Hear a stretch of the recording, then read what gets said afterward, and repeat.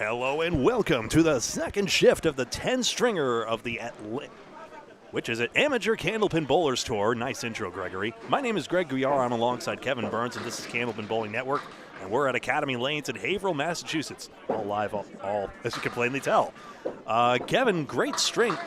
In the last one, we got spoiled for great scores here, and a one-pin difference. We now know that Sean Pine is 1 pin ahead of Jeff Davis and 4 ahead of Craig Powers going into the second shift.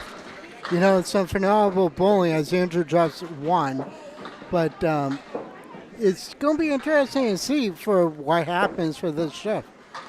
I mean, it's not a full field. I mean, there's a lot of, you're one lane short of what we had in the first shift. Not a lot less. I tell you what, still a lot of candidates. Hello, Greg. Nice to see you. Nice to see you, Captain Happy as well. That'll be an 8 box for Andrew. Still they fall. So, as usual, the target, it's 90% to 130, which means that 130 is basically that ideal target, or high 120s to be close to your average anyway. But 130 means you are definitely above your average and you are doing very well. 140, of course, extraordinary, and currently the leading score, where is it?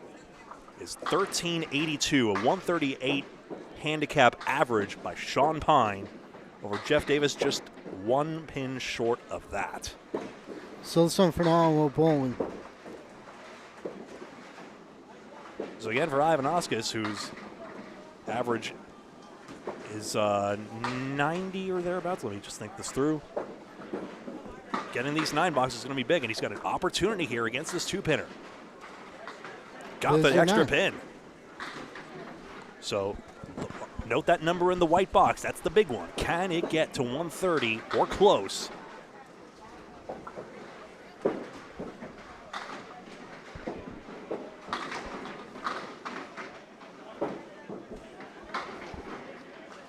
Just checking something real quick here as we see Ivanauskas in his 3rd box here. Gets into the 2-pin, rolling wood, didn't touch a single one of the Chevalier, the 4 horsemen, so thanks for nothing. Sorry, I talked to Wreck and Roll Lanes in Campbellton, New Brunswick, and I learned some French terms, so sorry to be obnoxious about it. I don't think anybody's complaining, Greg.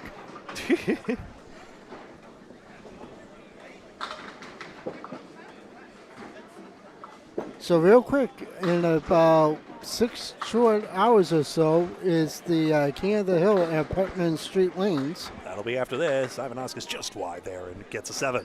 That'll be Drew Steele and Rick Sinichi on the call. Remember, that's only a couple pins south of his average there, so still plenty of time.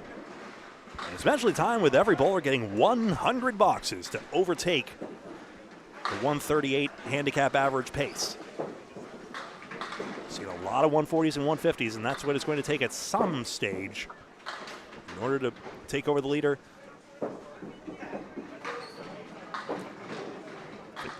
15 degrees, a little bit hotter than that here. Try double. It's 15 degrees Celsius. I said what I said. Okay. Double. Talking to our friend in Queensland, Australia, of course, about the weather. Ivanauskas already 9 pins down and a chance for 10. At this head pin, just gets away, but a good frame. Roll 3 balls, wood is live where it falls. That's Candlepin Bowling. Welcome to how we just do. Welcome to what we just call bowling here in Northeast North America. Why, yes, Elena, that is your dearest down there. He's on lane 5. We're featuring just lane 6 right now, but of course you will see him. 4 horsemen, right side. Well, Greg, I got some news. We've officially hit 6,200 subscribers here on Candlepin Bowling Network. Every single 100 is so surreal. I mean, obviously, there's no doubt about the enthusiasm for Candlepin Bowling, but to have that for what we do as well as that, I really appreciate it, and thank you all. And if you are logged into YouTube, we kindly ask you do the same by hitting the subscribe button so that you're notified, particularly if you hit the bell icon as well, about our future videos. Thank you. I speak with a lot of M dashes, I realize. Ivanauskas a 41.5 here, so if he does that again, he would hit 120. So Maybe if he just gets that, sprays one mark in there, he's suddenly on pace for a good score. Nick Branzi here. A former past champion for the King of the Hill down putt. I should have asked him about name pronunciation, but I think that's right.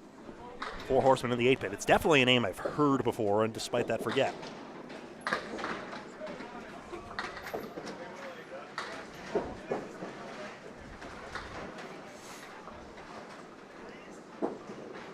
Four Horsemen and the 8-pin. Being spotted 29 pins, so Brancy just over a 100 average bowler, and he starts off with a 9-box. Quite fine. So 10 box will be about his average, and every mark he gets is dandy. I've been having some issues pulling Atlantic Candlepin Singles Tour statistics, even though, if memory serves, he is on that. That's the ACST, not the ACBT, of course.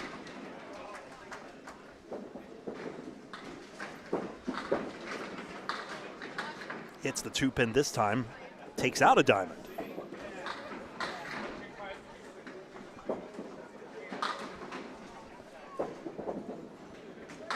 Yeah, ACST bowler out of Webster Timberlanes, Abington. 1-7. Same house where we held Paulie's Push fundraiser. One of many ways Paulie Veneto is raising money for his final push in honor of the fallen 9/11 flight attendants. Being a former flight attendant himself, very happy to push that beverage cart from Boston to Ground Zero, where he will obviously, well, fittingly anyway, make it there by the 11th of September. Yeah, he's set at work, I want to say, what, in the middle of August? Beginning of August? That's how he's timed it out, him and his RV that follows him around. Oh, Strike! what a bomb. Brienzi with a bomb. As I told you in the first broadcast, I was talking to the comedian that you guys had on with Paul Grant. Oh, he did a phenomenal job commentating. Into the 1-2. Great crowd already on Facebook in particular. Good to see a Jim as well. You can like and follow us on Facebook as well, although you folks know that already. But if anyone else is watching, greatly appreciate it. Waiting for Becky right alongside. Lanes aren't strictly attached, of course, but whether they were or not, it's much easier to cover that single lane. I mean, if it was head-to-head, we would cover them both, of course, but hurry, Becky. Much easier to cover the single lane, and it's much easier to follow along with one bowler's story at a time, especially when we start getting several around the field. Oh, boy. First lemon drop we've seen in this shift, of course. 4-pin or the 6-pin on the first ball. That's our term for it, and Candlepins for Cancer's term for it. 501c3 charity by bowlers for bowlers. Go to candlepins4cancer.com, candlepins4cancer.com for more information on how you can help out our goofy little our goofy approach to a very, very serious cause. 6 fill on the strike. And the box is 10. Nice third ball there. Nick Brienzi, 43 through 4, basically at his average already. Let's take another look at this one. The 1-2, 7 and 9. Good shot.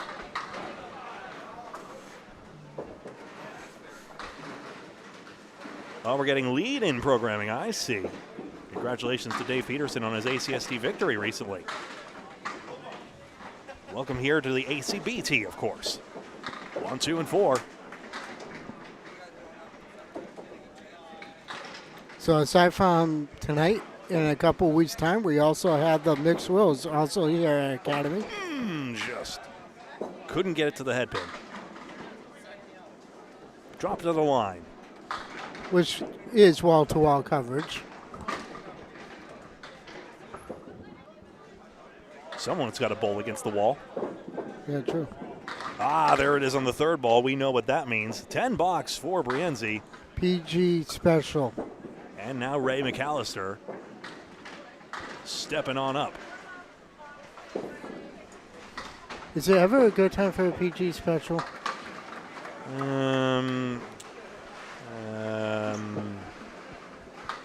Doubtful? Ray McAllister being spotted 27 pins, so implying 100 average or thereabouts. You can follow along with the statistics on the spreadsheet linked in the description below. That tiny URL is legitimate. I pinky promise.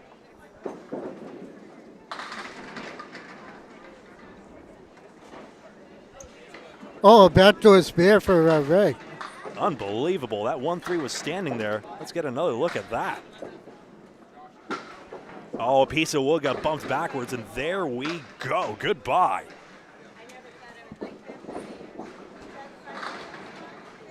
Cut to present scene. So 10 and a ball to begin for a bowler that just would be happy to hit 100 here.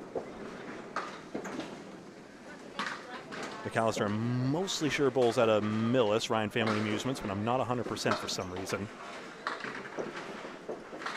Wood tumbling in between the 2 and the 4. 2-4-7. 7 in the mark. Excellent continuation, and here we go. You know, this lane has been really good to us today, so we saw a lot of big numbers. One should take 3 here. But it's hard to hit that tiny little toothpick, and the ball gets away.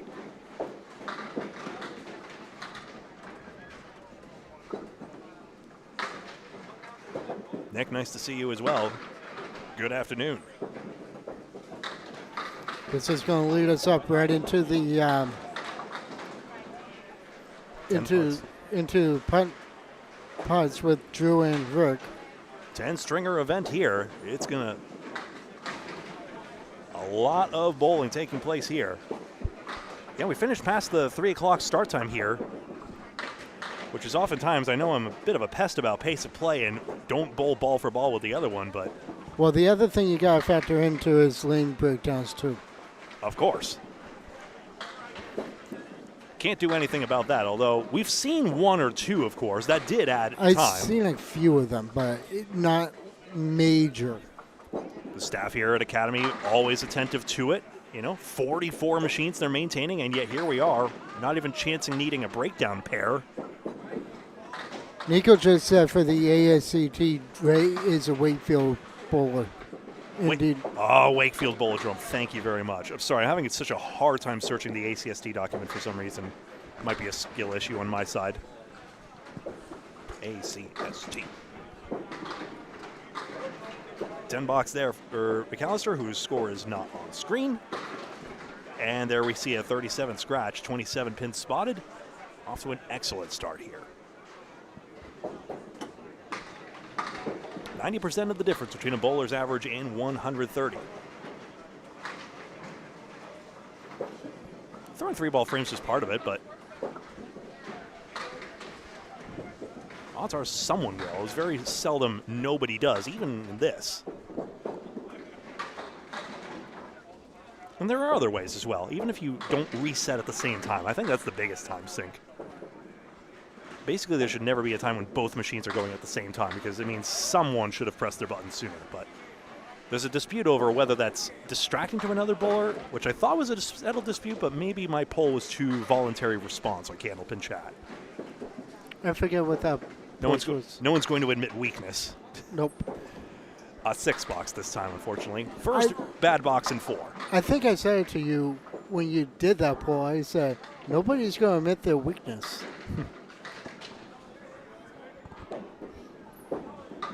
I did, Nico. I'm not sure I'm sharing that just yet. Again, I got to ask Micah about that, though. He does have a great website, and I'm looking forward to using that resource soon. Which is something that we wanted to do when Bob had me doing all the stats. Because I was going to take all Paul Grant's bio sheets and just put them on a file so that way. They're still used for certain things.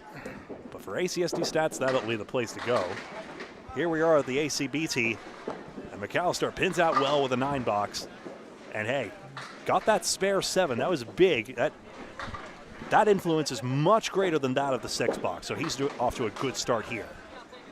Back to the top, and Noskis taking the lane again. Andy, Andrew. That's a Webster Timberlanes bowler. 1, 3, and 10. usually bowls with Larry Wentworth, who is a big novelty maker. You can find his site on Facebook called Candlepin Pride. Fish hooks, keychains. We had him on the air, I think, last year? That's right. We were covering some event together, and it was at Timberlanes, in fact. An 8-box. Ivanauskas. Still a chance here. One of the two bowlers I know around, that's right, Nico, called the Iceman. Al Kessick, of course, from the Friday Night Pro League being the other. 2 and the 10. Wood got an extra jolt there, and it might have knocked it aside. It did. Is that good news? If he plays it in between it. Oh, it went straight back. Too bad. If he played it more to the right, he probably would have hit that cap, and that would probably ping pong right to the 10. Just inches away there. That's harsh. Takes a nice 10 all the same. So, Andy finding the head pin. We're officially on hour number 6 of it being broadcasting.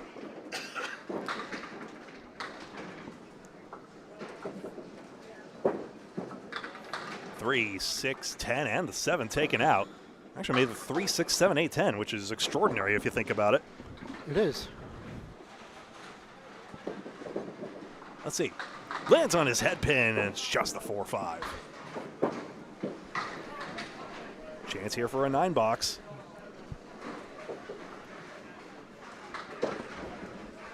The more viewers we get, the better off we are.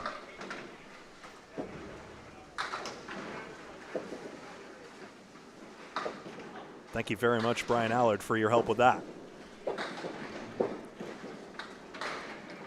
Brian Allard, of course, we know from the Pro Series coverage as well. The scratch main event that the Amateur Candlepin Bowler Store is replicating with these handicap events. First ball off target. But again, just getting those balls in the front 3 pins, that's really all you need to get that 10 box. So you do that now. Got a piece of it, just too thin of a piece, but it leaves a piece of wood nestled in there, and that could simplify the out. In my situation, I'd be tempted to go for the 2 pin. Let's see what he does. Goes braver than that, and that's a 9 box. Nice out. Ivanauskas up to 114 with a box to go. Remember, 138 is the benchmark to be number 1 in this event, which Sean Pine holds. All shifts are considered together. Bad pin, 4 down, and the 7-10 is the cruel greeting that Ivanauskas gets. I don't know. That wood doesn't look that bad. Needs to trampoline the ball. Let's see. Got high on the wood. It's a spare. Good shot. You needed that. Not just anywhere on that wood would work. Right there. Because the ball just went right into the 7 pin. But 86 in a ball, and now a chance to hit that 130 marker. And start building a foundation. You don't have to have 138 every single string. You just have to give yourself a chance. Was it something I said? I don't know. Oh, just 1 pin. And guess what that was? I think we all know by now. But there it is. It's an 87 scratch, 125 handicap. Good to the last ball. And now, Branzi with a chance doesn't necessarily need a mark for the 130 in his right. You can see full standings in the link in the description.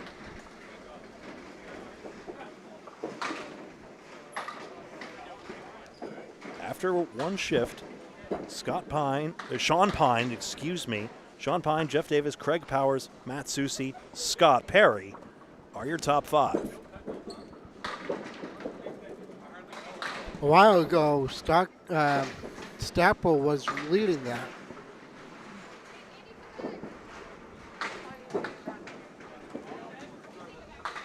Six-pack remains there, so again, 10's all that are needed.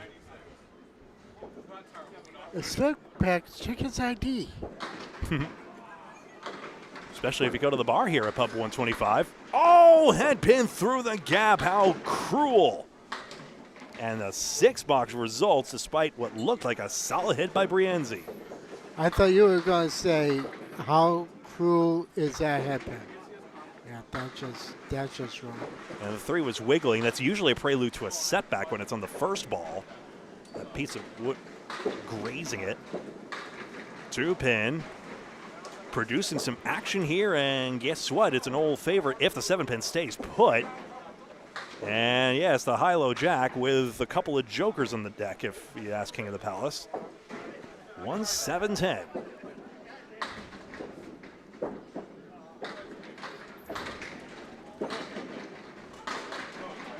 The old jackpot shot, including at the King of the Hill, we'll see tonight, an homage to the old TV shows.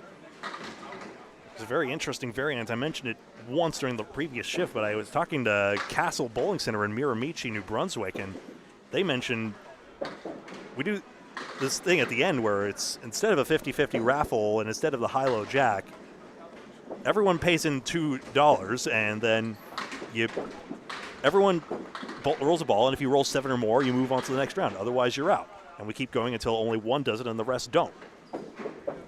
So it's like a spelling bee for 7 drops in my terms, and seems like an interesting bit of dramatics. A different way to put bowlers in a clutch situation. The box is 8 here, so Brienzi just a little below now, so 6 pins down in the past 2 boxes, but nothing a spare can't repair. This gives him a chance here, 4 horsemen and a 9. First of 10 strings in this second shift. So before we signed off on the first shift, somebody was saying with the lack of production for Candlepin setters, bring back pin boys. Right. You know what my opinion is about that? No, thank you. It's dangerous. You would have to. It's so dangerous. And especially so in Candlepin, since pins fly up. Just ask anyone who's worked around the Jane's pin setters, like you were mentioning Chris Sacchetti earlier. That's interestingly enough. But yeah, it's probably the most susceptible. Meanwhile, you got Nicholas Lloyd on Duck Pins Forever, who just like casually just like, hey, I'm just like above a masking unit right now. What questions do you want to ask me? He's just doing live streams like that, and it's an absolute delight if you ever get the chance to catch one of those. Duck pins fly, but not that high. Oh, baby! Brienzi with another strike, his second one. They do fly. They don't fly like a Candlepin, though. 2 strikes, no spares, who cares? 1-3 pocket.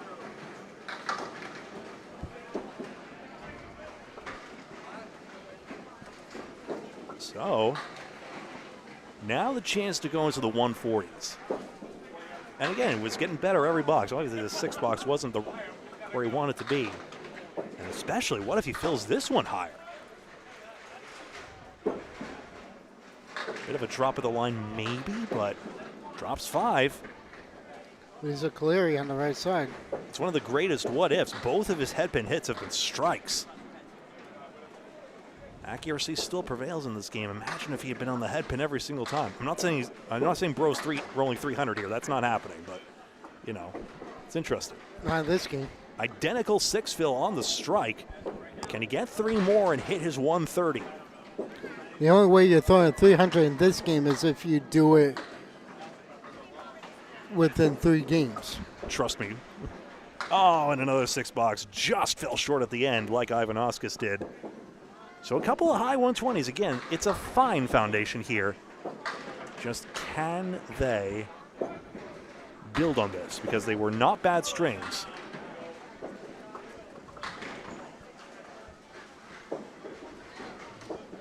Just about at their averages. Ray McAllister. Out of Wakefield, there's a tough place. Academy lanes, the pins are much easier if you can get them.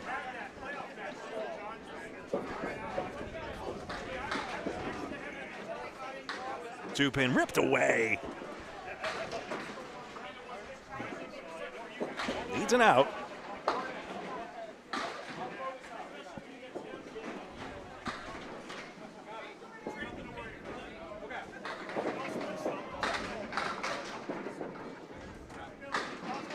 And just 3 pins taken away. And a 6 box. Here's a question from Greg Parker. Where's Paul Grant? In New Hampshire.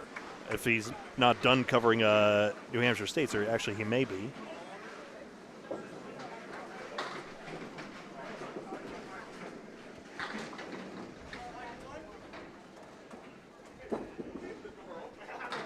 One, 3, 7, and 8.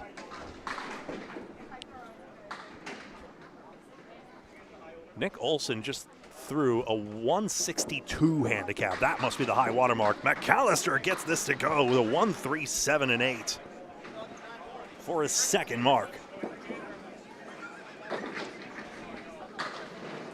Take another look here.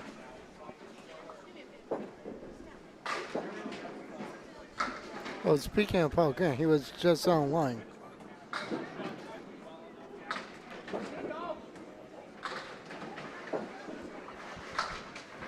Two spares here. Now McAllister now looking very good for this 130s. Get the 6 boxes out of the system, and then now you got yourself a formidable total. Sure, another guy in the room just threw 162.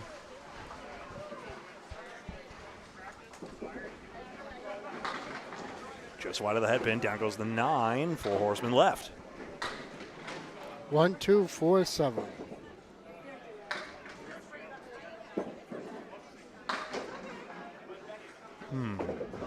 Does the 4 connect with the 7, or will the wood take it away? That's my question. And, oh dear, I was wondering about that. It just seemed as though the piece of wood was just ready to It looked like it took it away. deny McAllister. We'll see in just a moment here what's happening. And just you see the ball. Well, he makes the 10. It actually hits the wood first as it happens. Made the 10. Excuse me. 10 box, 84 through 8.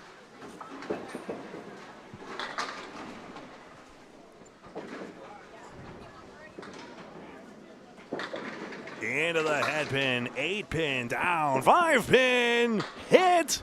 From behind, and it stays standing because of the front piece of wood. You know, I tell you, it's still wiggling. Look at that thing. Ridiculous. And it's gone. We see the evidence flashing before our eyes. And McAllister has his 3rd spare. Excellent bowling, and now the chance to crack 140s. Doesn't need a strike for 140. He's at 131 plus. He needs a knife fill. What state? Yeah, that's he what from, I want. Greg? Yeah, that's what I want to know. I do not have to explain states to Australia, and it works literally the same way over there. Yeah, it does. Well, Australia is also a Commonwealth too, if I'm not mistaken. And the fill is 10. Ray McAllister with a 20 box and 3 marks in 4. About 141 plus 2. Oh, man. What a time for that. And McAllister with one of the top scores in the room after string 1. Greg, I think Greg meant them, not you. If that makes sense. Yeah. I'm Greg, you're Greg. He, she, we.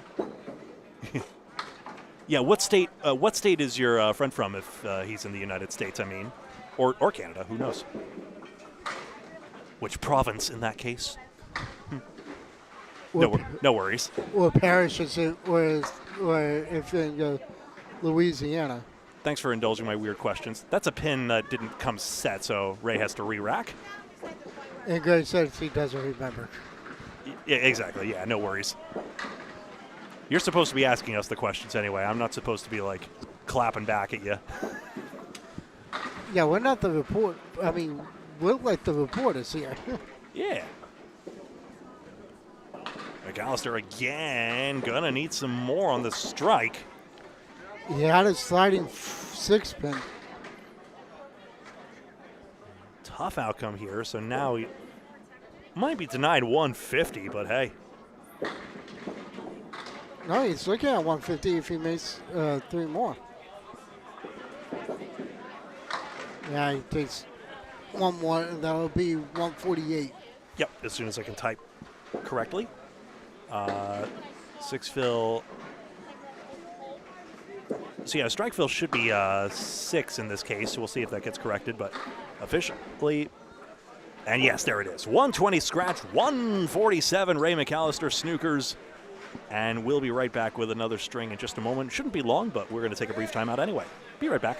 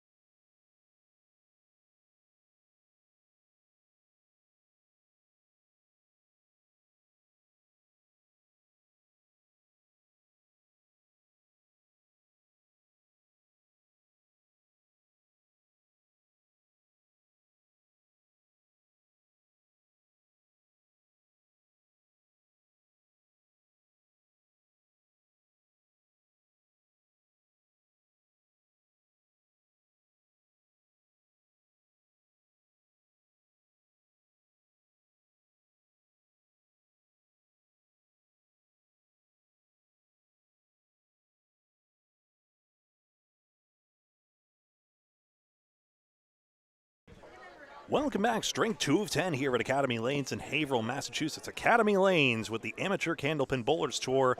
This is Sean Breton in front of us. brother of one of the 8 committee members, Ashley Breton. Who's the better bowler, Ashley or Sean?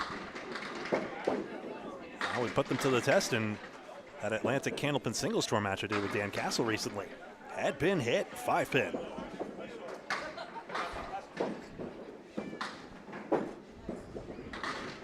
Piece of wood to the side here, right to left ball.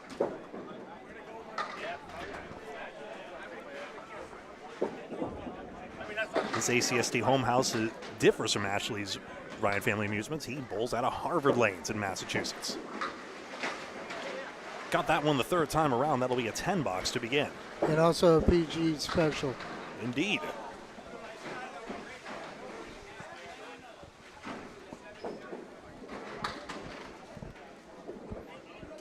See, Paul's commentary is infectious. And this is going to mix up here. Neither 3, neither 5 wants to go terribly. You know what, Nico? I would have asked that only if Ashley and Dimitri were bowling, but Sean Breton getting spotted 23 pins, and he just knocked 3 more off their spots. Pretty much straight back, easy as you like in this case.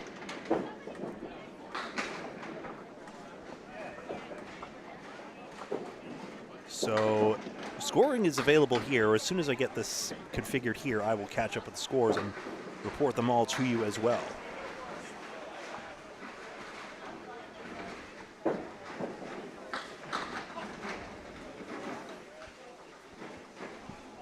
All right. Spare field for Breton gets away. Still, though, not quite what he was after here. Getting spotted 23 pins. He was hoping to load that up a lot more. Now it's just about ensuring you get your pins here on the second ball. Second attempt, that's right. And right down the middle, it's a baby eagle. 2, 3, 4, and 6.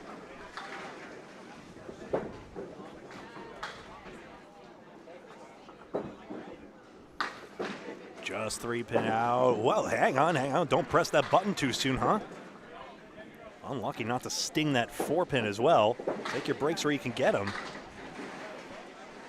The box is 7, so still a mark or 2 required for Breton. 8 committee members, Mike Machichi, the new president of the Amateur Candlepin Bowlers Tour. Matt Nichols started it a few years ago. Oh, 6 pin! By the way, hello, Matt. Good to see you in chat as well. I only see my own page occasionally, but I saw you there, and a pleasure. Champion with Central Park Lanes Team 1, of course, in the Friday Night Pro League. And we'll see what the call is here. Shakes his head. I had a feeling that went into the gutter, but I never, ever, ever, ever, ever, ever want to influence a bowler's call. Never, ever, never, ever, never. Pin doesn't count, it's not respotted, and the box is 9. Academy Lanes, 44 lanes. Man, not only is it glowing, and some kids over there have some glowing headbands. I've never seen that. I mean, birthday party. They're in the spirit, I tell you what. They bring out special house balls. I was asking Dylan Backey here, who we've seen on Mixed Up Graduates before, and asked him, oh, new house balls? And I was like, oh yeah, well, glow bowling balls. I'm like, oh yeah, that makes perfect sense. Pin's not set for Breton now. Lane 6 will reset. They're awesome, though, but they're a lot more money than... Actually, no, they're about the same price as a regular Paramount. One thing I don't get about 10-pin bowling, strategic re-racking. You get 2 re-racks total just for the sake of it. I guess it's like calling a timeout since there is a shot clock in that game. I don't know. Can't you just bowl your rhythm? 7-10 split. Yeah. If only that vertical piece of wood wasn't there. That's the obnoxious one. Breton lands on the cap anyway and spares. Second spare, he'll sit down on this one. It looked like a tough shot to me. Let's see where exactly he lands it. He actually ends up on the broad side of it as well, so it was presenting itself just a little bit, but not much. Greg, you got the right idea here, though. In this case, they're just like little LED light-up ones. Though I love cracking a few glow sticks here and there. Becky Wright is an ACBT committee member in her own right. Also helps out her sister Amy Doobie with Mixed Worlds administration. I make her sound so formal. And also the ladies internationals too, if I'm not mistaken. Right. 34 pins spotted here, so looking for some 9s, looking for some 10s. Even just that will get her to that 130 target. This will be tricky to pin out. Just gets away. But again, when you're getting spotted that many pins, we don't worry about the 6 boxes as much.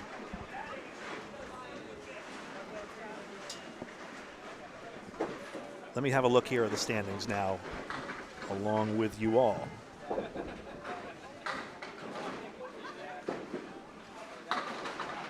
As soon as it reloads.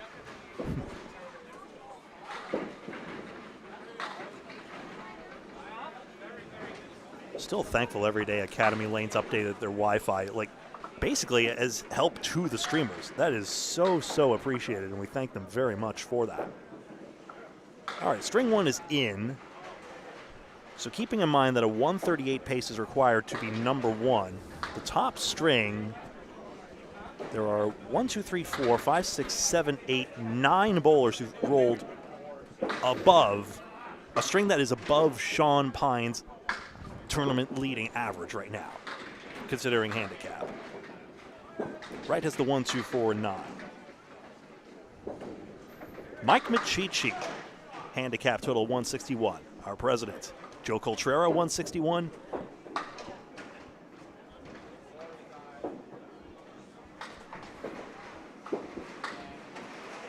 Andy Ivanauskas. Seeing here a 157 entered in. Bill Olson, 149. Ray McAllister, 147. Nick Olson, 146. Dan Parent, 146. Don Palladino, 145. Tyler Reese, 140. So a lot of bowlers north of that mark.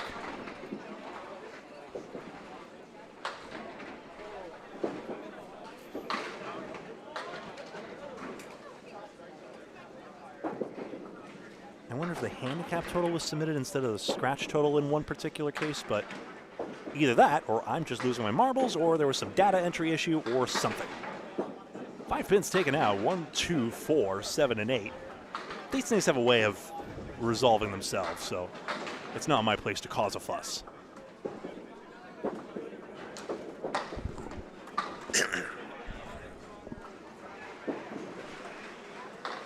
Just into the 2-pin. Here comes one. Come on back. Come on down. Becky Wright gets a spare in the 3rd and makes her mark, as long as I'm accidentally referencing The Price is Right.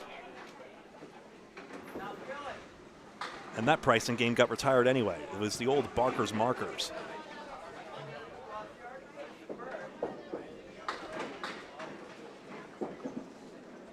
Just let them keep the $500.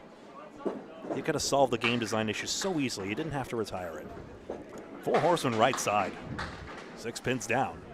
It's basically a variant of the Monty Hall problem. But enough about that. Wright doubles her scratch score here. Gets a couple of pins here, so again, just bowling average here. It can get her that 130. You know, I noticed one thing. The two of us are wearing the same color blue. Say, who is? You and I. Yeah. I brought the webcam here, but I don't think that's terribly necessary. Wright gets an 8 box here, just a couple pins left standing. So Coltrera and Michichi seemingly off to a good start at this very early stage. 3 pins away. Oh, there's a crash. I heard that. Just a little bit of issue in the timing belt, and then bang. Oh, good hit here. How does the 7-pin not get over? Thank you. Boy, and a lot of times it's particularly the 7-pin, even though the pins come out at random. For some reason, it's always that corner pin that hangs up on that edge seemingly for the longest time. Just a coincidence? 10 bucks and a 49 half. If Wright does that again, she'll be over 130. It's a 48 half. I will take a look. Thanks for the spot there. Apparently a 7 box in the fourth, and we correct. And then turn it over to Dan Esdale, committee member on the Amateur Candlepin Bowlers Tour. There's a pattern here. You are watching Candlepin Bowling Network. 15-pin spot for Dan Esdale.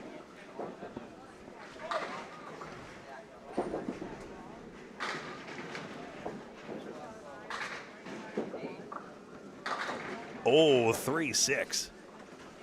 Nico, to that I would say, okay, yeah, you need a breather. Okay, you can have 2 re-rack. Fine, 2 re-racks if you need to breathe. But if the pin is so obviously off spot, then, like, you shouldn't be penalized for that. Is that the rule? Yeah, you shouldn't be penalized for a pin off spot. If it's, like, blatantly, I don't know. 10 bucks for Ezzy. That's a Ryan's Millis bowler on 100% this time.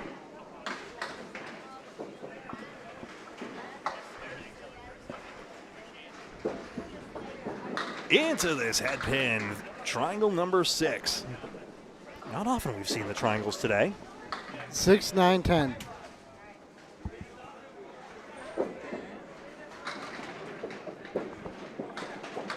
And just the 10-pin whittled away.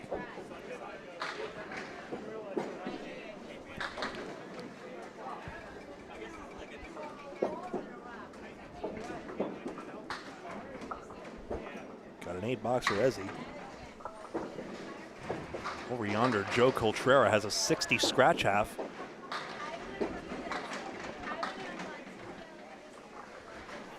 And Nick Olson at 62 at a spare half.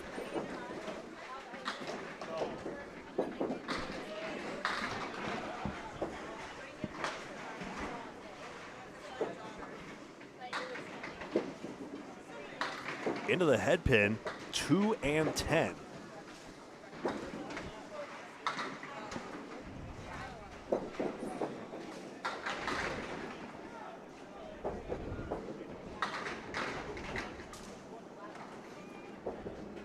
Sean Crow is in front of us. We'll see him later. Oh, and a 210 converted for the spare. Holy smokes, Dan Esdale. Oh, what a shot by Sean Crow. He just made the, he just made something, he just made the 3 and 2 split. Oh, man, he's going to have some fun watching back the video on demand in a second, as will Ezzy on this one. Wood ramps the shot slightly, but you still got to get on the correct side. Dan's fourth box fills up 6 in the previous. 3 and 1. 2, 4, 7, and the 6 pin. Similar flight path to Becky Wright, although he's got only a couple pins left standing. Different averages, of course. Every bowler is competing against their own history. 90% of the difference between your average and 130. 3 and 1 split. I think he has to take a notice. Whoa!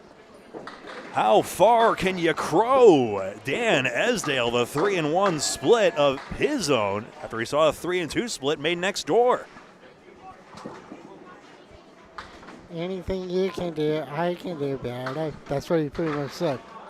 Because the way you played this was right up the wall. Have it said at the shift, domo arigato, Mr. Roboto.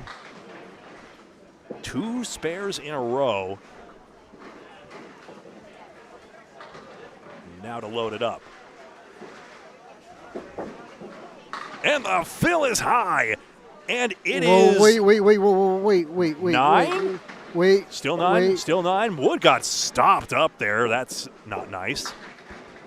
9 more. You know, if the other piece of wood wasn't there, that probably would have gone. It just got. Ugh.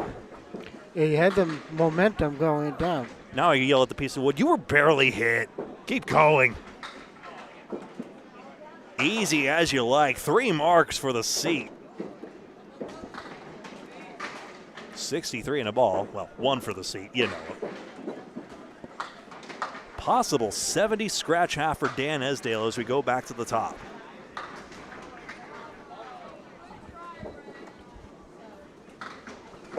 Sean Breton. Yeah, of course, Nico has something to say about that. Saying the line that I may or may not have said. Probably. You were hit, stupid. Do I sound like that? No. Do I complain? Yes. No comment. Harvard Lanes, where Breton is out of, was the most recent host of the Pro Series Finals, the scratch event that this one emulates. Oh no, Phil gets away again. Same thing, and that is enough to drive any bowler bonkers. Trust me, been there, done that. Although usually I do just into the gutter and then just blast out 5 pins sideways. I am so good at that, and I cannot recall ever seeing that on any stream ever. I'm surprised you haven't filmed yourself doing that yet. Not in a long, long time. Do people want to see that? Well, if you want to risk the fact that our content might jump the shark, please like and follow us on Facebook or hit the subscribe button on YouTube. And if you're really daring, ring the bell, because who knows what Gregory is going to come up with next. But Candlepin Bowling Network, now at 6,200 subscribers, we thank you so much from the bottom of our heart. Please help us keep the momentum going by subscribing if you're logged in, and thank you very much. And we're up to 2,900 videos. Almost 3,000 videos and counting. Extraordinary, isn't it? You know, I remember when Bob Lee started this network.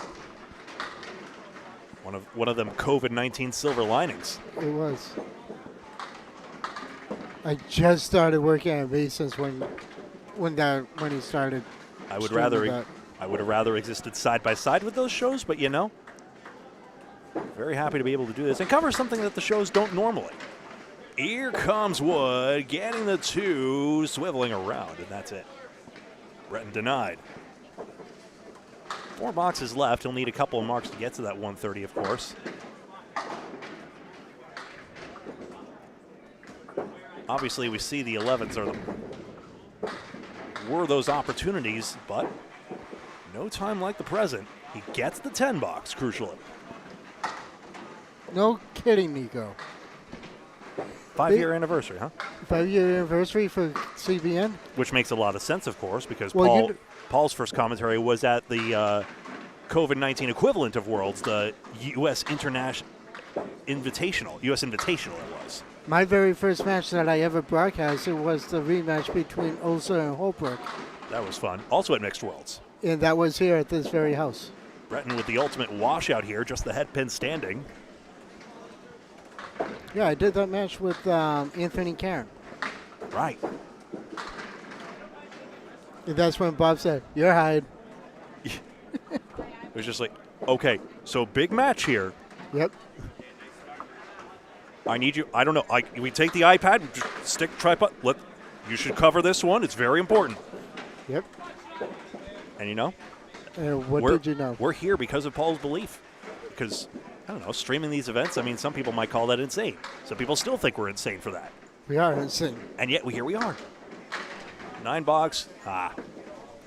9 with the front up to riff on Wallingford Live Skittles variant. 75 through 8. But the funny thing, too, is I wasn't planning on becoming a Candlepin broadcaster at that time. It was the furthest thing from my mind, but I was like, you know what, I'll give it a whack. Sure. Go with the flow. And then I remember my first Worlds that I did. Ooh, Breton's got a piece of this head pin. It was before you and I started working together. I don't know. No. It's that front piece of wood. That's not going to carry the 7. Not with the wood next to the 8. Just taking a quick check on how quick the wood was going back there. Not fast at all. No. Let's see. Left side of the wood. Ooh, spun right back. That's what I thought was going to happen. Was there any place to take the 3, 7, and 8? Perhaps with the right piece of wood. Maybe. Let's see. Might use it. Ooh, it would have taken the 3, 8. All right, so a 9 box. Good, well pinned, all told. Still a 20 box, for example. Still get yourself to that 120s. Give yourself something to build on in this second string of 10. A lot of big scores in that first string. Looking around, no big ones have checked in yet, but we were only through the first bowlers basically across the room in the second game. Oh, spread eagle. Oh, you do it better. Oh, there you go, Steve. How does that happen? Hey. You throw the ball 60 feet down the lane.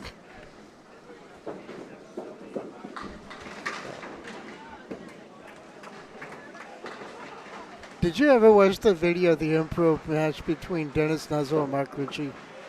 I'm vaguely, for some reason, it's ringing a bell. Oh, look who's here. The coach is here. The umpire is here. And he's wearing Right?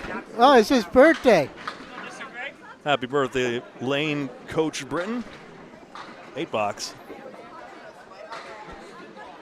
We should almost take out the microphone and see how his umpiring thing went. Not sure if I have one like Do you have an extra headset? Do I? I might. Not being terribly careful with the pin cam, but that's all right. There we go.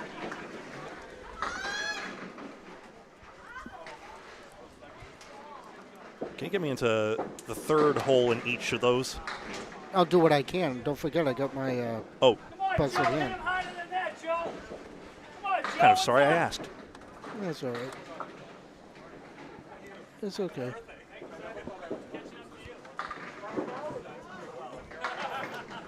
Becky Wright here on a 48 half. Come on, Justin, hit it better than that. Let's go. And a spread eagle. Apologies for the shaking. We're just doing some technical work here.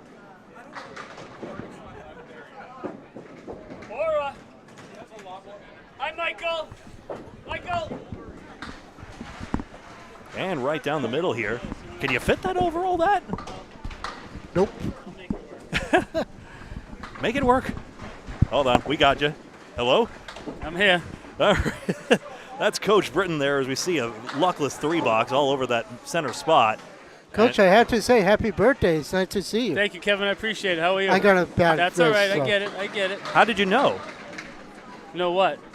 How did you know it was his birthday? Well, he's wearing the banner. It says it's my birthday. He walked in with a big yellow eggnog-looking color hat. Listen, I'm already. That we knocked off to get the headset on. I'm already upset that I couldn't bowl in this today because my family, especially Caitlin and Sharon, would not let me bowl today because they were surprising me with a party here. Ugh. Oh, So no. the nerve of them, right, Greg? You know? How dare they? Oh, you know, I suck bad enough. I got to at least come here and do it, right? The right way. Well, maybe another time. Still other events. I mean, Yeah. Where's my guy, Maybe- Paul? Where's my guy, Paul Grant? New Hampshire doing Oh, the my States goodness. coverage and ACST coverage, also live on Candlepin Bowling Network YouTube. All right, you brought it up, and I'm going to bring it up. How about Sharon Britton? How about that, right? Huh? Have you seen the stats? What's the most recent one? Well, she's killing it right now. She's number one. She's number one. She's got singles tomorrow. Oh, that's right. She is killing it. She's at 1854 with singles to go. Oh, for the all events, yeah. Yeah, for the all events. So she'll get 2,300. Yeah, that's. That's going to be tough to beat. She's. I think she's in the driver's seat. I don't want to jinx her, but I'm very proud of her. As always, best Britain bowler out there. And she's been getting so strong as she goes as well. And I think also, I think about, for some reason, Wakefield Random Triples, where she should have been the headline until Joey Lister took it away at the very last moment. But that's it sort okay. of stole the headline away because she was tremendous in that final. But that's okay, because you know what matters? She day in and day out, she shows up. She's a good bowler. She's gotten better and better as she moves on. And as her father, it's a great thing to be proud of. You know, it's enjoyable to watch the fun that I see her have, even when she's struggling. You know, she knows better. and she just puts her head down. And she killed it up there last weekend. She bowled Sunday and Monday, and I know everybody can see the scores, but as her father, 593 on Sunday, and she comes back at those 572 on Monday. Woo. So, and then both her three-string games were over 330. So, for a father, that is So just high 100s, high 110s, just time after time. I mean, that's the point of all events, that consistency. Yeah, she was very consistent, and it's funny because Melissa Ricci is right behind her, and again, I don't want to jinx her, but I think Sharon's in a good situation right now. And it just, as her dad, I'm very proud of her. The Riverwalk Lanes connection, huh? Isn't that interesting? She's had but I'm sure Melissa is proud too, Yeah, Mark and Melissa are, no doubt about it, are very proud to see what they, especially where Mark has mentored her, coached her, has been with her from day one. The simplest thing is her lob. He started with correcting her lob, and from that point on, it just carried on. And now, listen, she's 23 years old, so she's still got a world ahead of her when it comes to this game. Which is great for her and terrifying for everyone else. And listen, I'd like to say as her father, I really hope people, when they see after the states in New Hampshire this year are done and said and done, that they look at Sharon and they go, what are we doing? Why isn't this girl on our team? Why aren't we asking this kid to bowl? And of course, the top two from all events will make it to the ICBA finals, where we definitely will.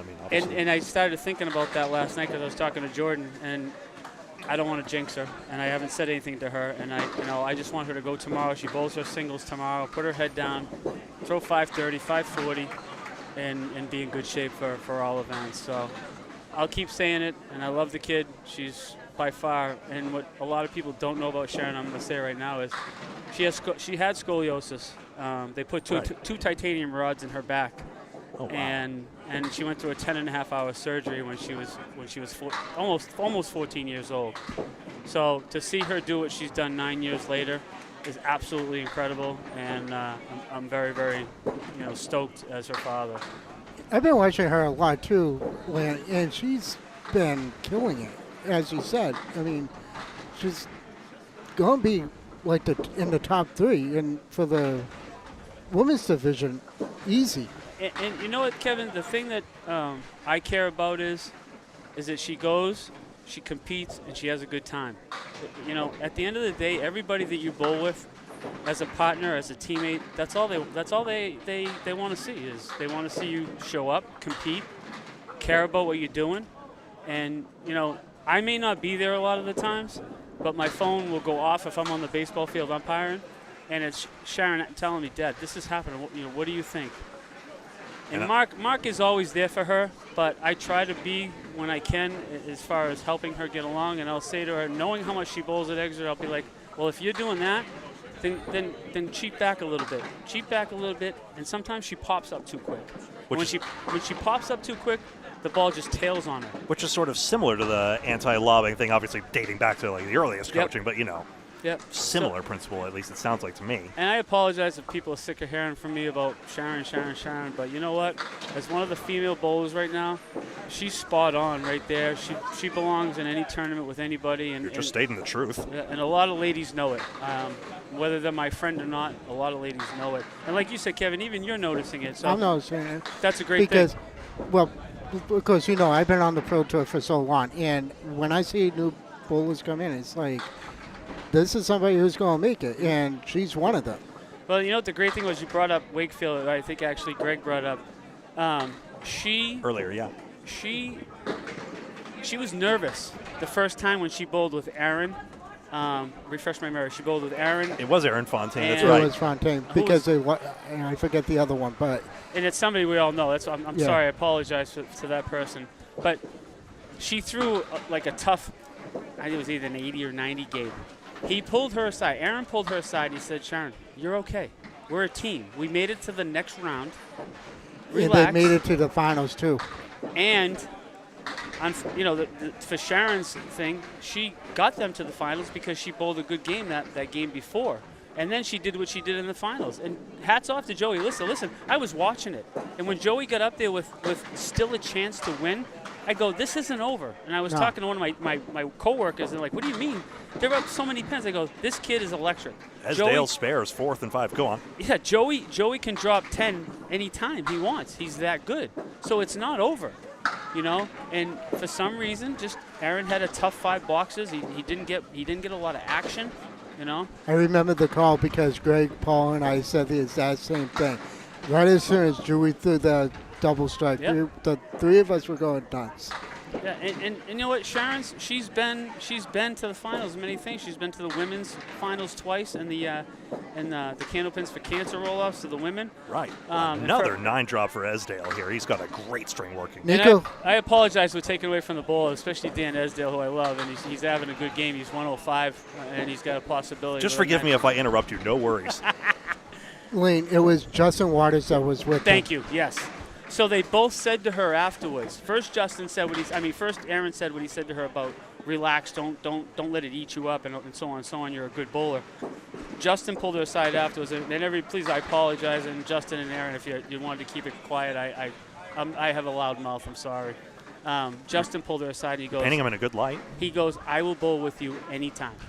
Which is nice for him to say, because if I was that good, I would bowl with her any day of the week. And it doesn't There's matter. no doubt. See, Kevin, Sharon doesn't matter how good or bad you are. It's not. She likes to go and have fun. She likes to enjoy the whatever, whether it's a tournament or a roll-off or even a league.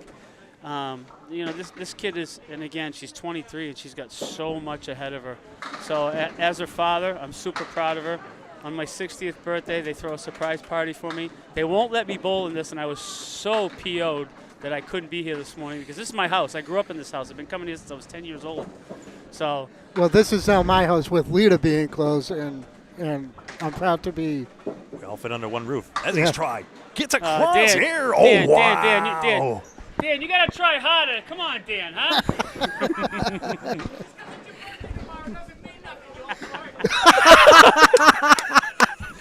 If you want to know what Dan said, just because it's my birthday tomorrow, you know, I can't do it. You know, it is. You know what?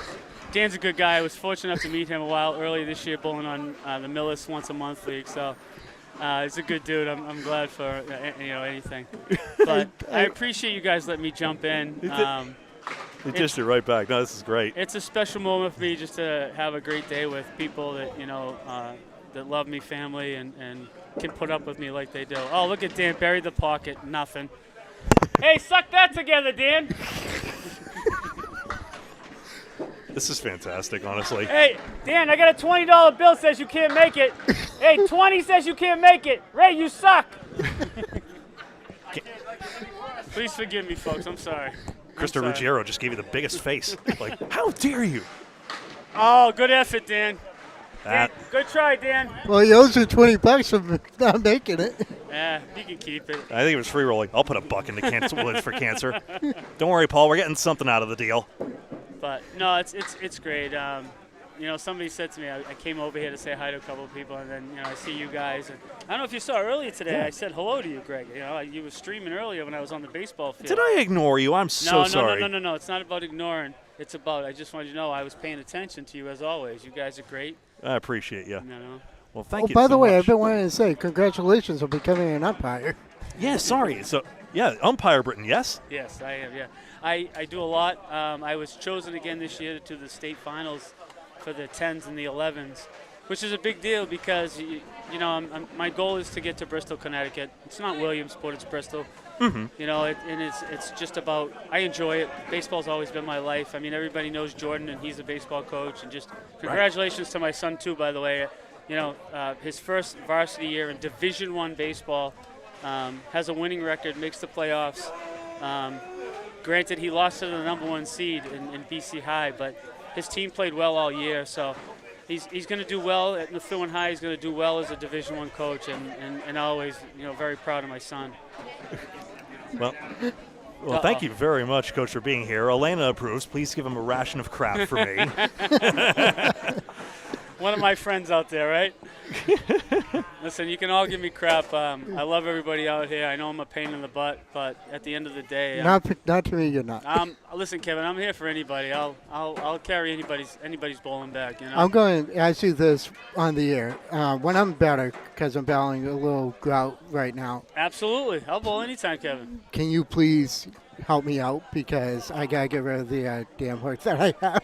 Listen, I take my coaching from Mark Ricci, because Mark Ricci has taught me a lot about the game. Mark has taught me so much. He actually inspired me to go to Dan Murphy's coaching school, which has helped me out to an extent. But listen, Paul Grant is the reason I'm known as Coach. I want you all to know that. I was one of his first nicknames. Oh, he gave you that nickname? He gave me the nickname. A couple times after doing my ACST matches, him and I were talking one night afterwards, and we were talking about my football coaching and this and that. And he always talked about my national championship, which I'm very proud of. I'm very fortunate. It's one of his best names. Joe Coltrera on here getting spotted 26 pins as the 8-10 split. Joe is great. I've watched Joe bowl for the last half a dozen years. He's a good dude. Mark Ricci suggested to him, hey, do it, Joe. And he's done well. He's had a good season. And he's actually doing pretty well on the singles tour as well. Yeah. He said to me that, now, we bowl at Riverwalk, obviously. And a spare, split spare. And he said to me last week, he messaged me, and he says, I hope you make it to the next round, because then you and I will face each other at Riverwalk. And we bowled there early this year, and we both were ass. I'll use that expression because you're on the line. And he looked at me afterwards, and he said to me, afterwards, he goes, Lane, he goes, I don't know why you let me survive in that match. I go, Joe, I was struggling just as bad as you. So I'm fortunate enough. I have Mark in my back pocket whenever I am, and Mark always is there for me, and I'm grateful for him. I love Mark, but I will say one thing: Riverwalk is a tough house. Listen, if you're going to get better and you're gonna earn what you get, that's the place to do it. And that's what I found out. Because I've grown up here. I grew up at Academy, and I grew up at the original Wamisit, but when that closed, then I moved to Lita. Yep. Then I went to Harvard for a year, hated it, and now I'm here. So I've been bouncing around. Well, I was fortunate enough. I used to work here in the bowling alley. I used to bowl on Saturday mornings. I used to clean the club next door when we had the nightclub. So, like I said, I was pretty much raised here, and the Lafayette Lounge. I love. Actually, no. No, sorry. It was the Bondboard. It was the Bondboard pub, and then we had the nightclub that was a couple different things. It was Club 125 to begin with, and then a couple different owners came in. But at the end of the day, the DeBarros have been great to me. They're great to my family. Great owners. They whenever they host anything, their class act and the staff here is just incredible. The funny thing that I always share is I've known Josh, and I went to high school with Josh's mother, and so when Josh when Teddy and Josh's mother were together, I was obviously friendly with both of them. So it's a great house to be associated with. Thank you. Earlier today, I was talking to Ryan Southall, and he told me that this side is a lot more slower than the Blue Room because they have the Miss Worlds and the Worlds this year. Yep. And I noticed that the one night that I bowled in the Tuesday week, and I timed my high five, and I was like, holy crap! After not bowling since Christmas, that got me excited because I was really looking forward to building on that. Well, I got my first 400 at 12 years old in the Blue Room. Ernie DeBarro gave me a nice shirt, an alarm clock, and I got my first 400. My first 600 was in this room where the guys are bowling today, the guys and the girls are bowling today. So, again, I have a lot of memories here. I have a lot of fun in here. And my daughter got her first 3 last year. She had 3 600. Sharon did in this house. So wow. And the first thing Teddy said to her is, "What took you so long?" She's just going to keep – she's got 5 now. She's going to keep popping them off. I busted her chops when she flew through 593 on Sunday. I said, 7 pins, really? Everyone's accusing y'all of going easy, whether it's you or her. Well, I've always been hard on my kids just so they would get better, not because I was trying to be hard on them just because, but I want them to be better. It's to be constructive. Right. And they know it. They know Dad's a hard ass, but Dad has his reasons, and it is what it is. So, listen, guys, I don't want to take up any more time. I appreciate you. I know people are probably wondering, where's the birthday boy? This has been fantastic. They really don't give a crap. I'm telling you, they don't. Thank you so much. But thank you for the time. I appreciate you guys.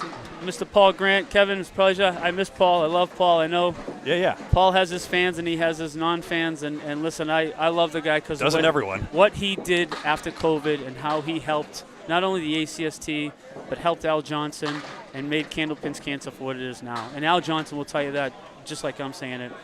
And Paul's not the easiest guy to get with sometimes, but at the end of the day, he's got a heart of gold and he means well. So same thing. His methods are trying to be constructive. We always say be kind to certain people. Well, you know what? We need to be kind to Paul. I love Paul. I won't deny it. And biggest supporter. I told him he's not allowed to say bring back the coach anymore. It's done.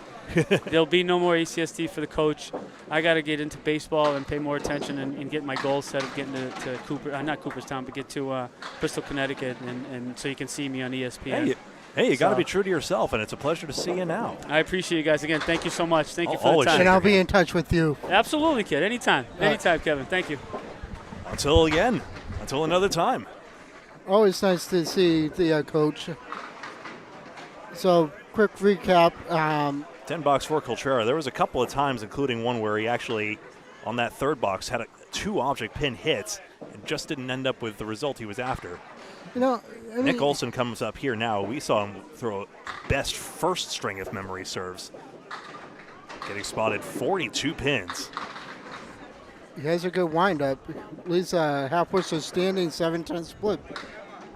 Wow.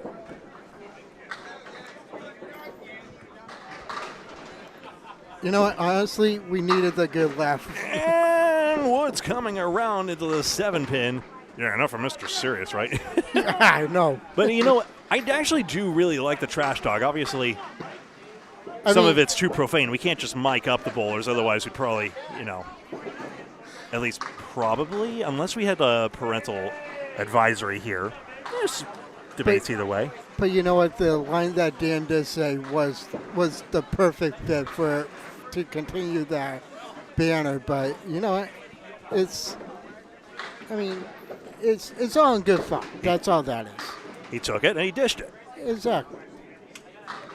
The old give and take. Yeah. Unlike these pins, Olsen hit it smack dab in the middle and gets this. Check mark 6-10. Just a couple out here. Again, he would have destroyed this tournament as well. Coach is such a good bowler. It's awesome to see him, but also good luck to him with his umpiring career. It's cheaper to say behind his back, but join it now. Come on. You still got a few events left. Yeah, still exactly. 3 more events before the September playoffs at Riverwalk. I believe there's 2 in the month of August, I think. 2 in 1 of the months. August sounds correct. That's what it sounds like. I could be wrong, but I've been wrong before. But you are not wrong in this case. Oh, wow! There's a surprise. That's right. Sorry. 4 horsemen, 3-pin taken out. Well, it's not like you and I trash talk each other because you and I have been working together for so long, but. Goes aggressive on the out and gets all 10. Nick Olson finding a way to all the pins. He is tall, but he's not as lanky as Justin Scally, though. Or Bill Olson?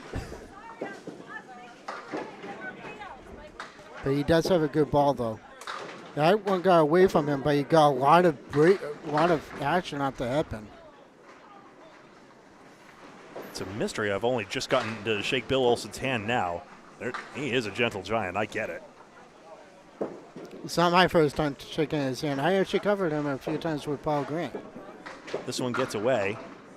So taking a look at the standings as they are now in this 3rd string. Oh, just need to refresh. Excuse me. There's the 10. That's what he wanted to do that last ball. Reload. And yes, Nick Olson is still in the lead in the shift. Now 306 handicap total. So averaging 150. So again, if he gets 10s here and just gets a couple marks here, punching way above his average. 4 pins taken out.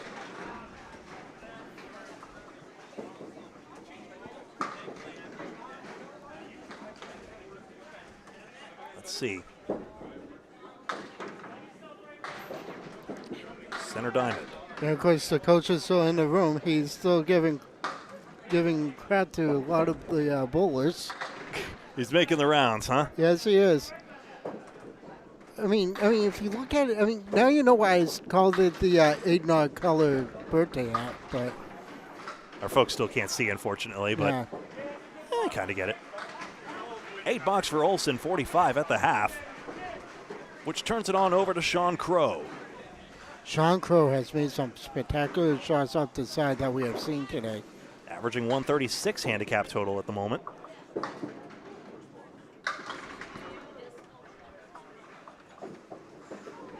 Averaging about 136 errors per minute, incidentally.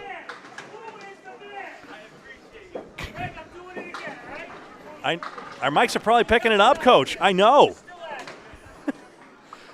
3 pins out to start off. Sean Crow getting spotted 26 pins. 90% of the difference between a bowler's average and 130 in this third string of 10. One more to go to get this out.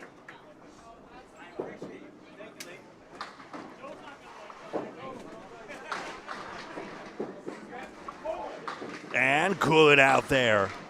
Unlucky not to get to the 9-pin. Pin action got stung. Instead of bouncing through.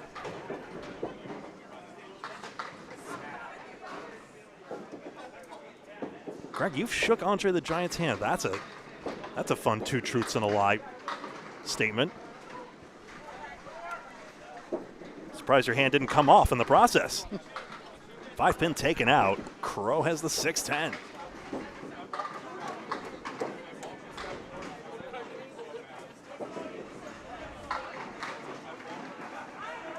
Sean Pine, the leader by 1 pin after 1 shift. Just wide on the 6-10. And guess who just walked in? Who else? Tell the viewers. It was the coach's daughter herself. It is Sharon? Yeah. Very nice. I think she came in here to get her father. Willed her into being. Crow 44, 18th through the pair for scratch. I think Becky liked that ball. I'd say. She almost converted a half Worcester. And that's a good shot by Sean. He's got the 7-pin with a piece of wood attached. And now not.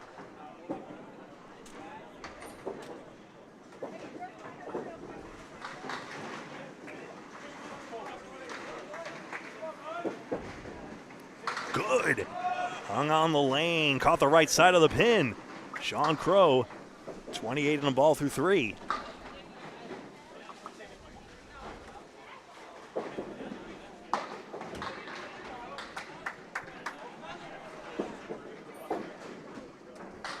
Mike Capone to his left side.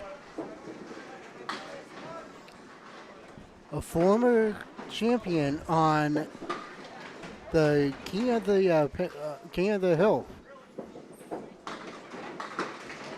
which is following our coverage at 9 o'clock tonight. All times Eastern, UTC -4. Whatever time that would be out in Australia for Greg. 14 apart, I think. Ooh, 4-pin wiggling. That's all.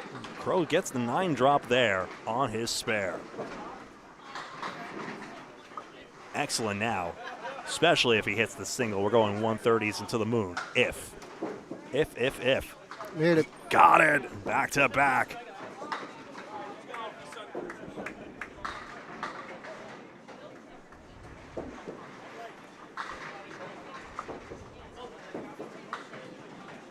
Looking at some things here. Dom Palladino, Justin Ruggiero, and Mike Capone will be next up. 19 and another. Not another 10-stringer, that's for sure, Greg. Can you imagine starting what at 9 o'clock? I mean, we have overnighter tournaments, and in fact, Spare Time Recreation is doing such an overnighter. That's a pretty good mix for there. Wow, 6 out. Yeah, that next one that they're doing at Spear Time, I believe, is a 9-pin tournament. I believe so. So much bowling. We can't cover everything. Into the head pin.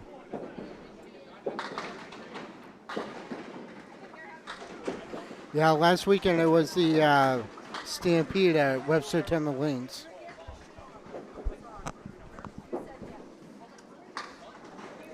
Nine box, 62 half for Sean Crow. Take that to the actual Pro Series. Third of 10 strings here at Academy Lanes. And Joe Contreras steps right on up.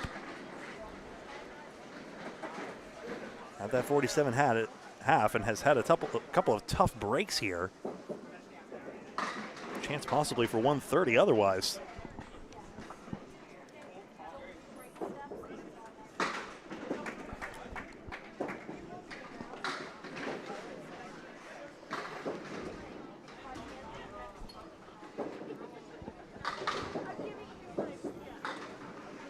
Gouillart gets a piece of this head pin. 2 and the 4 and the 5 all go down 7, 8, 10.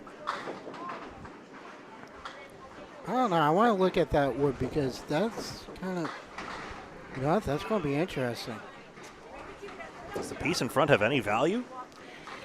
It does, as long as he plays it on the far. Joe's not interested and gets the 8 pin. You have to play on the far left without trying to hit the gutter.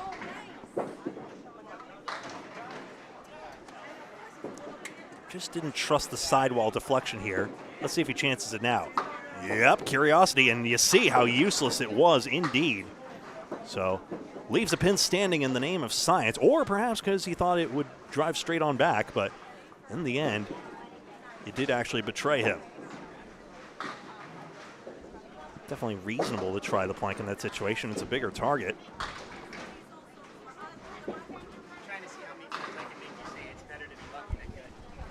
I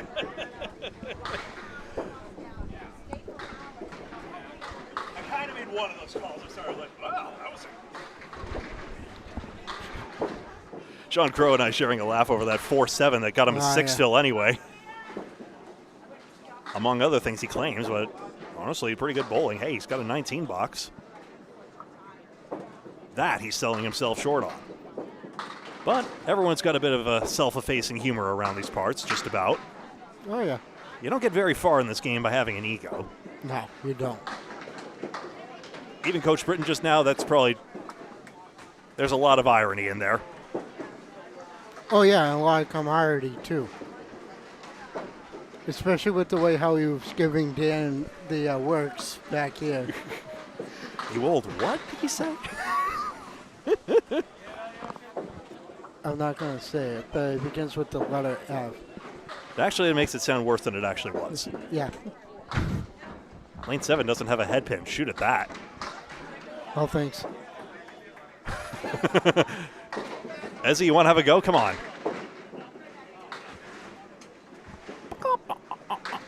2, 4, 6, and 7. Contreras splits. Third straight head pin for him. Still hanging in there pretty well. One more mark, and he'll have a lot to be proud of in the string, honestly. 2, 4. Good bit at that. But Paul's favorite leave, the 6, 7, remains. Which does go, especially with that piece of wood there. Just a 9 will be fine, though. I'm not sure it's the best piece of wood ever. I'll zoom in on this one. Across it comes, and that's all we get. 9 box. When it cuts, but it just died. Just ran out of gas. I don't think I had the gas to begin with. I've never run out of gas, but boy, I've come close a few times. I don't want to hear about that one. Was it on the way back from the tournament? No. No. You got 19 questions remaining. I'm not playing 20 questions. Evens up 2, 4, 6, and 10 for Contreras. Looking back for some sympathy about all these splits. That's 3 now in the past 4 boxes, as you can see by those red bricks. Not standard. It is not standard candlepin notation, but gives you a sense of the head pin accuracy and bowler's luck, roughly speaking. Same way Micah Imperato does it. Micah, there's been exactly one split without a head pin. I apologize, there might be some junk in the table. Oh, look at my this. goodness gracious, Coltrera, what a spare. It came back for the 2-pin, actually, and he will take that. I believe he played this 4-pin on this. It looked like he was going to miss it. He played the 4-pin. 4-pin comes off the wall to take out the 2. Extraordinary. One more look. You've said all that needs to be said. I just want to see it again. Yeah, 4-pin comes off the wall. Take out the 2. Incredible. Oh, come on, Nico.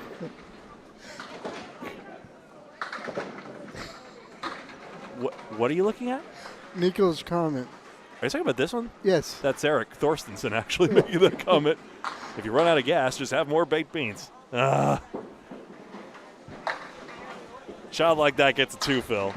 I mean, okay, he didn't hit his object pin, but I was entertained. That's got to be worth something. You get Gregory points, which have nowhere near as much value as Tommy points, but we're going with it. Great second ball, no spare. But 120 is assured. 121. Can you more. get it to 122? Remember, 138 is the tournament leading pace at the moment. Looking around the room, nobody seems to be really lighting that up at the moment. It's going to be a 121. Again, that teetering 7-pin. It's always the 7-pin, or at least either that or it's a crazy statistical fluke. It could be two things. Either the pin's cracked or the spot is worn out. It seems to always be the 7 spot. So, yeah, so I'm thinking it's on just statistics alone, one wonders about that.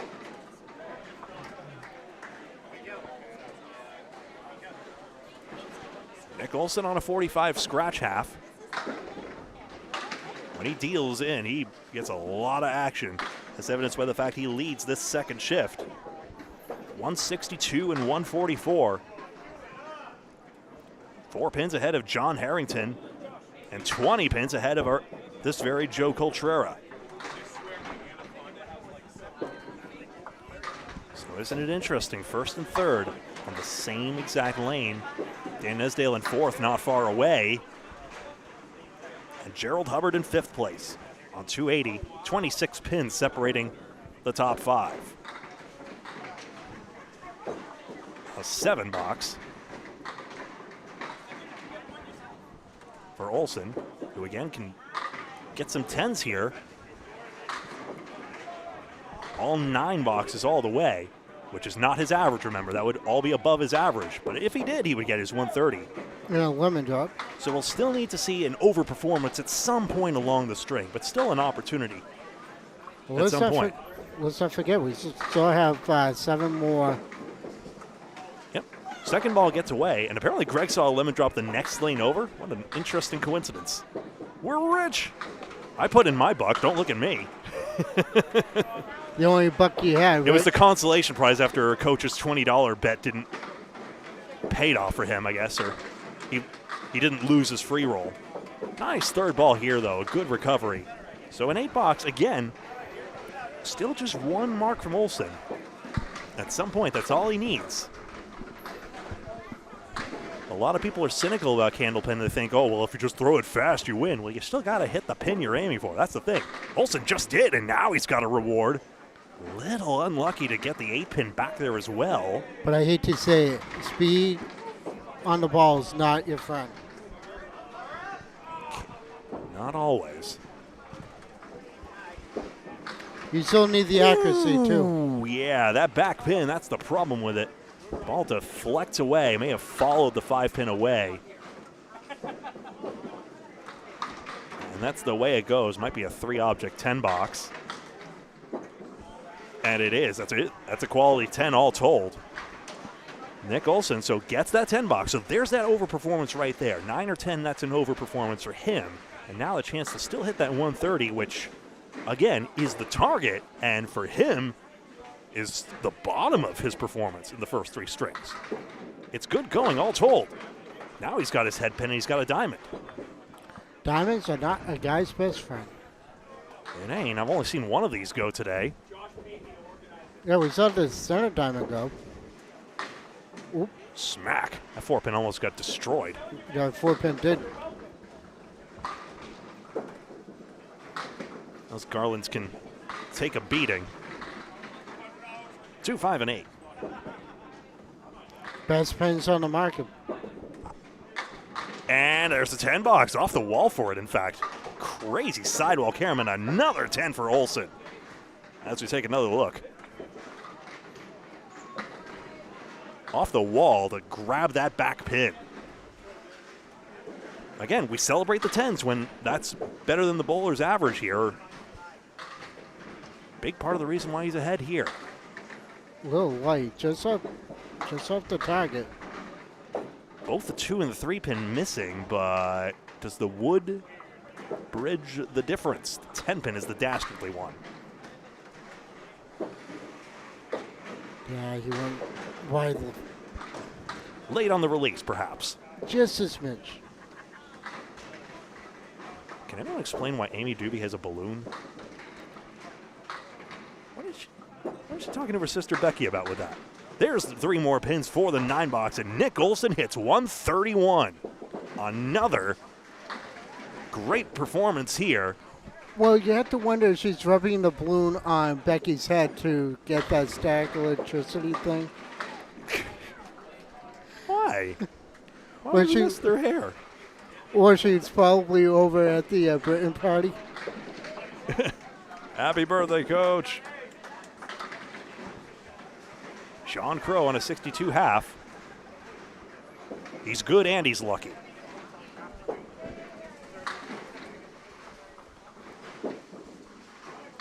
Into the 2-pin, got another sidewall carom. Missing middle rows is going to make this tough. You almost want an extra pin up. So, lively sidewalls can work against you. They can. Can you get anything into the 8? Oh, Yes. yeah, that was his only hope. Bit mean of me to say, but head pin's still there. As I put the correct score, that's the least I can do now. And there's the 9 box. He's up to 71. So, 97 overall. running Uh, so he's got his 15 bonus pins here. Again, averaging about 10. Getting 9 boxes here. I think he's a big favorite to hit at least 130s here. And if he gets another mark, who knows? This guy could be the limit. Just missed his head pin. But he's got the outpost here, 4 horsemen in the 7-pin. There's only a few Candlepin leave names, of course, that are truly canon, which I have in the Candlepin FAQs on the off chance anyone's watching for the first time. Hi. And just the front 3 pins go. 7 and 10. You sure had the horseman. Well, he's got a few pins. Again, getting the 9 is fine. Now he's got a chance here because of that good second ball. Grabs the wood, grabs the 10 pin, and takes the 9 again. So again, Crow working through this very well. Not a flashy back half, but it does not need to be. He's done a lot of the work with those 15 bonus pins. And now 9s in literally every other box, doing the work for him. Dave Yagi just finished with a 141 over on his string. See a 145 next door. I can't tell who. Head pin, 7's hit. Wood sits in front of it anyway. Might have gotten turned by the other piece. It's, what's the most dangerous part of this wood? I'm arguing the left side might possibly deflect, but it probably goes straight through. How does he miss the shot? There we go, left side takes it as well. I think the dangerous piece was the one that was on the angle. There we go. Oh, on the right side of it, that certainly Yeah. introduces a lot of risk. Sean Crow with his 3rd mark.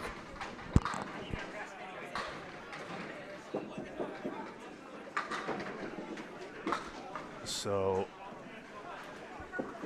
sorry, I'm looking at things as fast as I can here.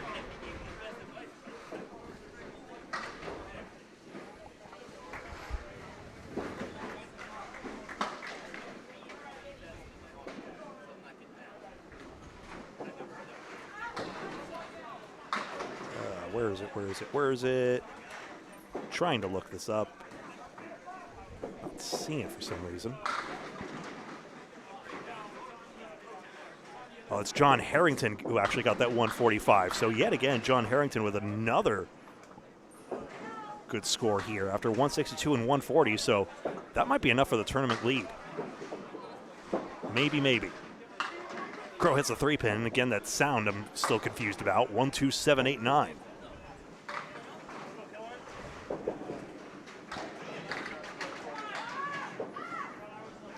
Now a chance for 140s just with pinning alone if he can get this 10. The pins are all intact here, so pinning is relatively simple. Got his head pin, and the 8-pin was hit and now falls. Another mark and another pair of marks. That gets him to the 130 range there, Greg. Finding a way is Crow. Tiny chance of 150 now as well. At this rate, nothing's off the table. Apart from all the scores above that, but you know. 300 is off the table the moment we walk in the door.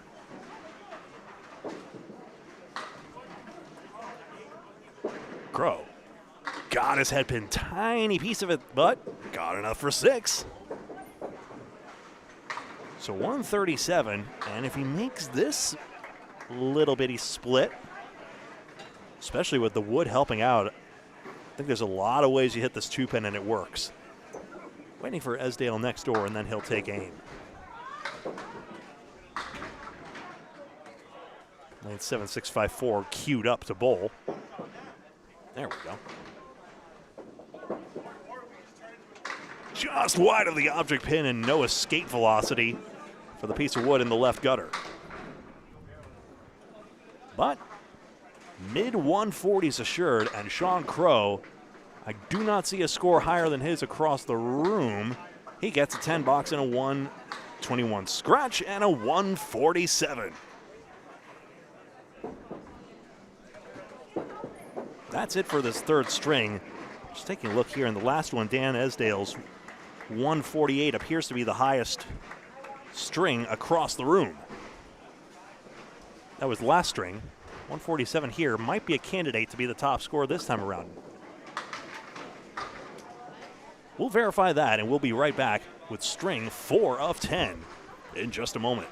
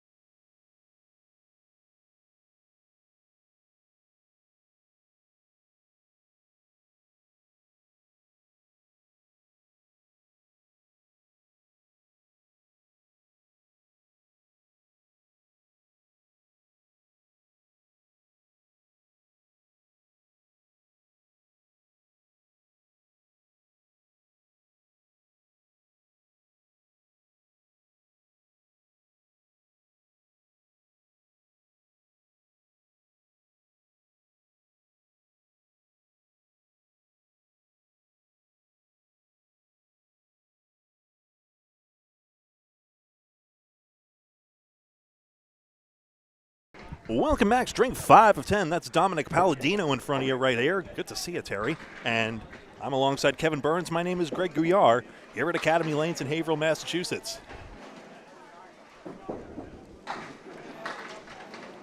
Palladino, no surprise. We've seen him quite a few times before, only getting 18 pins this time around. Not the ball he wanted to start with.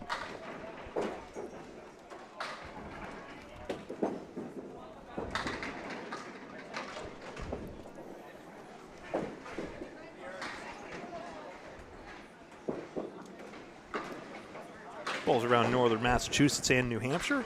7 pins more, 3 and 8.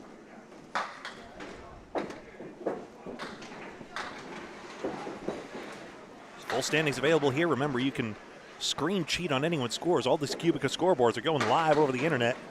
And you can pull down the link in the description, either on Facebook or YouTube, Candlepin Bowling Network. Just pull down the description, and you can spy on whoever score you so choose, just with a few seconds lag. So I wouldn't say watch Lane 6's coverage in the stream at the same time, but anyone else, I think you might be interested. And, of course, a spreadsheet as well. Dominic starts out with a 10. In the pocket, he drops 7. 3, 6, 7. This is a tough split, Greg. Nothing really the wood does here. Just got to go at it. Whoa.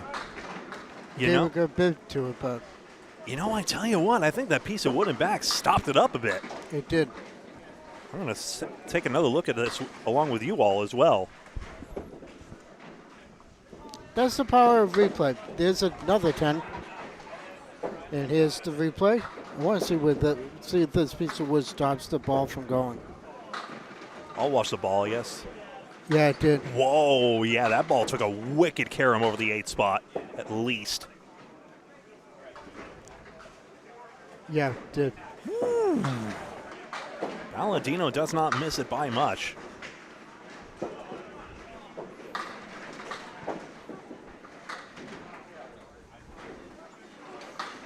Lands into the 3-pin.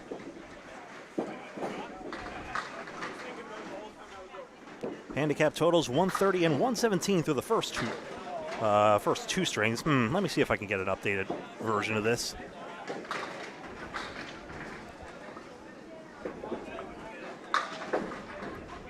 Just off the mark, he leaves a 1-7.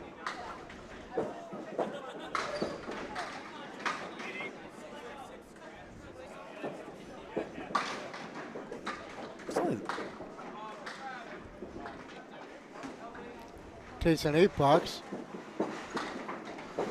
28 at the 3 scratch, 46 with the handicap. This is the 4th string. I'm not sure how I'm usually behind schedule with this updating.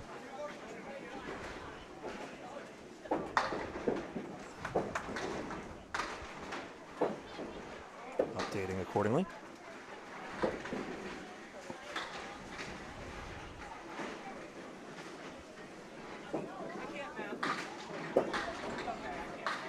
Ooh. Just a 4 horseman on the left side. 1, 2, 4, and 7. Nothing much of that, just a little goofy piece of wood coming over the top. Can't recall the last time that's happened. Quite like that. Everything but the 7-pin.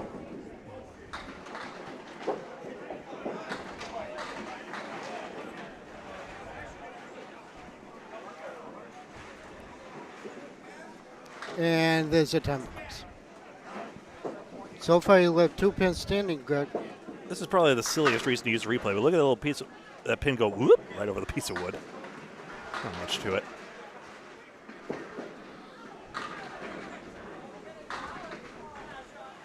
Snowmobiles?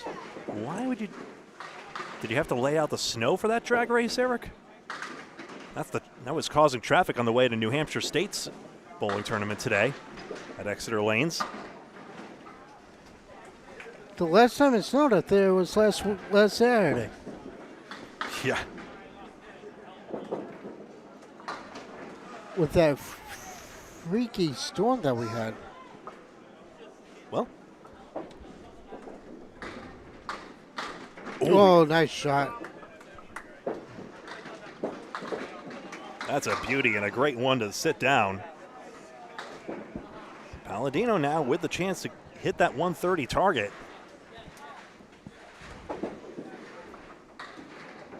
With that sweet spare. Hallelujah. Justin Ruggiero up next. Lanes assigned at random. Happened to get a couple of ACST bowlers.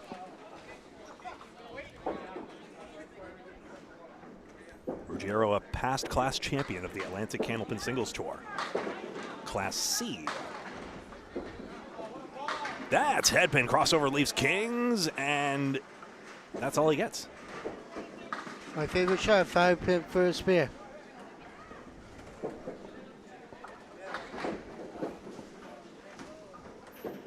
Piece of wood right on the red line there, and hits it, which unfortunately means that piece of wood is of no help if you hit it.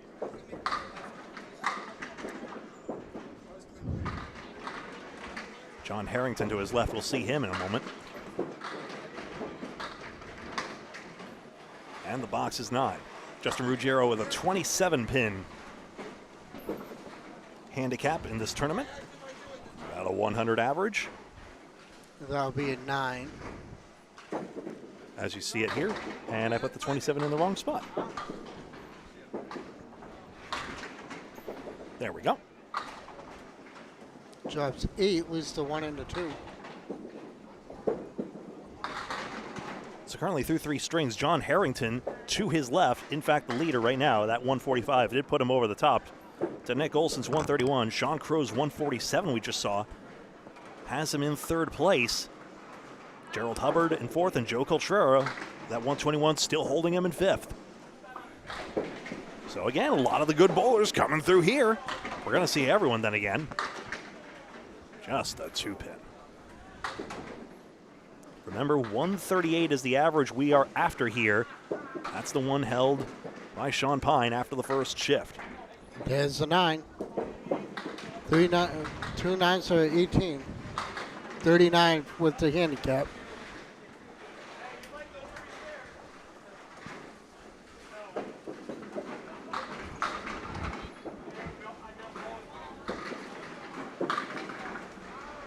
Drops a 4 horseman on the left side. 1, 2, 4, and 7. So a 149 average for John Harrington is ahead of the Sean Pine pace. Will it hold? We're seeing him on lane 5. I'll provide periodic updates as best as I can.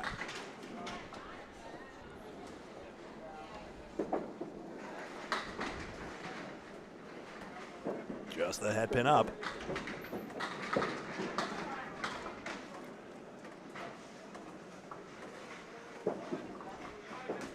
Same 9. 27. 9 with the front up.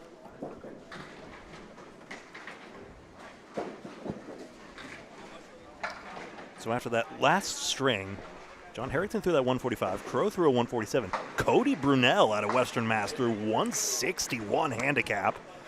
Dave Yagi 141. Dom Palladino had a 143 just now. Dan Parent 149. And the 4 horsemen for Justin.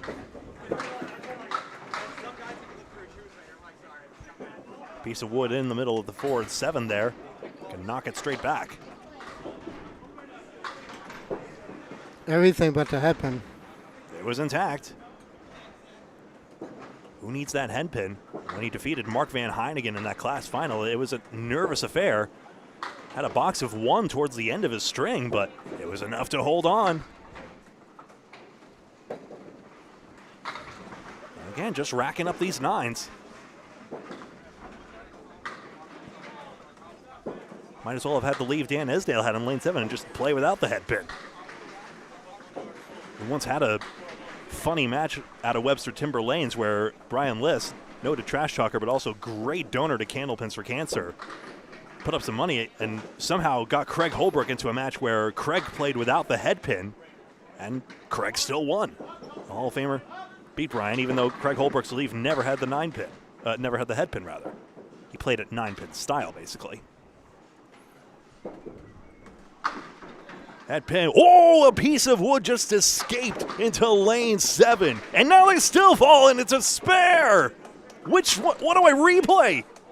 Justin, The whole thing. what in God's name was that? The whole thing. Okay. Okay, so a piece of wood is escaping there, and then it comes back, and then the 5 into the 9. Nico, can you take a longer video of that, please?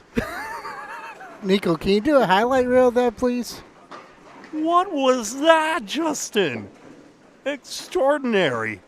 46 in a ball scratch. Welcome back to this crazy game. Mike Capone up third.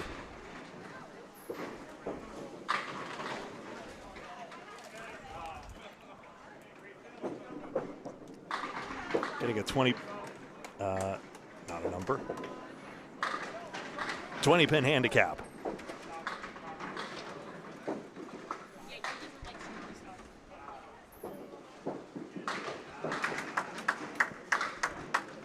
See if he can throw a 110 here. Slightly above, that's the aim. That's how you get to that 130 target. 138, of course, you're challenging Sean Pine's pace, and a few bowlers already are.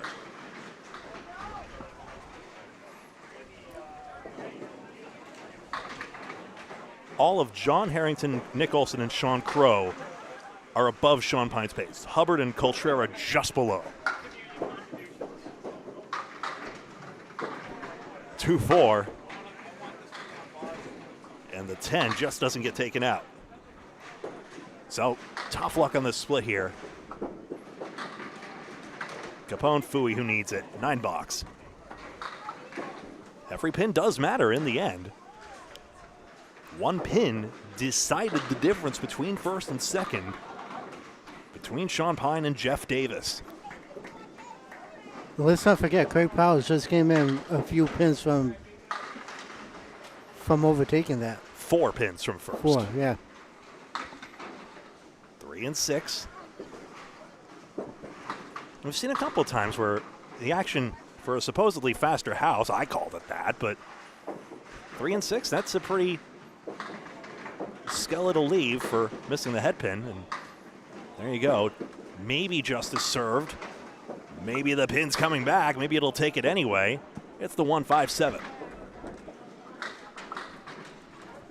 Capone was bowling all by his lonesome there. The last lane finished, and everyone watched him narrowly miss a 2-4-10 rather. It was a good offer at it, and he did get the cut across. 9 is there. Didn't see what happened there necessarily. Trying to see if the line got scuffed somewhat. 9 box all the same, 18 through 2.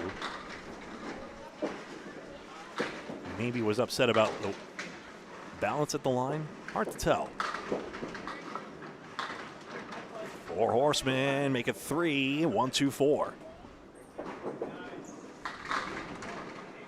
Chance here for a mark. Obviously opposite the pocket he'd rather aim for. Let's see if he gets it across anyway. Yes, driven right through. Lands on his 1-2, and there you go.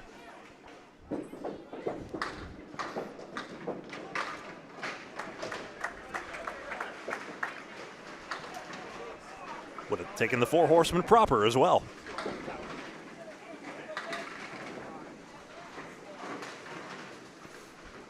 Oh yeah, no rush, Nico. Much appreciated. That is crazy. 4 pin, tilts in front, and it's right in front of the 8 pin. Mike Capone with a 19 box. He's on King of the Hills too, isn't he? Yeah. I just hear Drew Steele's voice saying, Mike Capone with a spare back-to-back. He's actually a reigning king. I mean, he has won that a few times.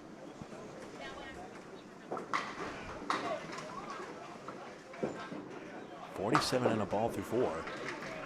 Well, Nico still has a long night ahead of him because he, in a few short hours. Ahead of his 130's pace now. And he's got 6 more on this. So 53. Yup, still can basically get 130 at this point with just average bowling. He's trying to sting the 4 horsemen on the outside after it went down like that.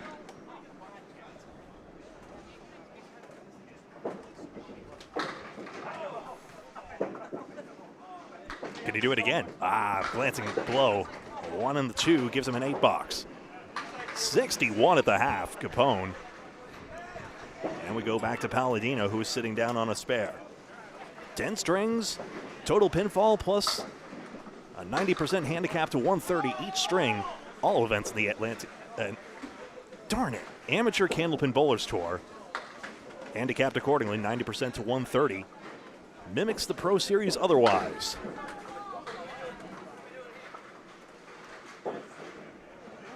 Mr. Broken Record being like ACBT versus ACST. Don't get them confused. Immediately gets confused. Gregory. Palladino. Spare fill is a 6.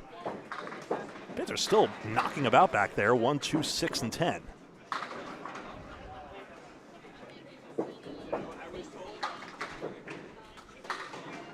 Possible ball deflection. Overthrew the head pin. Now a question. We saw Nick Olson go aggressive against the 1-6-10 and make this one. Let's see Palladino's approach. Playing safe. Got the 9. Got the 2 pins, protecting his profit. 25 pins in the last 2. And after a start, an okay start. Now the spare 6 and the 9, putting him in a better position. He'll still need a mark if he wants 130.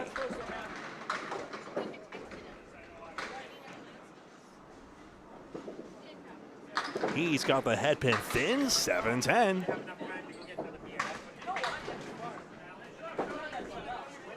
It's nice to see the ways people take in their other pastimes while they enjoy the bowling as well. It seems like your fiance is into gem art. It's actually diamond art.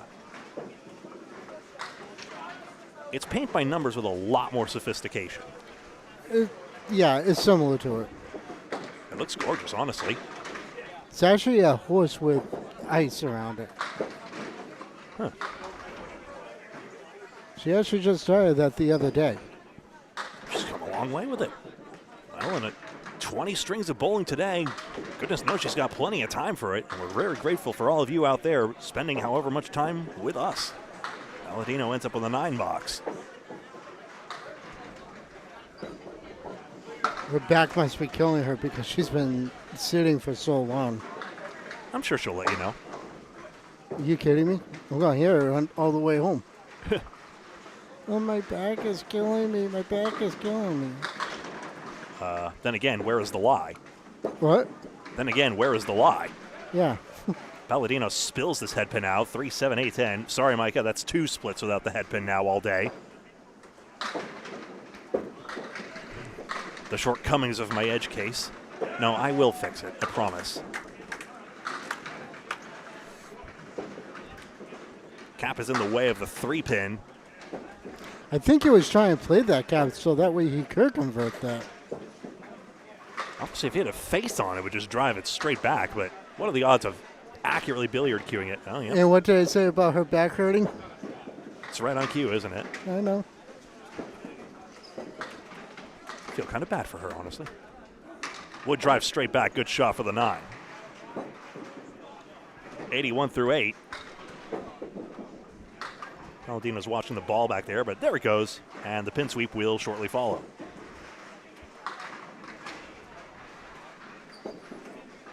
Fourth string of 10.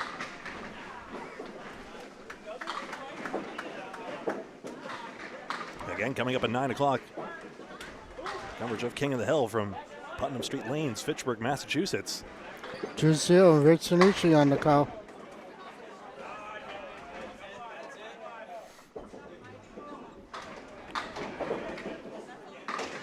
One, 2, 4, 9, and 10.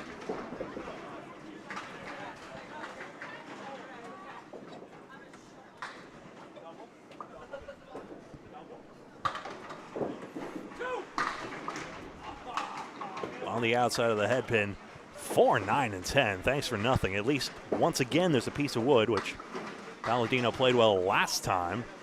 See if Dominic can drive it straight back this time, even though it's a bit askew.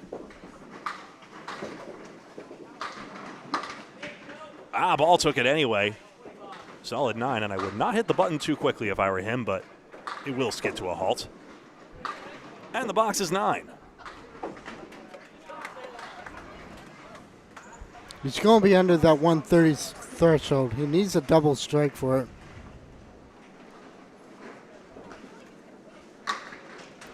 Even a 20 box would help, even though indeed 130 is impossible without a double.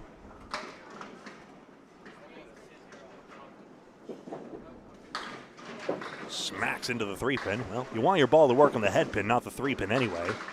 But as it is, it's Dave Chestercove's favorite. Chris Salmon's cross-firing with him next door. Good shot, bounce back, and the wood did bounce back straight in front of the 610.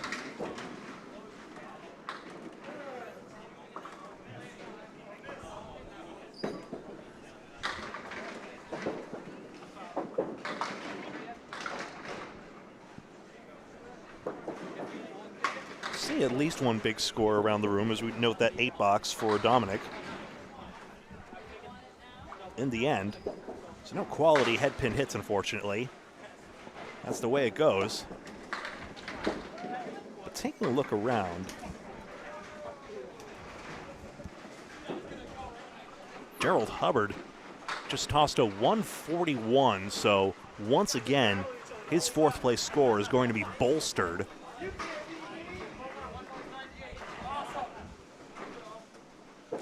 John Harrington is about to step up here. He had a 49 scratch half, but that's working at the 76, so with just one mark here, the same-footed bowler could find his way into another passing grade. Nick Olson next door, just a 43 scratch half, which again is not far below his average, so just means he has to get it done in the next one, in the next 5 boxes. Greg, I'm going to snuggle up here with you real quick. What's up? And you can tell everybody out there, I'm issuing a challenge. If anybody wants to come down right now, it's close enough, to Academy Lanes in Bradford / Haverhill, make a $25 donation to Candlepins for Cancer, and they can smush a piece of cake in my face. I promise that it's allowed. But they can't already be in the building. They have to show up. Make the donation to you to Candlepins for Cancer in honor of Paul Grant and my birthday. They can put a piece of cake in my face. How's that? $25. Well, happy birthday to you, Pizza Face. It's cake. I understood the terms and conditions. Ruggiero darn near got that split on the 3rd ball. He ends up with a 9 box after getting the 2, 4, and 10. You know what we should do? We should just have Danny so just clobber him with a piece of cake anyway. No. After all the trash talk. You have to earn that right. Jar's right here as well, so. Did Mike think I was talking to him? No. Yeah, probably. Who knows? Was that a guilty conscience lemon drop, Nation? Harrington just made a tremendous 7-pin spare to the next lane over, so he is getting that mark now. We actually have the coach on camera right now. Justin pins that well for the 9 box. Great to see you all out there. If you wouldn't mind hitting the like button, hitting the thumbs up button, greatly appreciated. Gets the word out about this great event. Crowd falling off a little bit, I noticed, but I do know it's late in the day right here, and we are on to our 14th string of bowling.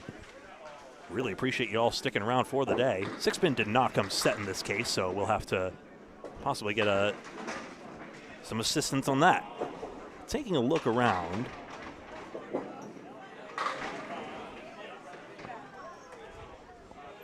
So 447, 437, and 419 are the 3 string totals that we have right now. You can follow along by going to the link in the description.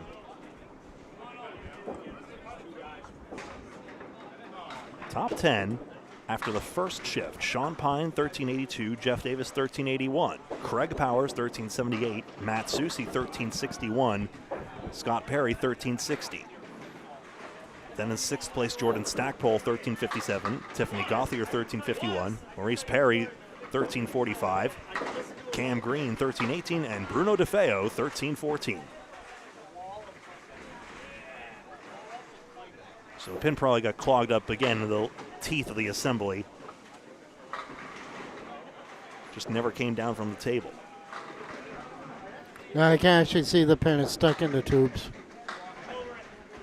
Yeah, it's just obscured in the camera, but we can see it much better from this angle. It is actually dangling down from the masking unit itself, to what Kevin is saying. So again, the Amateur Candlepin Bowlers Tour, we're awarding points based on finish. So the higher they finish, the more they score towards playoff seeding at the end. And of course, there's a little money on the line today as well. Ryan Family Amusements in Millis has the next event. That's July 11th for the singles bracket, August 8th in Exeter Lanes, New Hampshire, August 29th, Bowlerama Sanford, both of those doubles events of different flavors. And then finally the playoffs, September 19th at Riverwalk Lanes, Amesbury.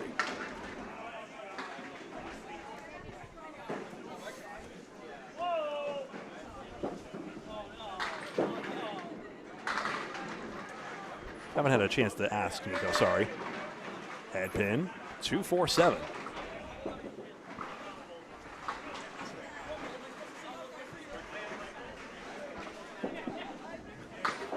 Oh, head, the object pin full. Ruggiero just can't make it.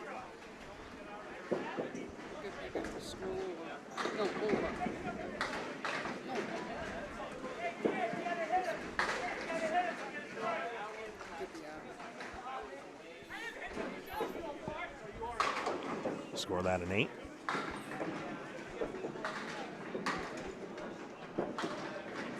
Ruggiero, a good hit on the head pin here.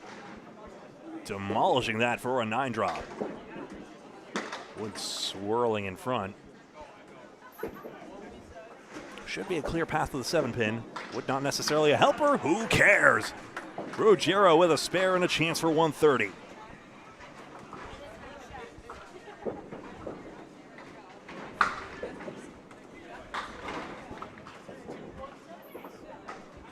It would be his first string over 130 if he can manage it, and now good chance at that. That 7 drop should help. Oh, that 5 wants to. You're thinking about it. But again, that 5 pin hit from behind just is not working today. 4, 5, and 7. And the cap hits into the 4 pin. $8. So 130 on the dot. He actually equals his highest string for the day. And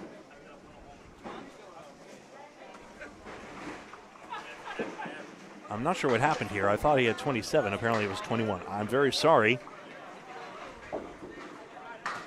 Apparently I had the wrong number entered in there. So we see here it's 124, and on we go to Capone.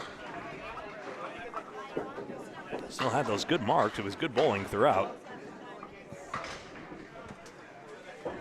And now over to Mike, waiting for a 7 pin to descend along with all the others. 61 scratch half in his case. Strong bowler. How much higher can he go? Yes, that's a head pin hit, and down goes the 10, much to the chagrin of Casey McCool. The 4, 6, and 7. And I don't know who that was, but it sure sounded like him complaining. Someone just shrieked, and it was hilarious. 4, 7, cut shot. Ooh, imagine if that grabbed a piece of the wood. Honestly, not the most outlandish expectation that Capone could have made that one shot. With this form and everything. Yep, that's a quality 10. 71 through 6. Pro 10, most call it.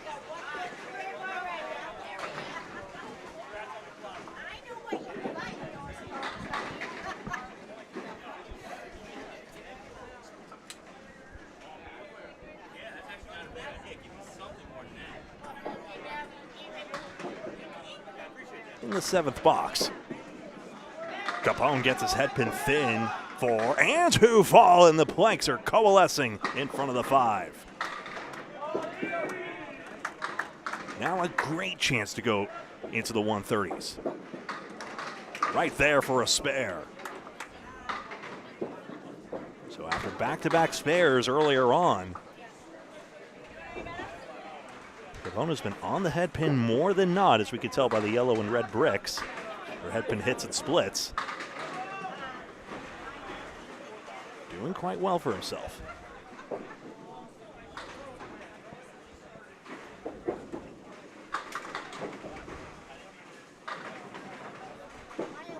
Having easily his best string of the day, 1, 3, 6, and 8.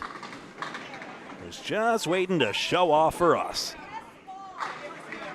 He always shows off for the camera. He does it for the King of the Hill too. We'll take it. Good shot. Oh no, the 8-pin was always going to be the toughest one. At least once you get the front 3 pins.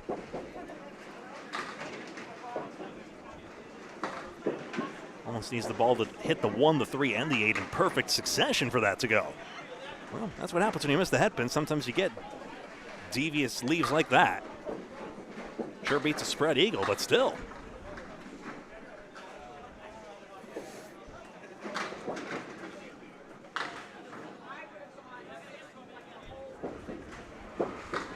John Harrington, who was leading, had a 123 handicap. Nicholson, 139. Opponent drops 7. He has puts his standing in the 7-pin. Some decent wood out in front there, Greg. I'll zoom in, though, because I'm wondering, will the 7-pin go? Red line, yes, another piece took it and back. 4th spare for Capone. I can see why he's a ladder winner. 126 already.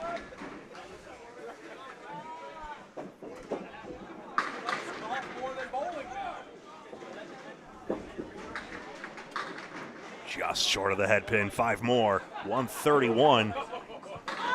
So into the 130s already, just a 9 box makes it 140.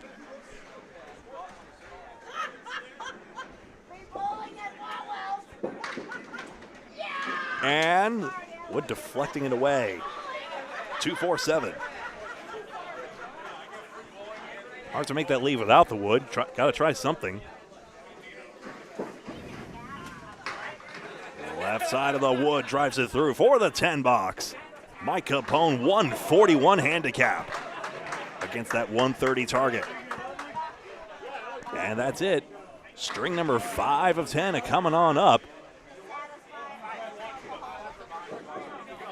Our tournament leader to this point, John Harrington, alongside Chris Sammons and Al Weinchick. After this, for string 5 of 10, we'll be right back here on Candlepin Bowling Network.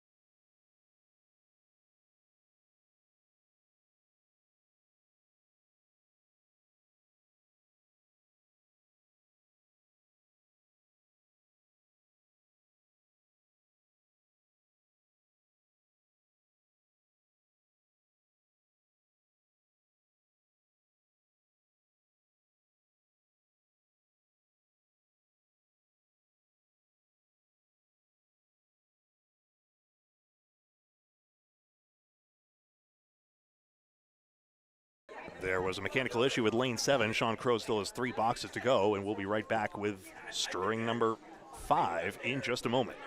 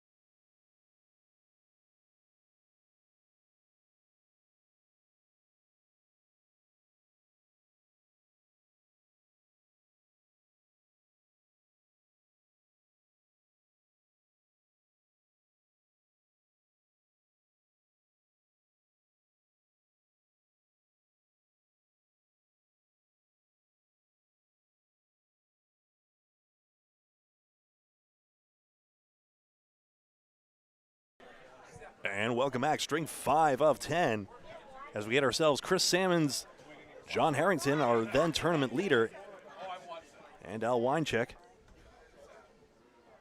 in this 5th string of 10.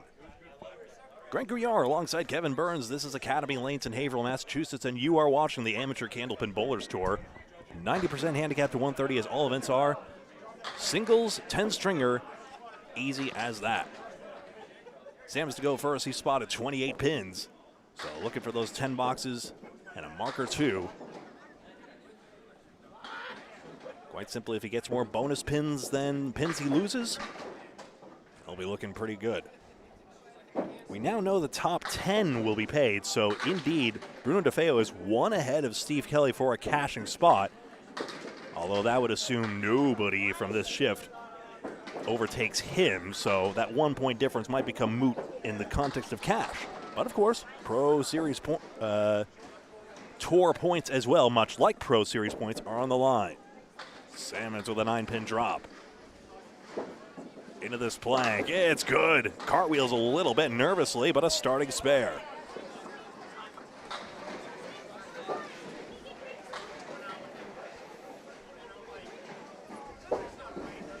That's a good start right there with the spear. That strings of 147 to start off, then 108, 127, 126. So still chasing the high of that first one. But again, that's over a 120 average. You need a 130 average to even consider getting the money. Simmons has a 20-box strike. 30 plus 2. 58 overall. You know what I was most worried about this morning? I was worried I didn't have enough time to go to the ATM and take out another 20. Seriously, I thought someone might hit the spread eagle challenge. Of course it happens in handicap events. Jim Nestor literally was our first one when we were covering the event at Bayberry Bowlodrome and Spencer. It was a Candlepins for Cancer event, not to be confused with the last time we had a 10-stringer, which was there for the ACBT. I believe Dan Castle covered that event. It was the one we were able to. 6-pack. What in between the 1 and 2? Salmon's waiting for green alongside.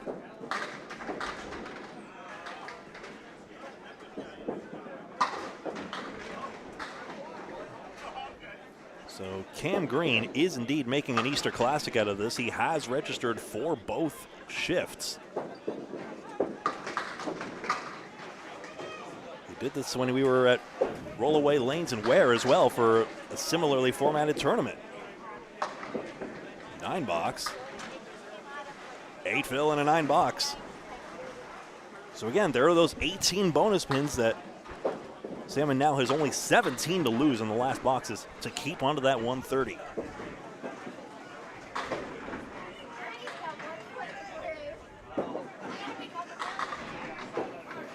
Into this head pin. Boy, that 8 wants to fall. It fell the wrong way. Chris will not mind, I don't think. Wouldn't it be nice to get a 10, obviously, but still. Wood is liable to deflect. Popped up after the wood started moving on him. Billiard cue takes it out. 3 marks in 4. Oh yeah, that's a spare. And he lands on the cap of the wood to take out that 7. Was it deliberate? That's my big question. I'll see if I can remember to ask it. Kind of threw that one away good. Alas, but the fill is 4. So still keeping a profit. A good persistence on this frame will give him a 70 half. Being spotted 28 pins, only barely more than a 100 average bowler. On paper. Right now, you couldn't tell. 70 half is assured even though it's no mark. Would rather that ball disappear, doesn't want to risk any damage, but hey, it's in the gutter.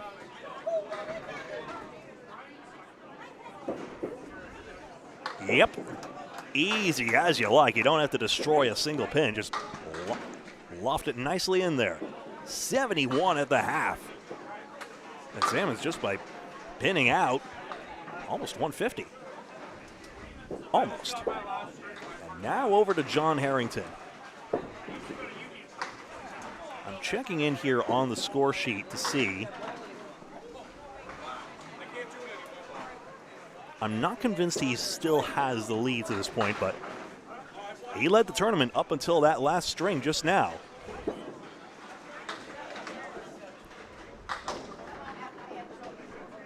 Taking a look around. And yes, indeed, Nick Olson has passed him by 4 pins. Nick Olson now 576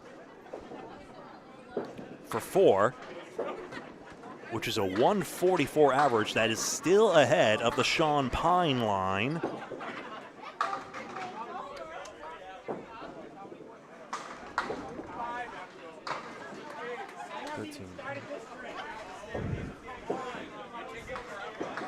Quite a few bowlers actually are over that.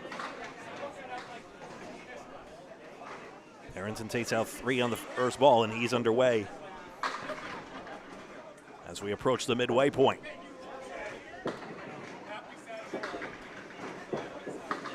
There's a head pin. I was harsh on one bowler earlier about saying the difference between sliding and stopping at the line, but certainly seems to not have inconvenienced Harrington all that much. Very much no slide at the line, and despite that, very effective, even though he starts off with an 8 box in this case. Even there,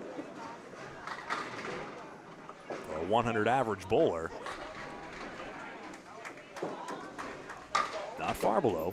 Again, same thing as Salmon's. Just get more pins on the way up than you do on the way down.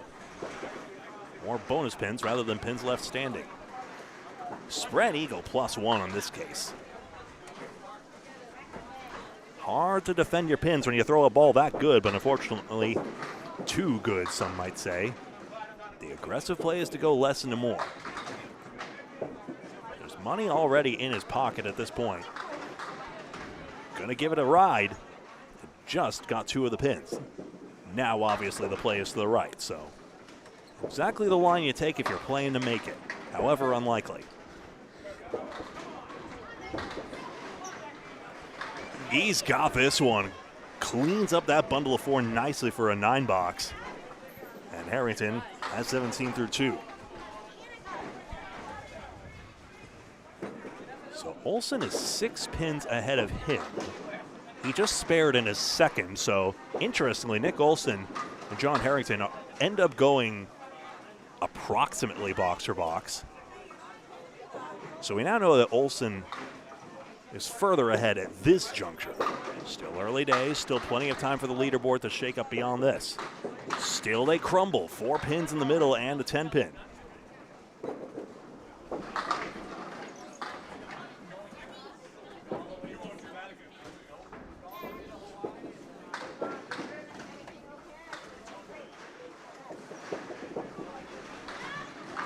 Just off target. Put that right through the uprights there, Greg. Didn't get a piece of that diamond indeed. John Harrington only recently on the decline. And this is what's so tough when you're going above every step of the way, which he has in the first 3 strings. It's so tough to realize that there oftentimes is going to be a crash back to the mean, your average indeed. A regression to the mean, that is.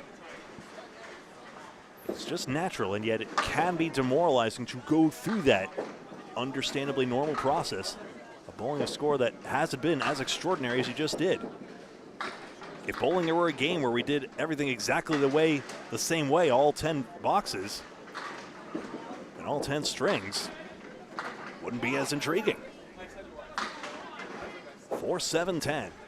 Got some good word for it, though. Harrington wants a ball trampoline somehow. What came across? Nothing got to the 10, although that was a good effort at it. Just seemed as though the momentum got stopped up somehow. With little fault of John's. Now I put mine out there.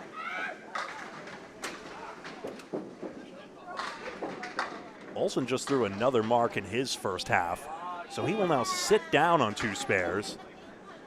Harrington completes his 10. And I was going to take a look here.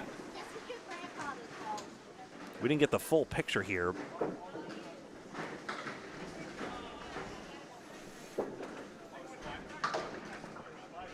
Great to see you all out there. You're watching Candlepin Bowling Network, the Amateur Candlepin Bowlers Tour, here on Facebook and YouTube. 3 pins taken out on the first ball. In just a few weekends' time, we'll have coverage of the Mixed Worlds Team Tournament, a major team tournament. All teams always with at least 2 women among the roster of 5. Harrington, good second ball, corners full. So that'll be all weekend long. Last weekend of June, that's 26, 27, and 28, Friday, Saturday, Sunday.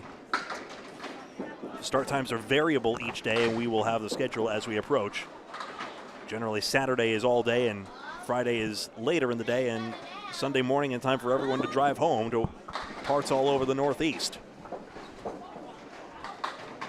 So an 8 box here, and Harrington will need a couple of marks to hit that 130 target for sure now, as Al Weinchick steps to the line.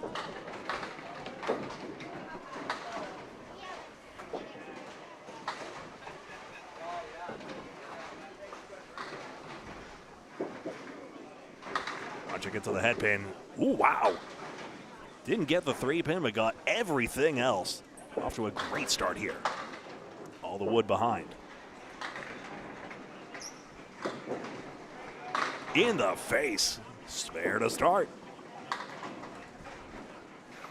Now Weinchick currently in 5th place right now, just having rolled a 159 handicap string. He also had a 140 in the second. And Harrington is on his same lane, so we just saw that in front of him. Wow, 1 and 4 fall as well, 7-10. So the head pin spilled out in this case. Interesting wood. I'm not convinced about that 7. High on the cap. Good bid on it, though. Played on the right side of it. It was mostly horizontal. Hard to tell if that was the high side. I would probably play on the left side, but because that way you have something going to the 10 and your ball takes up to 7. 9 box here. What are we doing anyway, Ellis? Great to see you here for whatever part. I don't know. I'm just killing time.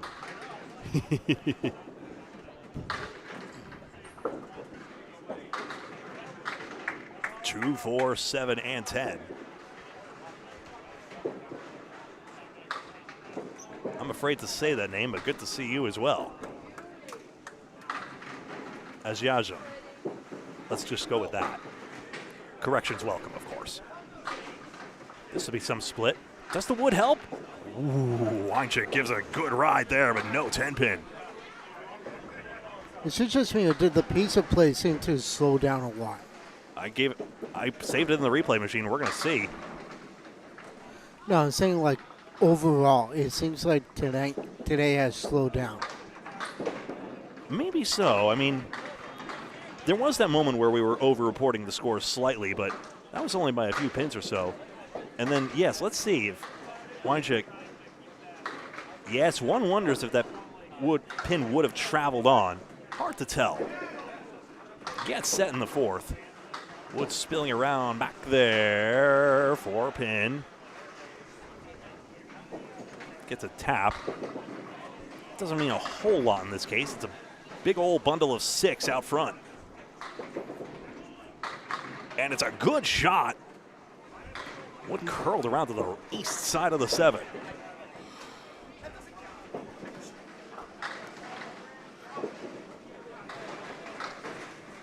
Still though, pinning very well is Al. And with that second straight 10, any mark here, chance to hit that 130. 10 stringer. Well, we found another way for some bowlers to pass the time while they're waiting their turn. We've got a pyramid stack of cans. You know, someone will pay you big money for that. I think that whoever paid the most bonus money for stacking a pyramid of cans was Supermarket Sweep. Yeah, I think it was like $200 back in the day. Something like that. Don't forget the sweep swipe back when they realized, oh shoot, reality TV is edgier. Gotta still have a smile on our face. 3-1 split. Whoa, 4 and 7. Does it simplify it? The problem pins are still there, the 210.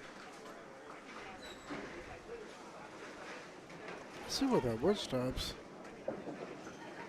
Thanks for stopping nowhere helpful. No. Weinchick will have to aim at this. Or just grab the pins, we'll see. Gives it a ride, wow! 210 is a spare. Made it Weinchick. Made it clean, too. Only the slightest bit of sidewall help. Look at this one. And little moments like that can go a big way towards your fortunes in this tournament. In 10 strings, there are so many moments you can look back on and what you could have done better or what did make the difference. Now Weinchick, 57 and a ball to half, and now easily on pace for 130s. Salmon say the same with his 3-mark first half.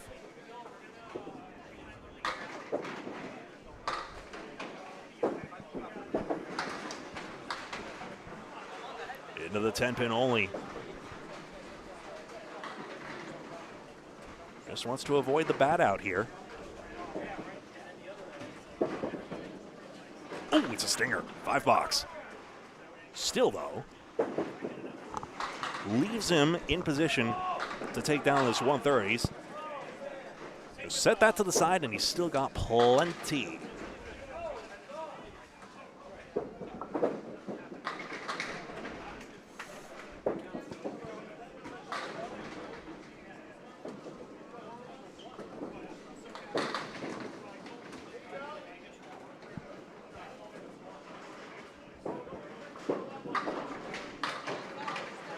Pin has 2, 4, 6, 7, 10.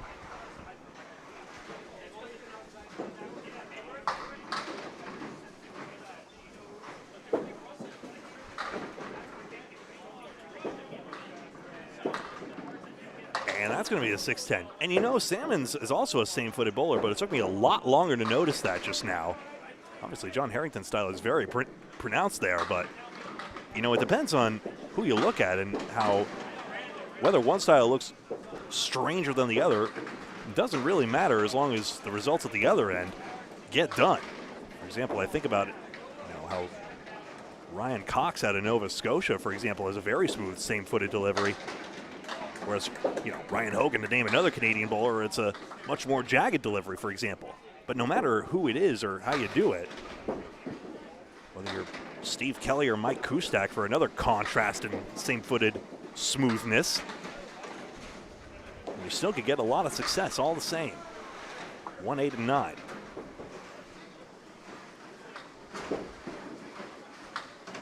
Off target on the head pin. Wood could have deflected it in. Peggy Donnelly, I think, celebrating the ball return, finally giving her her balls back. I get to bowl again. She's aiming at a third ball in her case with this 1-3. Makes it worth a trip. That's a 9 box. In her case, Salmons will get the same 9 box on his respective lane. You never know which pin. A lot of goofy moments along the way, but every stick, and we've already seen how one pin can separate places. So every single ball, even the ones that seem insignificant, can make a big difference.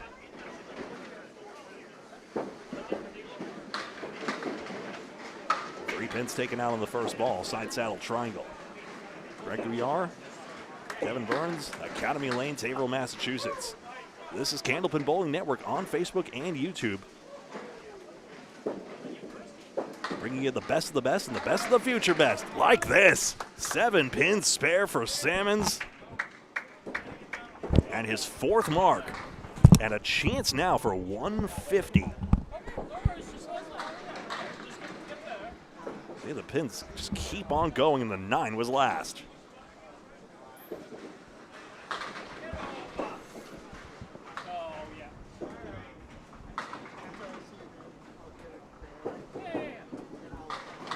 This is head pin. 6 and 10 get broken up. This all loading on the spare. Salmons has 140 in the 9th. And now pinning alone can take him to 150, even if this 2-pinner doesn't work. Let's do our due diligence and look at the wood, even though I think a lot of you are just aiming direct at this 4-7. Mind you, the red line looks tempting. Going right at it is Chris, and he's got it. 122 and a ball scratch. Sorry about that. I had to talk to Josh real quick. I'm sorry. Is ownership harassing you? What? Is ownership harassing you? No, I was just giving him an update because I was bowling here in this for the summer, and I had to drop because of my quote-unquote health issues. So not hard to get a doctor's note for that. I'm so sorry. I know. I think. No, especially where you started out so well and you had to just stop getting your tracks. And it's like, no. Chris Salmons on 150 plus. Got that Devin Brooks crouch down there. Yeah, the 2-pin, 1, 6, 8, and 10. Who cares? 6 fill and a 156 on the board.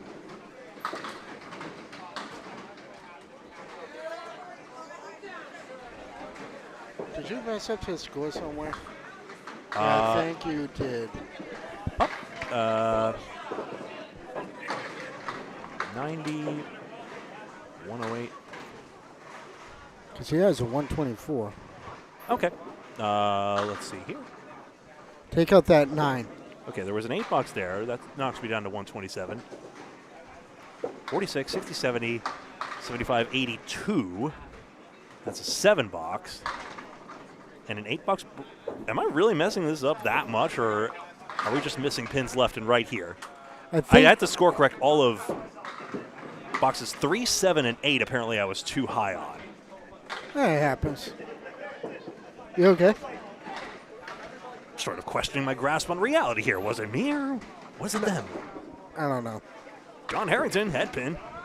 610. And another banana split broken up. Sorry, Casey. Just don't bother watching. I'm hungry. Starving at this point. Like the Red Sox Kids Eat Free promotion. Save the children. Oh my God, that would be good promotion. Wow, piece of wood coming across. This all for pins. Harrington ends up with a $9. A free banana split for every time Casey McCool makes it. All right, so 9 pins down, 9 pins left standing, but still room for a couple of marks to get him into that 130 and back on track like he was way on track before, leading the tournament through the first 3 strings. He got a piece of the head pin just. In looking through, I don't see Cam Green's name on here, and it's possible that actually He's might probably just be pacing. Yeah. Okay. He's doing a darn good job of it. Split try. And Harrington can't get anything to go into the 7th. Thought that Wood had a chance there. But you see there, all the splits mounting up. That's part of the problem. Gotta break up the split bug. The box is 9. That's a tough thing. Tough to get 10s when you get all those splits. Frankly, a miracle he's only got 1.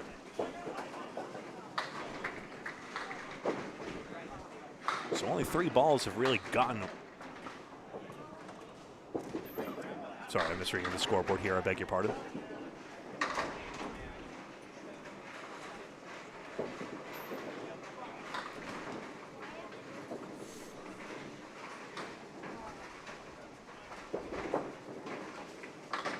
Into the 2-pin, the 1, 3, 6, and 9. Harrington now sits in 2nd place behind Nick Olson, who is ahead of 131 and still has boxes to go. And I'll tell you what, given the leave on lane 8, I think he's got a chance at 150. That's a spare shot over there if you're curious. Harrington's got this shot to go, though. He throws a spare and has his first one. So Olson just did make his shot over there, and I think we've got ourselves a bigger leader now than before. John Crow had a fine half of his own. He may be able to avoid losing ground on Olson, just who bowls right before him. Now Harrington to fill in the 9th.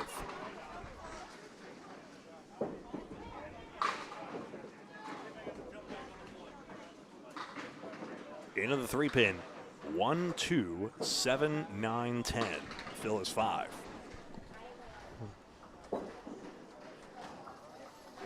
It's been basically a workman-like atmosphere all day here.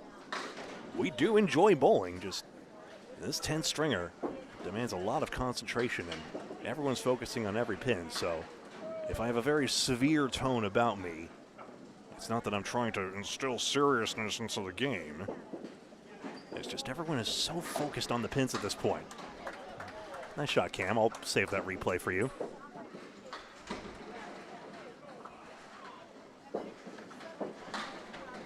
Probably the greatest pacer of all time at this rate, maybe. That's probably Tom Olsta on the Channel 5 show, but still. I'm looking at lane 5 in this case. Nice shot.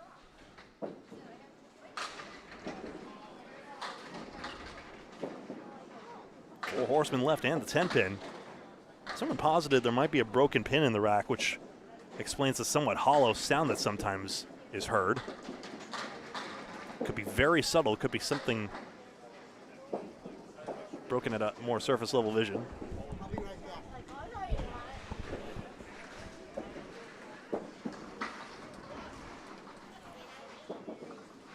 Harrington, spare try, good effort.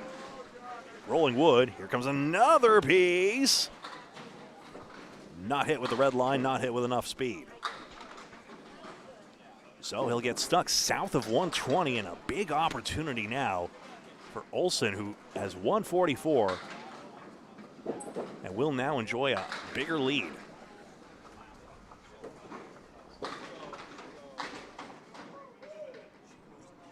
So the box is 9. And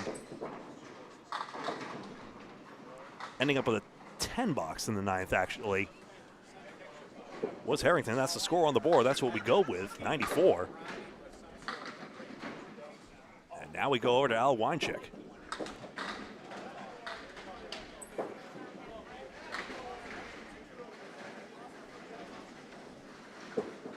$7 for a 10 I mistook? In that case, he has a 121.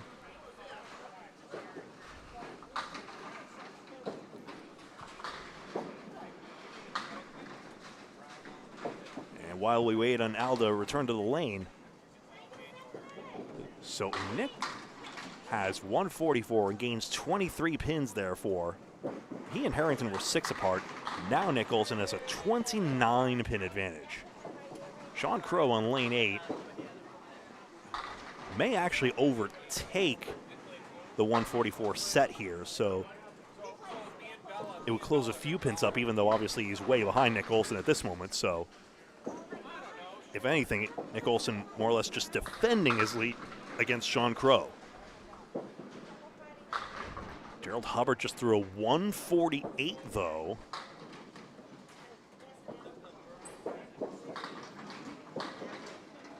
So yet again, another possible shakeup.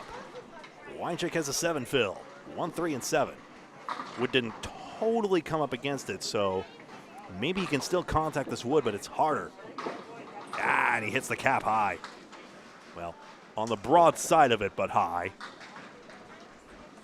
And just didn't turn it enough. Was the wood the play at all?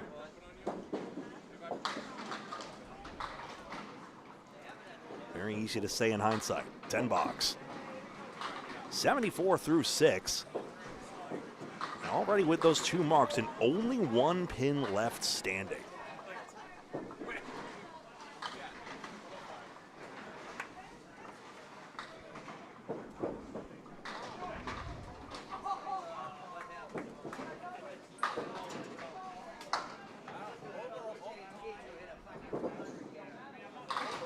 Weinchick into this head pin. Down goes the 3, 7, and 9.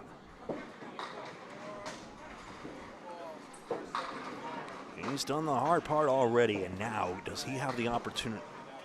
Could he possibly hit 140s? Does the shot go? Can he contact 2 pieces of wood? There are red lines looking at both of them, but unfortunately only hits 1. We'll see in a moment.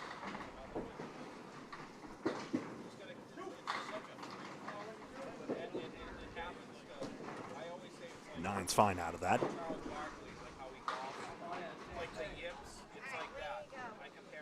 And he contacts low on that one, which didn't give the piece of wood in front an opportunity to really shoot the red line into the 7. That may well have been his intent. Hard to gauge. Crossover side, 3, 5, 6, and 9. Oftentimes, bowlers just aiming for the head pin. It's very tough to fine-tune in this game.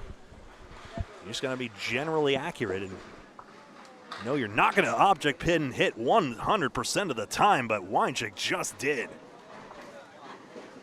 Hit all 4 of his object pins, so to speak, even though obviously we mean the pin in front.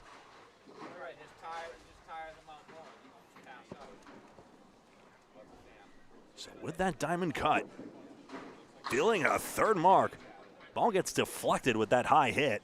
It's a 6 fill. And now 140s is possible, especially with that plank there simplifying the out. 3, 9, and the 7 go as well, no 10. Every pin, every step of the way. Just because you get 140, why not get one more? Every pin is as good as any at all times. Another third ball gets away there. They are small pins. One wonders how much they'll add up. But again, Al Weinchick doing very well in the standings, and one chance for 140s again as he is in the top 5. That's passing Harrington as well, in fact.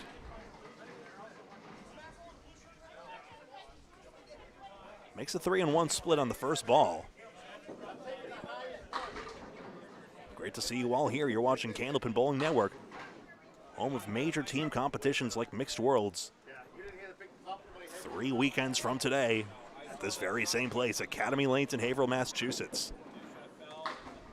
I'll be away for a wedding the first day. One of the rare reasons I would miss a day of it.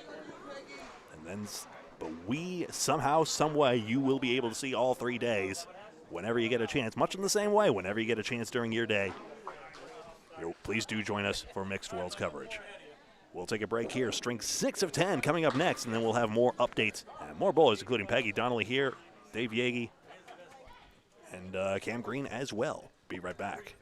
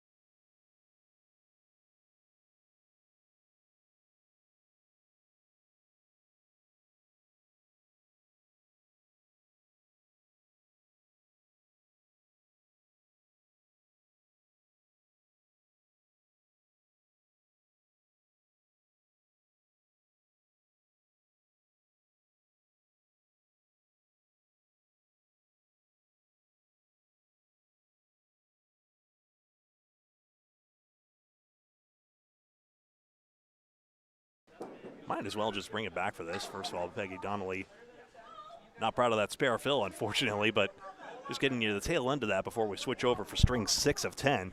just wanted to get to the bottom of something. Cam Green is genuinely in both shifts. A, that's allowed. B, he is entered in not as Cameron Green, but those of you who might have seen the standing sheet and astutely noticed, he is entered in as Green Bean. But of course, green spelled with an E on the end. Green Bean, both those words end with an E, the way he's entered in. The way the Excel sheet is set up, if he was entered as Cameron Green twice, then there would be an issue, so you can't do it. Now, of course, we had both Jason Doucette's American and Canadian here, and not that that would necessarily happen. Then what do you do? That's all set. Balls will now move, and string 6 of 10 is set to begin here at Academy Lanes in Haverhill, Massachusetts. Thank you very much, Stephen, for the kind words. Great to see you earlier today.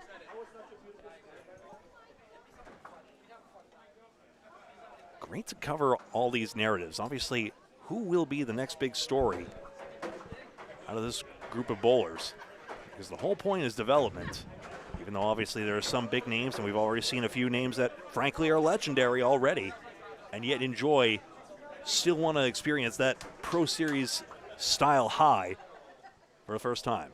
So Cam Green, who again I stress is genuinely in the second time, is now going to step up, bowling a de facto Easter Classic, the true 20-string competition. Without the hour break. I do want to mention one thing. I was just watching Peggy just finish off for the last couple of boxes. And with the way how Amy Doobie and I were talking, you can tell who the pros are in the game. Well, you can see there, Cam Green made a sensational 3-in-1 split a moment ago. I should have been suspicious of that. You'd think, why is a pacer trying that hard? Well, no. The man is truly in the zone here and going the distance with now starting his 16th string of the day, just like he did at Candlepins for Cancer at Rollaway Lanes Ware. Another 9-pin event. Handicapped based on scratch score, but then 9-pin layered on top of that. I am looking forward to seeing how that turns out, and it's going to be a lot of fun either way, especially with the fast conditions that prevail there. And I, for one, I don't think I'm going to be able to bowl in that. No worries. Either way, I might just go down and help you and Paul out. Green just 1 pin out after that split. I just had to take a little break. I had to go for a little walk. 2-4. Whoa, nearly a 10 box there. It is incredible how the canal bowler makes those pins move. Well, it's easy to make a goblet move, but it's hard to make a wooden pin or a target pin move. Well, we're going to find out. The American product's basically bringing back the target pin. I saw a video from Sonia Johnson. They're doing a new round of testing. Game Time Lanes, Amesbury. That 9-pin gets wood in front of it. Nice shot for Green. I'll have the scoreboard up momentarily. But after debuting their first line, apparently they're testing yet another new model of it. There's the spare. They're available on exactly lanes 3 and 4, top tip. So if you are particularly fanatics of the game like we are, you can request lanes 3 and 4, if possible, at Amesbury, Game Time Lanes Amesbury, and try them out for yourself. I do want to try them out and bowl on them, but with the way my ball works, I don't know how they're going to react to it. Do it for science. Exactly. I'm not going to do it because I'm a professional. I'm going to do it because I want to see how they react. And a big strike in the third. Oh, wait a second, just a scoreboard malfunction, which is why Cam Green has stepped up to the computer. Green Bean. That may be the greatest entry name ever.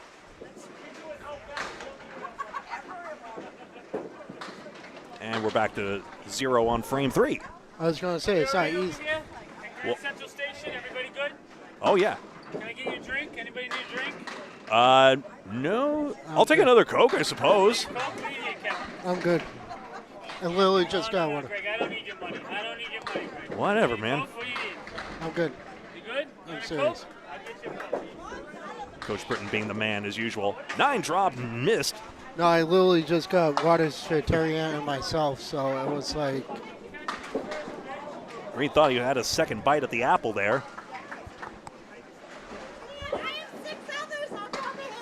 But Cam Green cannot gnaw him at the Granny Smith because it's green. Anyway, 10 box. And I am remiss in mentioning he has 13 pins. I was going to say it's not easy being green. Very good. Thank you. I'm sure he's never heard that one. For all I know, it was his family philosophy. What, not easy being green? Plausible. Head pin thin, and the 8 falls into the 5, and it's the 2-4. Oh, I see what I've done. Hold on, folks. Scoreboard is coming on up. And a spare for green. Another spare on the board that totally exists, I promise you. And And it's not easy being green. it's not easy showcasing green, I guess. Another spare to. It was brilliant. Come on. Come on. Tough crowd. She would not laugh at that, Greg. I can tell you that right now. She would not laugh at that. And why is she grinning then? No, because she missed it and she's upset that she did. And she's going to ask me to tell her later, and I'm not. Way across lane, ends up in a thin hit, but it's still working. Green desperately wants one of those to go down. Can I say that word? You may. You know, 8 fill. avoid the one that's perpendicular, which is the cat facing you. I'm going for that middle piece of wood near the 9 pin, and that should fall into the 10 pin. Let's see if he does that. That's the shot.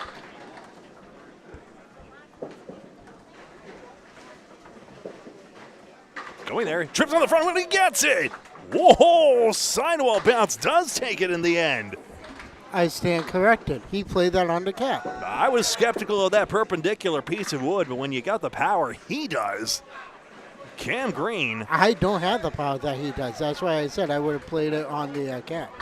I mean, I would have played that middle piece of wood. Everyone brings something different to this game. Bringing what they've got is Dave Yagi. One of 2 lobstermen I know in this game. Thanks, Paul Grant, for the nickname heads up on that. Cody Bork, I believe, is the other one, referencing the A-plus accounting bowler out of Canada. Oh, yeah, it's lobster season, too. Nova Scotia-based. 4 pins. Bit of a drop at the line. Dave Yagi gets a 26-pin handicap on the board there. 90%. So just a little bit above 100 is his average. Crouches down to the line and takes a 6. Tough start, but again, marks can turn your score around in a hurry. This is the 6th of 10, and now I will load up the scores after 5 strings. You can too with a link in the description.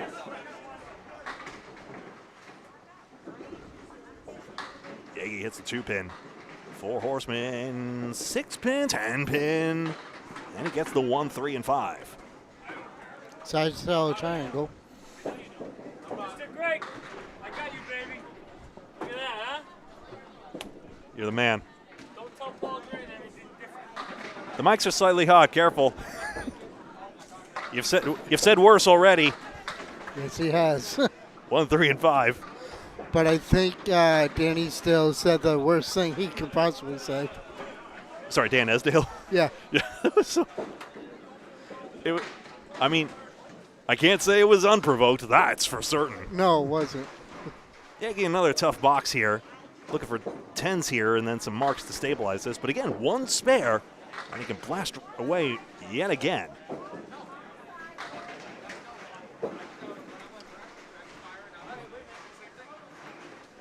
Brian Robinson in the house.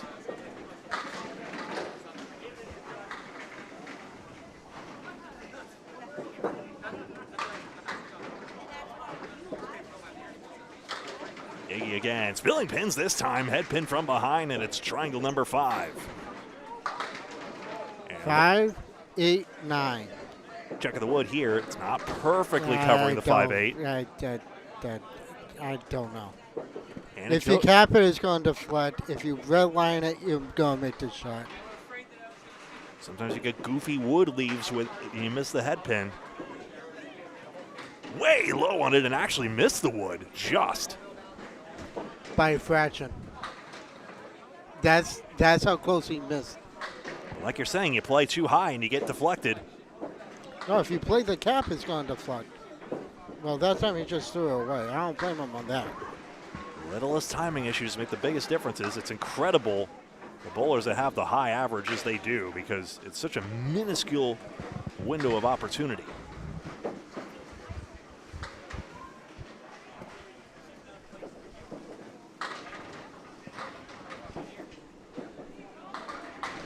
Fine committee of 8 bowlers make up the amateur Candlepin Bowlers Tour. New president Mike Machichi. And a center diamond results for Yagi. Obviously 1 in 4 chance here to make these diamonds, and sometimes it feels like a lot less. He is off, though, Greg. Unfortunately so.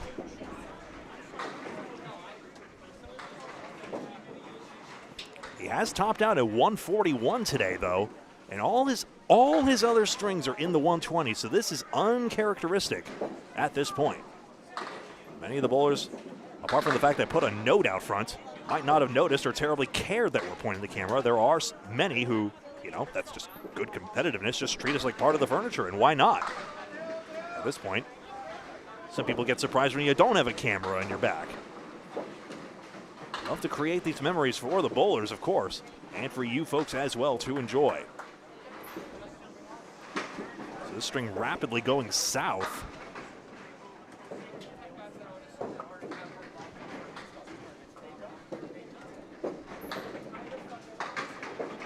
He had averaged 128 basically throughout, so in the neighborhood here.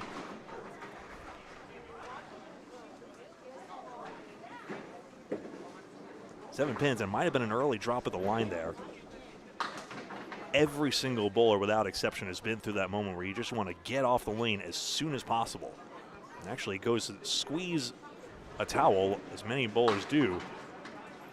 I forgot to mention that the AAA base Portland Sea Dogs, the AA Portland Sea Dogs. Nice out here. With Bay 20 did their main candle pins last night. Oh, good. Wow, that snuck up on me. It was such a big thing. And obviously the main Candlepins logo is excellent. That it is so peaked. The pins look good. Obviously that grade of cartoon menacing. 10 out of 10, no notes. This is Peggy Donnelly. Getting spotted 29 pins. Peggy made it to the 130s in her last string.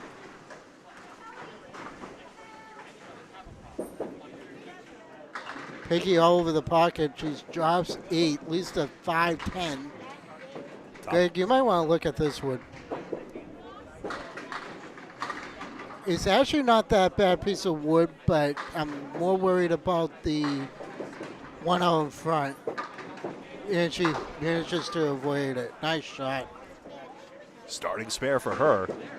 Highest string all day, 156 handicap for her. She's only been south of 130 once when she had that 111. So. She's bowling well, but I don't know if she's going to make it a cash. 134 pace? Yeah, 134 average right here, handicap. So that is actually ahead of almost all. It would be ahead of Cam Green's first score and Bruno DeFeo's. Oh, there you go. Oh, get over you. Wow. That was hit, and it was going down and stood right back up. I hope you got a replay of that. Yep. Of course you did. At least the wood is favorable, even though the treatment is terrible. Make sure you hit this one. That's just. There we. Are you kidding me? Oh. And guess who? It's Lane Britton. Well, Oh my God, that is just. at least you got the 9 fill? At least you got the 10 box? And that's a tough Paul Grand special. I don't give a hoot. who you are. I wasn't gonna say that, but you know. Let's see that replay, Greg. Now watch this. She buries the pocket. Everything's like. You see how the 5-pin slid? One of the very few sliding pins we've seen all day. And then she just joints the wood and nothing goes. It wasn't playable everywhere, but it's harsh. 2-4-7. It's just a cruel game of Candlepin right there. That's what that is. And I hate to say, I think she does deserve the spear on that, but The pins, alas, are the final arbiters. yep. Now it's in her head because she had such a great ball going down. Now she's So after 5 strings, Nick Olson has a 720 through 5. 144 average, he's still ahead of that. The box is 6. So he's still ahead of the Sean Pine line.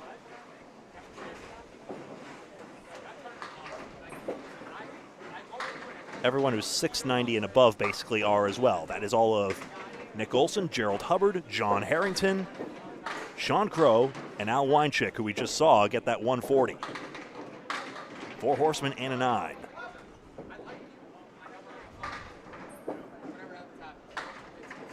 Remember I mentioned Ivanoska's score. I was surprised it was entered in at a 155. It was fixed. So there's a reason that I say, well, that's not right.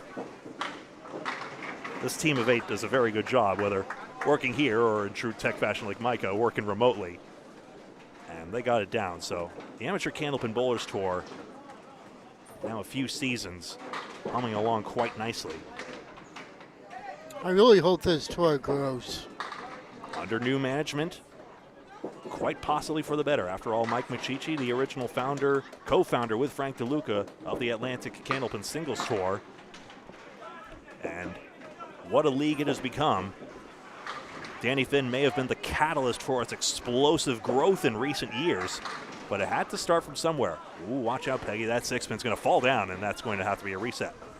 Another time, actually, where it's that 6-pin little tooth there, and I say that constructively on the off chance the folks are watching this, but yeah, just that little, it's the 6-pin tooth in particular. I'm trying to figure out why that one in particular, when I thought all the teeth slide in and out at the same time, basically, don't they? There's no teeth. It's all fingers. The fingers, I meant to say, Yeah. excuse me.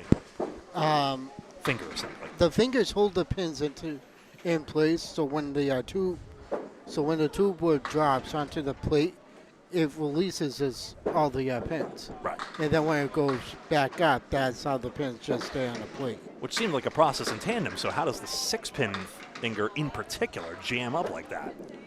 One or two things. It can be either it can be stuck, or it can be cracked, or it can be broken.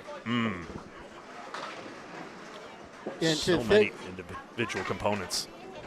But to fix that, I've actually known bowlers who would take all the tubes off and replace the whole entire assembly rather than just fix the one finger. Effective, I guess. Yeah. It's one way. But me, if I can fix the finger, I'm fixing the finger before I replace the assembly. So Donnelly gets a 6 here, but that spare 9, the big kicker there, obviously wishing on, hoping that second box had gone better, but still very close to the high 120s, basically her average, if this keeps up. It's not that bad because, one, she didn't lose that much ground. Even with that 5 box.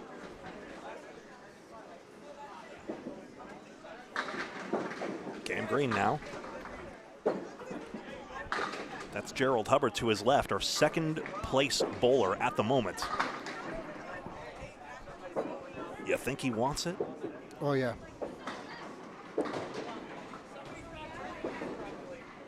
Into the head pin is Green Bean, as he's known in the second shift, and he has the 5-8.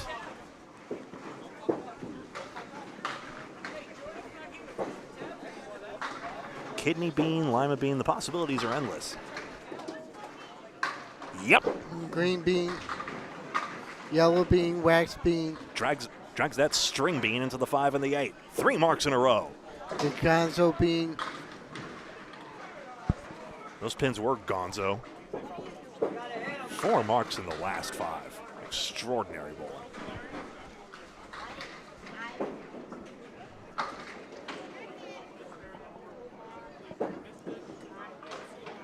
Loading up. Head pin splat in the face of it. Still enough power to drive through 6. 3, 6, 10 on the right, 4 on the left.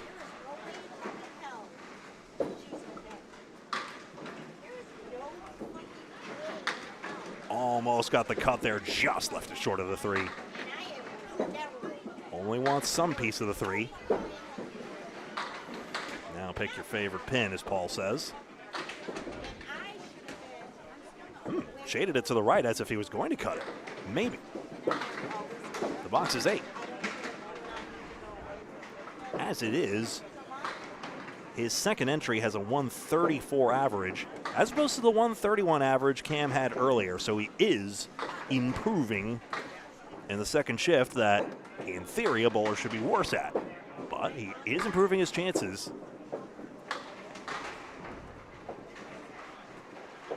I know bowlers want there to be a 20-string tournament, even though, if at all possible, they are holding out hope for lead lanes to simply bring back theirs. You want to know something funny? I'm just looking at the PBA Tour thing on Instagram. Okay. First name on the list is Al Johnson with a 222.10 average. So when was this? Sorry. What are you? So what are you looking at exactly? I follow the PBA on Instagram, and these are the 2013 to 2014 college bowlers averages. And the first name on the list is Al Johnson with a 222.10. What a neat little quinky dink. Alfie, did you go to Tampa without telling us? well, same little thing. I guess you cannot have 2 Cam Greens and you cannot have 2 Al Johnsons. It is strictly verboten, as per the rules of Silicon Valley tyranny. That is Microsoft Excel. We will not be constrained by your machine's parameters. 5 pin. Clean shot at it. Sorry, I didn't catch that. Would you mind repeating that? It's a clean shot. I think the two of us are way overtired right now. And a spare. 5 marks for Green, who should be tired but isn't showing it. Well, he's not showing that he's green, so let's just... Nah, I can't go there. I am extremely confused. Okay, I'm not going there.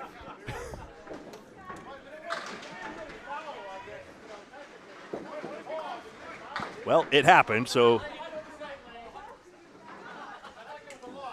camera right. Whoops. No What interference. What happened? Ball slipped out of the hand. Oh.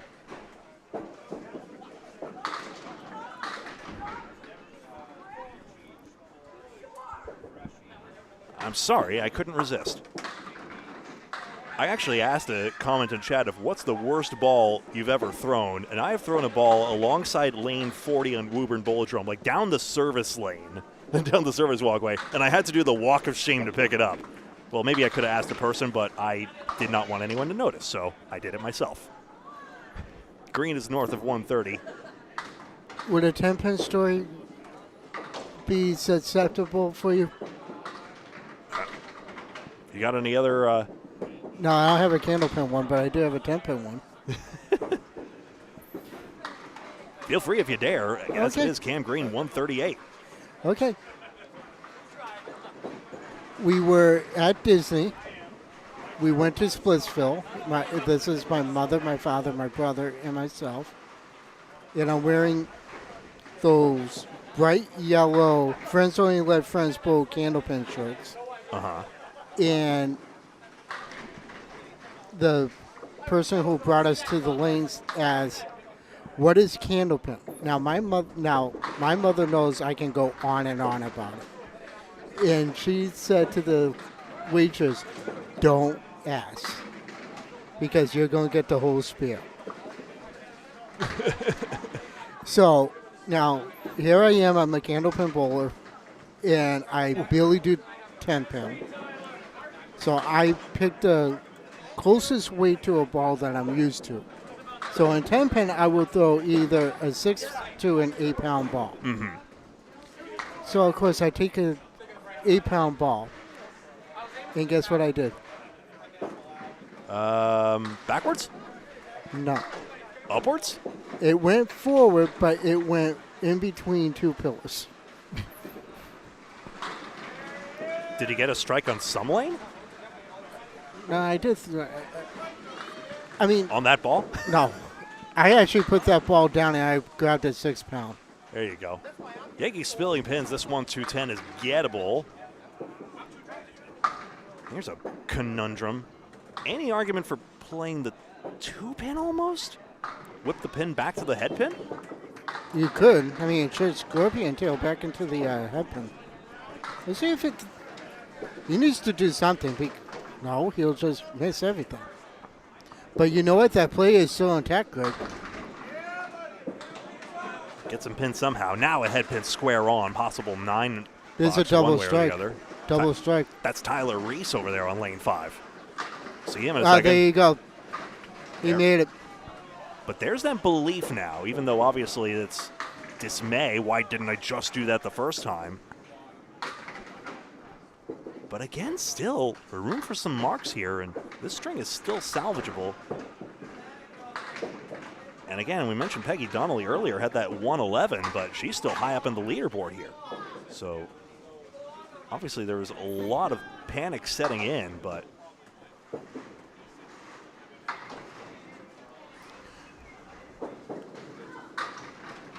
goes to the towel again to moisten his throwing hand.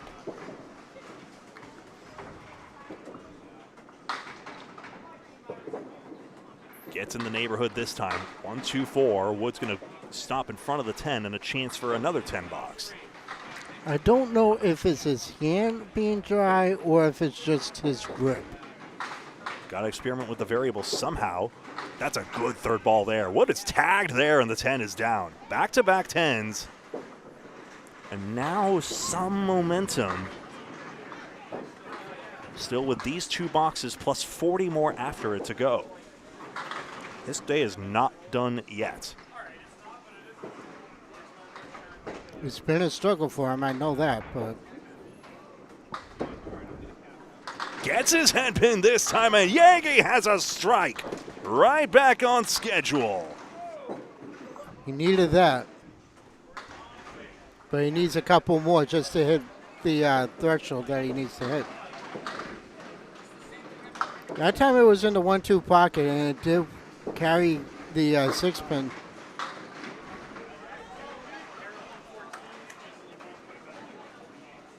Chance here.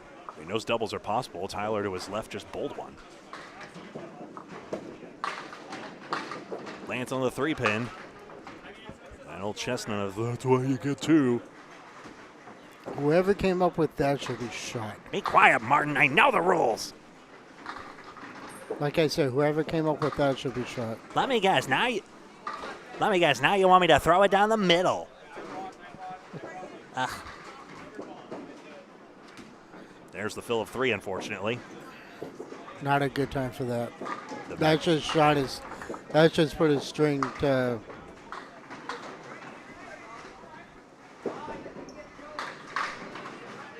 Yeah, be So a a chance 5. here. So a string to forget, but in a tournament like this, you can. Thankfully. And now Peggy Donnelly. We are not the only chapter in these bowlers' stories. Peggy Donnelly is writing quite a story for herself. Still, she's 49 pins back of Nick Olson in this shift.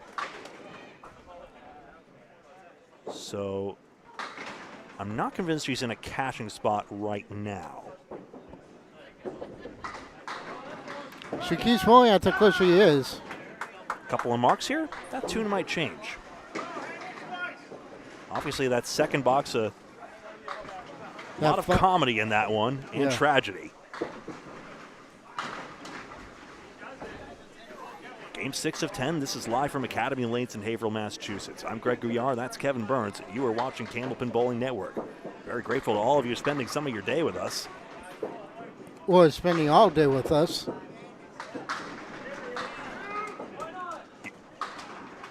On 2 separate streams. Pleasure to have another bowling fanatic like us. There's another 5 box. Those other 2 boxes were 6, in fairness, I meant to mention. But still, that's spare 9. Buoying the string still.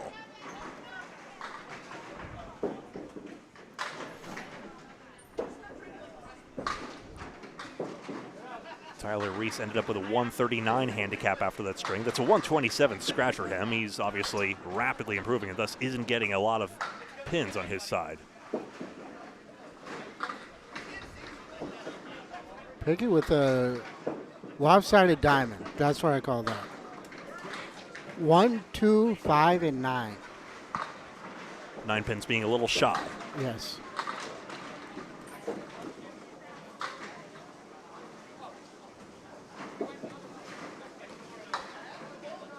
She threw that one away.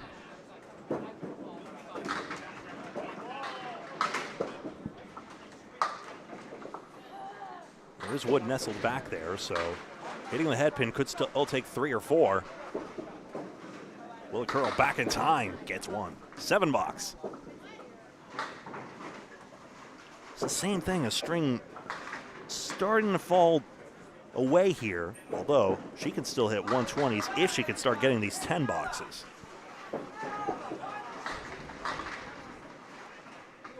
The most she can do is 132. That's the max right now. That is if she 10 out. But I think now she has this favorable speed of lead. The 1, the 6, and the 10. So she had a 10 box in the 4th officially. Yeah.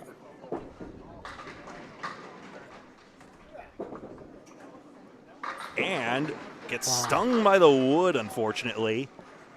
Still it rolls, but it's just the 110. See exactly where that deflection came in. It wasn't far off the spot at all. Again, same situation. 1 object pin takes 2.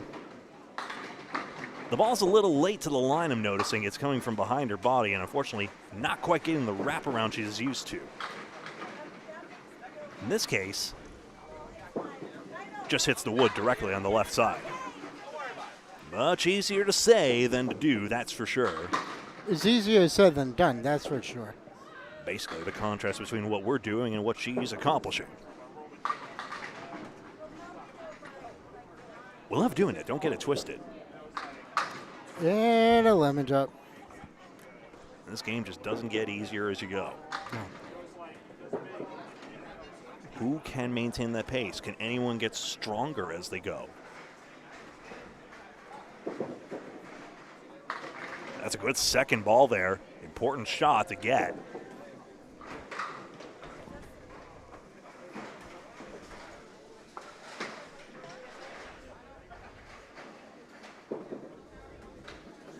And there's the 10 box. 82 through 9. 111, she needs a double strike. 19 box would do.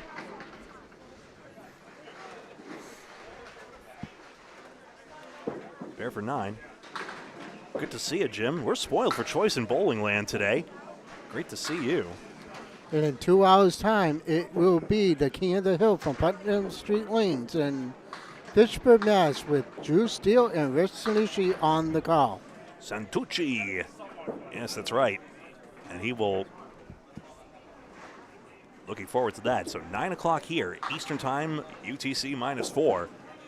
That'll be on the CBN Facebook page. Through the vortex.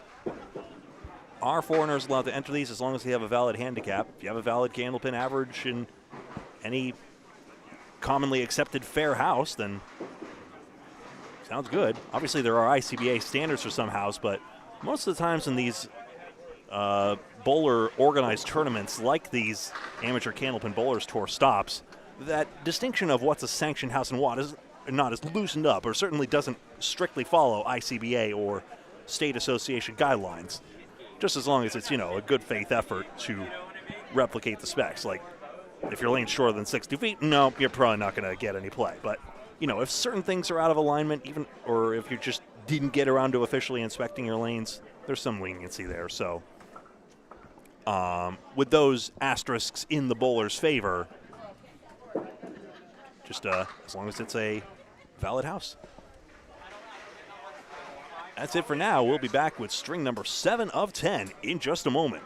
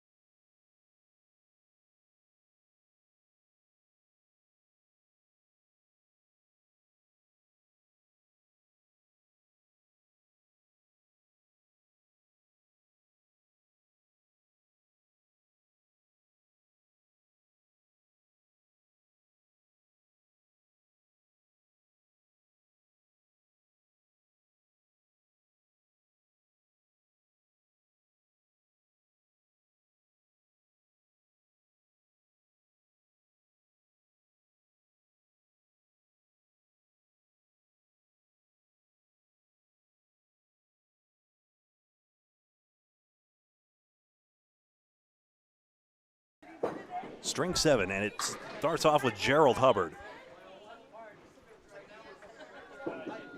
One of the top bowlers today, runner-up at last check, has the 4 horsemen in the 9-pin, and we're underway in this 4th to last string of the day. I just want to mention Drew Steele is officially on site at Putnam Street Lanes in Fitchburg. So it'll be a variable start time.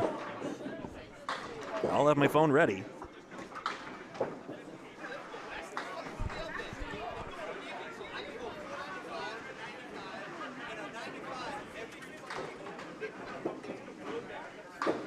Just wide on the 2-pin, but Hubbard gets a 9-box to begin. I do not have the correct one up. That's it. There we go. Getting spotted 17 pins. 1, 2, 7, 10. Same thing, that teetering 7-pin on its spot. We've seen that phenomenon. It doesn't make a massive difference. It's just interesting how that pin in particular seems to wilt a little bit. Every house has its quirks. And every house has a pin that doesn't want to cooperate. Put that the way.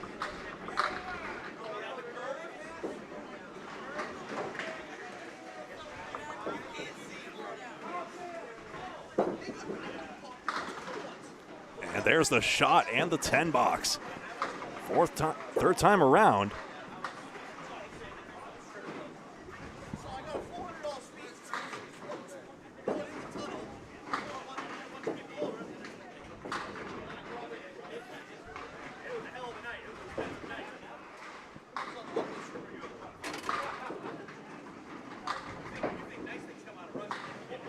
One, two, and that's it.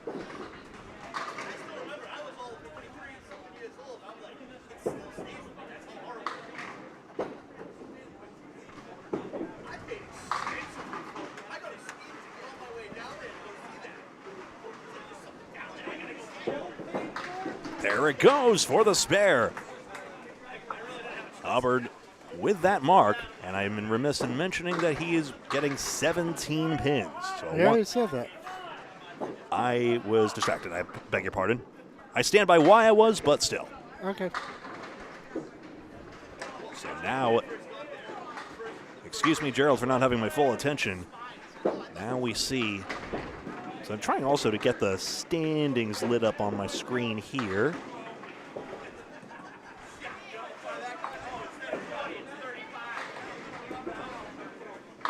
Into the head pin, too full. Wood sprays to the side, and it's just an 8-pin. And the fill is a harsh 3 for Hubbard.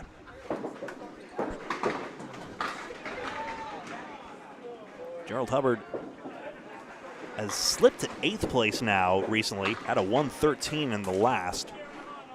His 6th string. 156 for Nick Olson, handicap.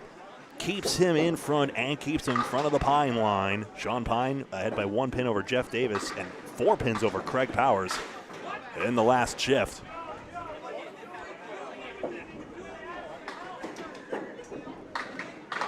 Less and more spraying, and he gets a 7 box.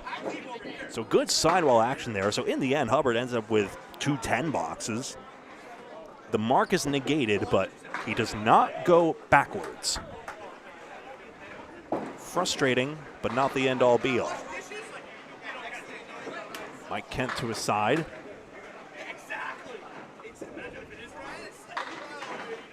One, two, and the 10 spills.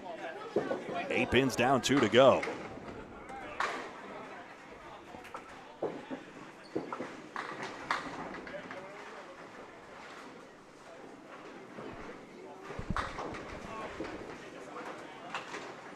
Just a 2 pin away. Wearing a Bolorama Sanford shirt. A lot of bowlers representing the Martin's Great Bowling Center. Shout out to Owen OJ. Sonia, special shout out to you as well.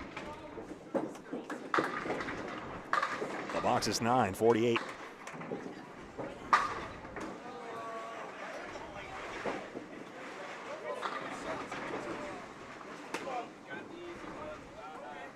Now it comes on over to Tyler Reese. Just 12 pins. Rapidly improving bowler from hereabouts at Academy Lanes. Gets his head pin, splats into it, but the 4 tips anyway. The extra power carrying an extra.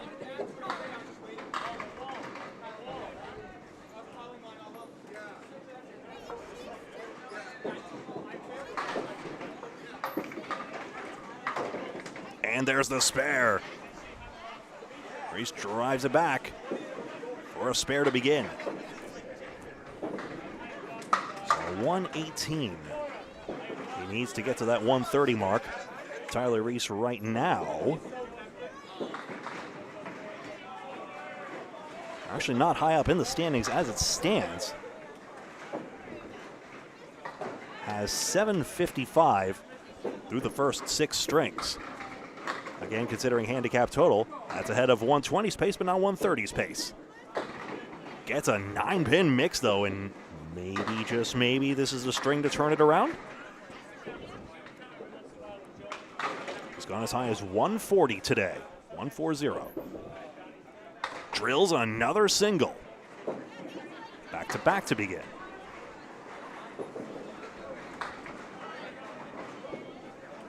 A lot of bowlers wearing amateur Candlepin Bowlers Tour shirts. You can tell by that particular name font on the back. Great job by the 8-person team here. Generate money as well. 4-pin into the 2. It's a 2 and a 6. Great count. Iffy leave. You see the 2-6. Couple of pieces back there. Can the wood turn into them? Just hit the object pin. Yes, exactly what happened. Front 3 marks for Reese. And Cam Green shouting encouragement at him from the sidelines. So is President Mike Machichi as well.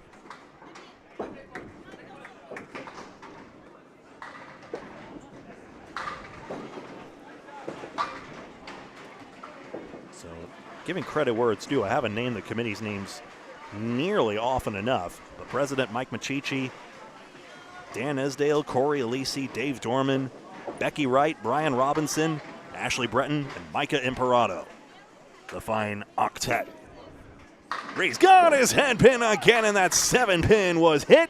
It is teetering on that same edge, and it is holding on. And now, I think only just now, that little rift in the 7-pin divot, that little ledge, that pin finds a way to hang on to in the 7 spot, now plays a factor. That's actually the first time that ever happened all day. And now the wood gets it!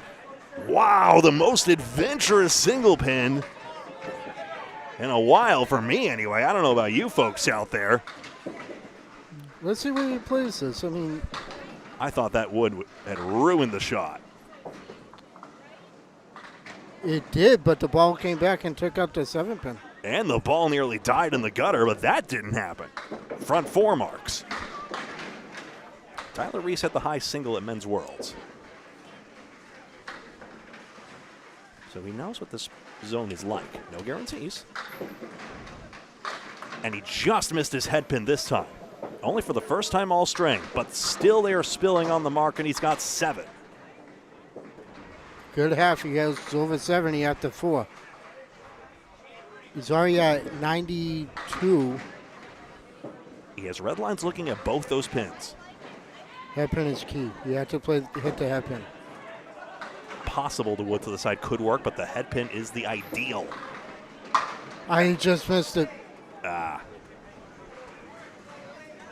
He just missed it by a fraction. For some reason, I thought it would carry on the side, but head pin is obviously the aim. And indeed, there's the 10 at last. But 83 scratch half plus the 12 he gets. Then the format, he's off to a great start.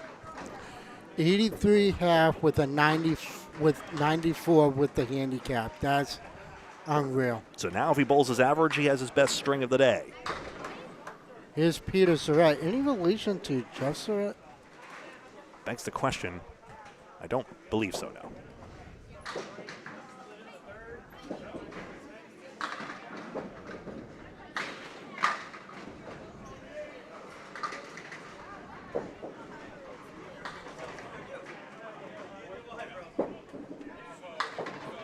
Three pins rolling forward. The 5 and the 3 pin are wobbling. 26 pins, so he needs a 104 to hit the 130. Which again is always a mark slightly above their average, but that is an explosion to begin. Not to draw Tyler Reese comparisons way too soon, but starting spare.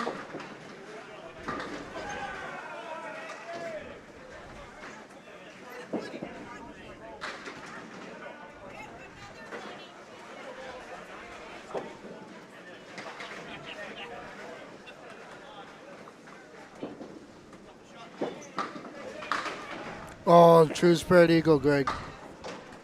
First time in forever, it feels like. Very few of them all day. Get back here. Thank you. What? Not you. Oh. I'm yelling at inanimate objects. What do you think? Oh, okay. 6-10 taken out, second ball.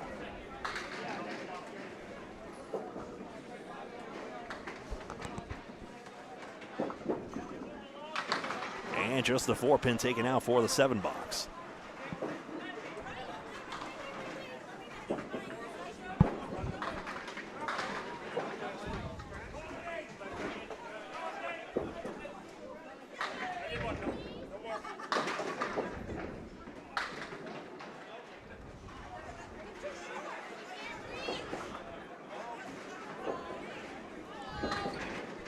Box 3.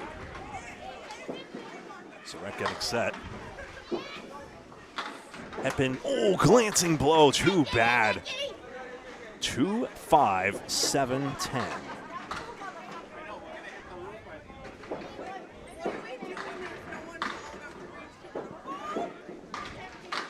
That's on target. Wood came across and got stopped up. Another piece of wood. And to Surratt's dismay, does not travel into the 10. We'll see again. How in the world that happens? The box is 9. Hey, Greg, too bad we can't get this on video. There's a stack of cans right next to us. I'm sure there's a way. Do I get time to see it one more time? Nope. Live shot. Box 4.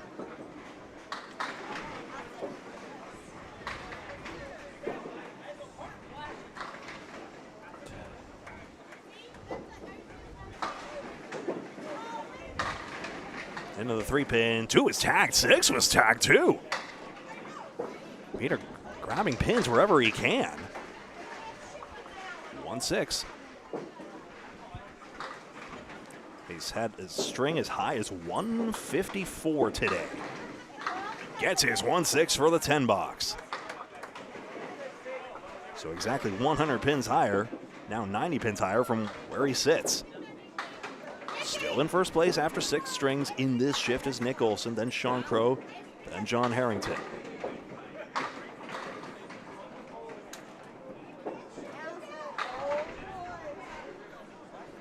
Now, here's a question.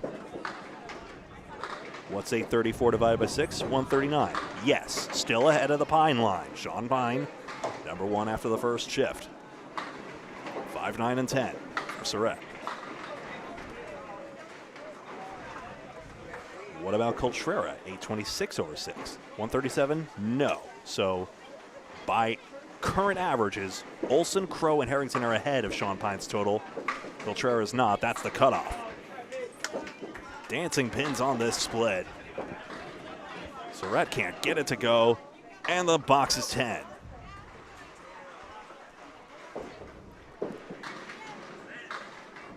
So, 4 pins on the bonus. Deserved more. And then 4 pins conceded, despite his best efforts following the dreaded spread eagle. Hubbard back up. Never had lower than 113 until at 113 just last this string. To that point, had never gone below the 130 target.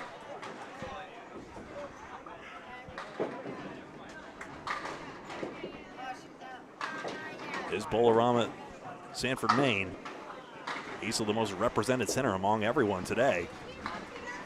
In terms of shirts, unless you count the Amateur Candlepin Bowlers Tour and Atlantic Candlepin Singles Tour shirts as well. Still they stay for the third ball, 1, 3, 6, and 9.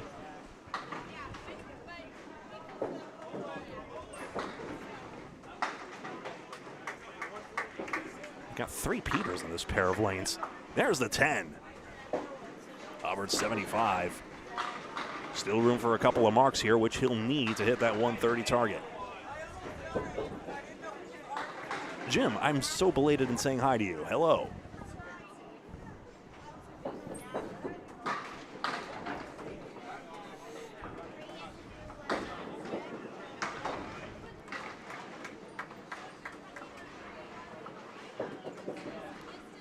Hubbard gets it to the headpin. Good shot here, 9-drop. Where's the wood going to sit? In a bad angle. It turned a little more at the last moment. Actually, you know, it looks like he has a clear shot at it. Was that a pivotal turn at the last moment? A pivotal pivot. What say you, Gerald? Just wide. He was worried about the wood still, and if he had hit it high, it may well have deflected. He may play a more dangerous shot on his third ball. Let's see. Yeah, now he goes high on the wood and demonstrating the point here, it was not a ramp in. Not a trivial 10-pin, and there it stays for 9. Every pin, you never know which one's going to make the difference, but one pin is the literal difference between first and second in the first shift. Hubbard is going to tip the 10 in front of the 9. Simplifying this slightly.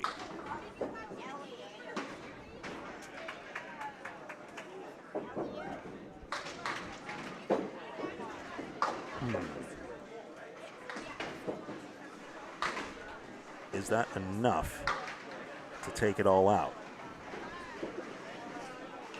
That's full on the head pin, coming back on the sidewall, 2 and 4. But no 7-pin for Hubbard.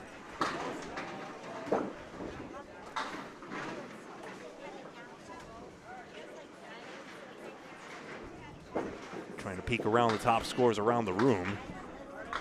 The 10 box here, obviously nobody's done with their string right now, so it's hard to gauge at the current moment.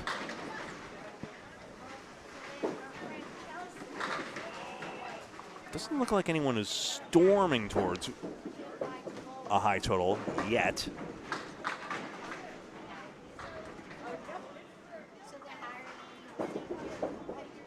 There's the head pin and the 5 tips over. Blank in front of the 4 and 7. As long as you don't torque it too much, this should be a good news for Hubbard. Gets the red line and drives it straight back. 2 marks in the string now. We'll see how high he can go here. But room now still for this and another. A 20 box, and the target is instantly made.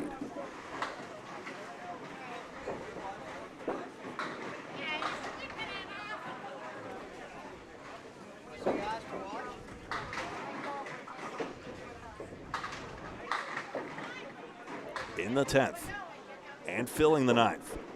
It's a head pin hit, and the old 6-7 returns. Or as Paul would say, 7-6. 6-7?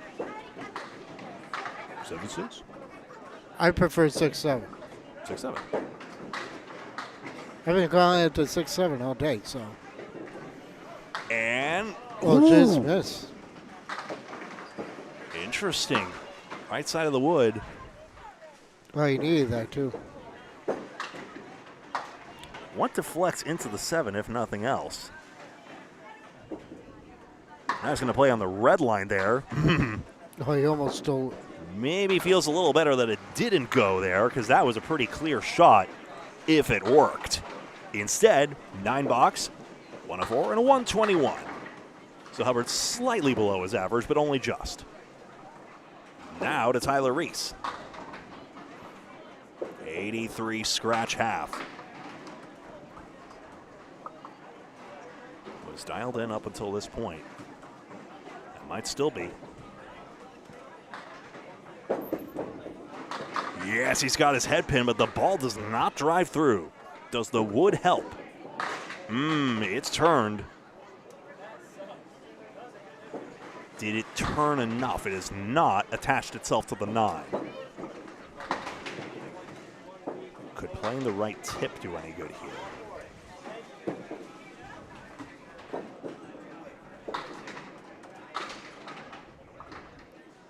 Pete Rischitelli to his left. Just wide of the wood, same thing. Trying to get a counterclockwise spin of the wood, and it did not materialize.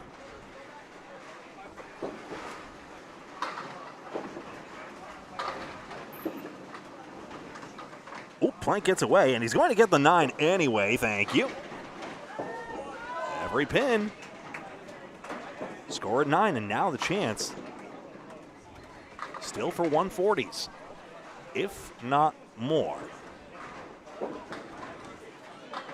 En route to that 1382, Sean Pine had a 168 handicap total.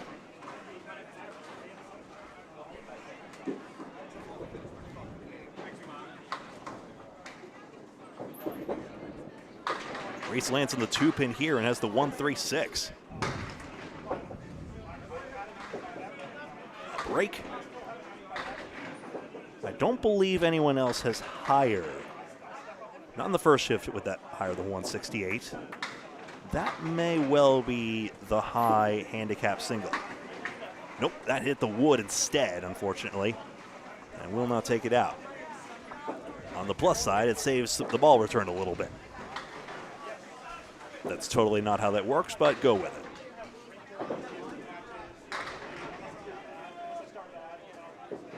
Probably would have hopped the gutter.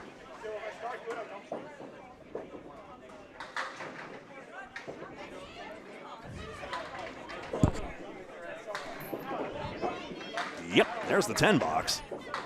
So Tyler Reese, who is only left 1 pin standing. You see how big a difference that makes in terms of scratch results. And you see how we almost get to take that for granted among the best of the best bowlers because they've shored up that aspect of the game so much.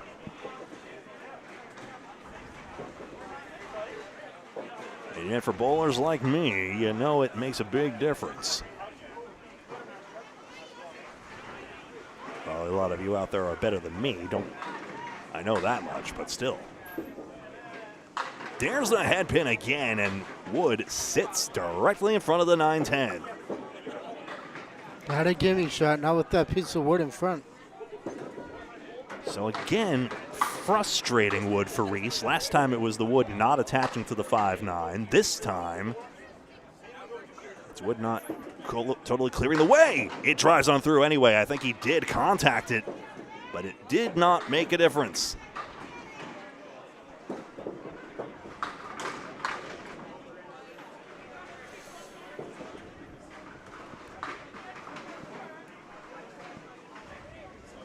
Easy as you like. The score is 112 all the same. They wanted to get that split properly there so that I don't forget. No, I'm kidding. No. They just wanted it to show correctly on the score sheet. You know, bowlers value their statistics. Otherwise, they wouldn't do, what they did for Micah Imperato. I will get a photo of that pyramid of cans. The question is, how much higher can it go? How much higher do you think that can go? We'll place bets on that, and we'll place bets on who's going to wreck it. Not me. Wasn't me. It was... Well, so an intriguing game in front and a very silly game of Jenga to our side. And a fill of 2 this time on the half Worcester.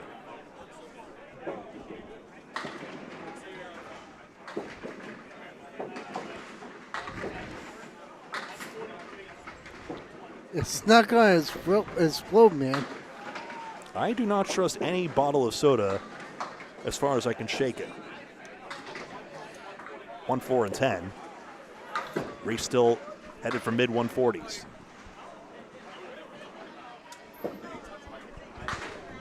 Guess that was just a head pin.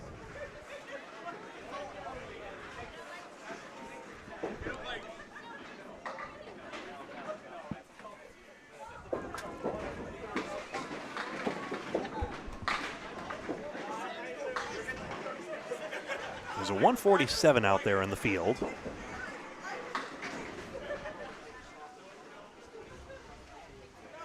Reese could come close to this. Let's see. Head pin, 2-pinner. 2-5. Those colorful bricks indicating head pin hits and splits in yellow and red. The non-standard way we do it here, or at least I do it on my streams. Borrowing Micah's color coordination and Steve Kelly's bricks motif. Yeah, and it's good. Tyler Reese with his 6th spare. He's going to have a 140 scratch and probably close to 150 with the handicap. Last fill ball got away, only then.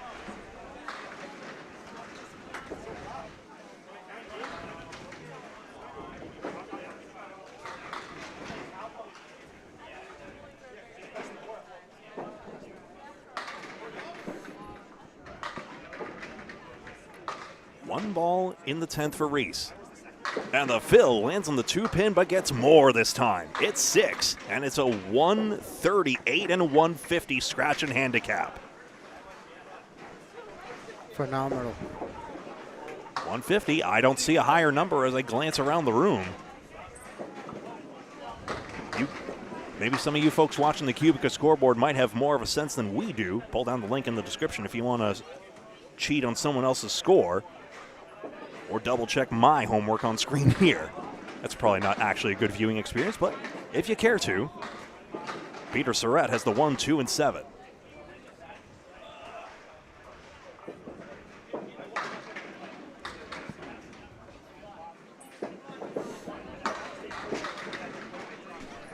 Just wide.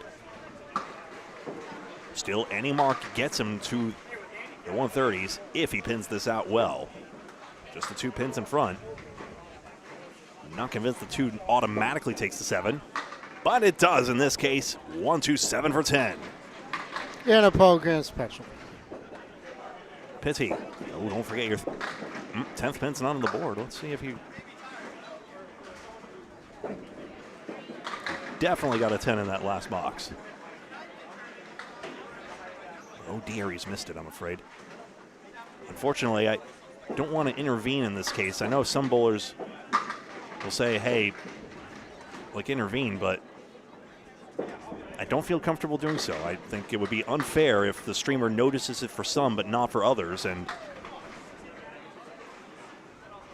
I'm not sure that's best.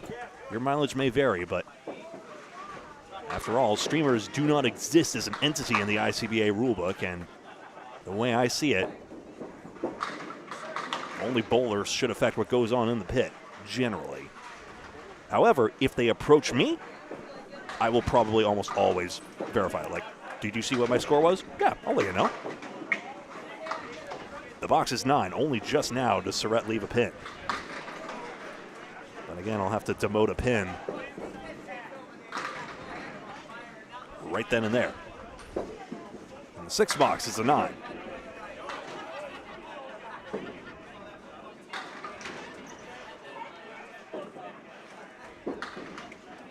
That's a head pin, but crossed over 5, 7, 8, and 10. Pins are not fond of the way they were hit.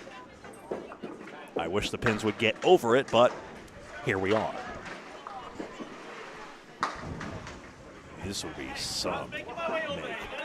Can't recall the last time I've ever seen this go. Doesn't go often. Wow, he's glancing off the outside here. Excuse me for getting excited about that. It only got 2 pins, but I tell you what, I thought Surratt played that just about as perfectly as he could.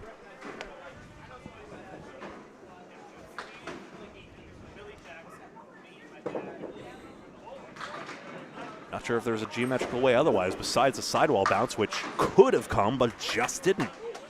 It's frankly a quality 9 box out of this. So, as it is, stuck in the scratch double-digit doldrums, but Surratt with one more mark could hit that 130 target.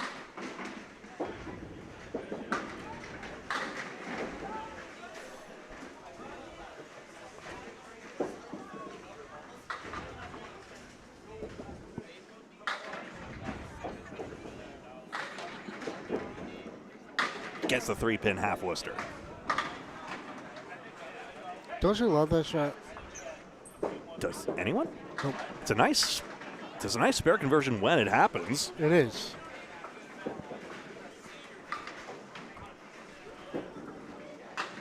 It's a good second ball here. That gives a chance for 9. Again, the hollowness of that 1 pin in particular. Got a chance of a 9, but might be able to get something out the wall with that piece of wood to take up the 8. Head pin off the wall, and it comes right back. Silly little boomerang cost Surrett a pin, and he ends up at 85 through 9. For a scratch total, 2 pins conceded, so now requires a 19 box.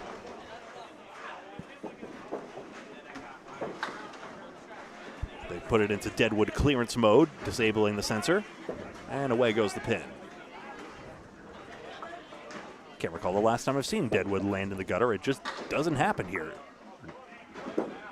Very few deadwood chases, clearances, just that in general.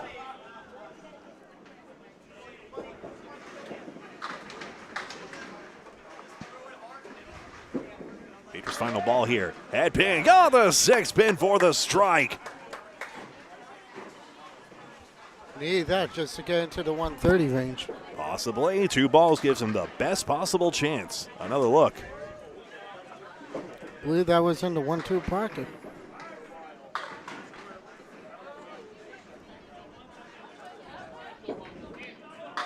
He's got 6 pins. They're coming back. Run the horseman, or 3 of them, and you've got that 130. So at the very last moment, and you notice how good the pinning was for a big stretch of that string there.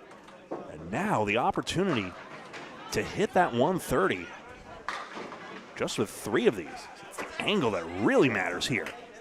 But it gets away, and it's just a 7th pin for a 128. Just about bang on the average. Greg, I think you should turn your attention to something a little bit more important. We got a tower of sun, whatever they're called, cruisers. I don't know. I don't drink that kind of thing, but We will get one hell of a tower going on over here. Well, we're going to take a string timeout, and I'm going to get to the bottom of By that. the president of the, am I saying this right? The ACBT, is that right? Right. I bowled in it 2 years in a row, so I'm still not sure if I'm right. But anyways, that is incorporated by Mike Machichi over there. So, I think eventually it hasn't fallen over yet, and I don't want to jinx it, but it's pretty impressive over there. Not that the bowling community cares about a tower of cans, but I'm having a little fun, you know what I mean? Well, you've already risked jinxing your daughter. I don't believe in jinxes anyway, though, so we're all good. It's only a jinx if you step on the mother's crack. Exactly. Wait a second. Gee. Stepping on a crack, Greg. We'll be right back for string number 8 of 10 from Academy Lanes in Haverhill, Massachusetts in just a moment. So help me.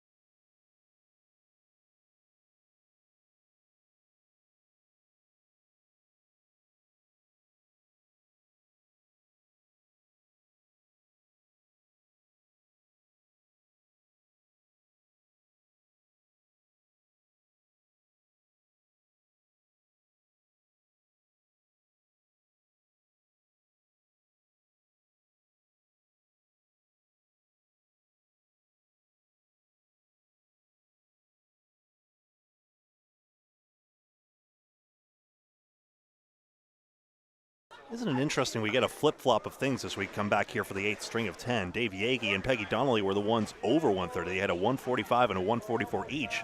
Cam Green was below 130, actually crashed to 100 in this case. So Candlepin is a game where everyone wants consistency, but boy does it get afforded to very, very few in this game.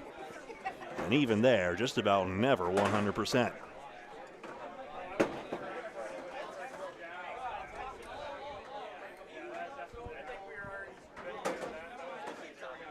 Mike Kent, Pete Rischitelli, maybe Pete LeBlanc, but I'm not 100% certain. Coming up here, you know, it's funny, I name dropped Ryan Hogan from Canada a moment ago. Mike Kent's delivery, nearly a dead ringer. Judge for yourself, though. He'll get 17 pins, 90% of the difference between his average and 130.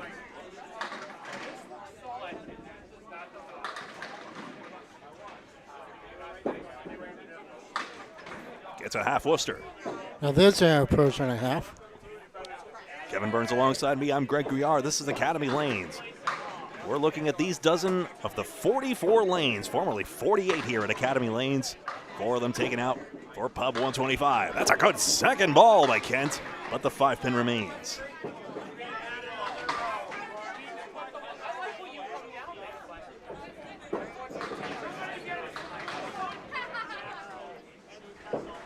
I should mention real quick, we are going to be going off of Facebook, and we're just going to be on YouTube only because not right away, but in an hour's time or so. And in about an hour's time, we're going to be off of Facebook. We'll just be on YouTube just because of the King of the Hill at Putts. If you want to watch that, Drew Steele and Kent's got this head pin 7-8. If you want to watch that, Rick will be on the call for that.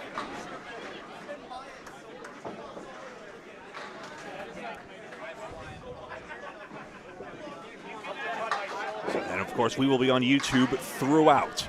So make sure you know where to find us. I think just about everyone does, but on the off chance, youtube.com/@Candlepin Bowling Network. youtube.com/@Candlepin Bowling Network. The box is 9.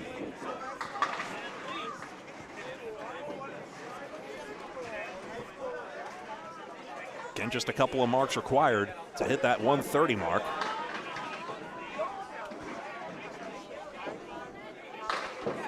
Clearly capable with an average about in the 110s. That tower of cans now contains 40 cans in a pyramid shape, 9 on the bottom, just a few missing from the top 3 rows. It is still growing. Maybe so. Well, they're adding it. So the row of 4 is complete. They need one more. They're 3 cans away from 45. That's what we got here. Kent has 4 pins down through little fault of his own.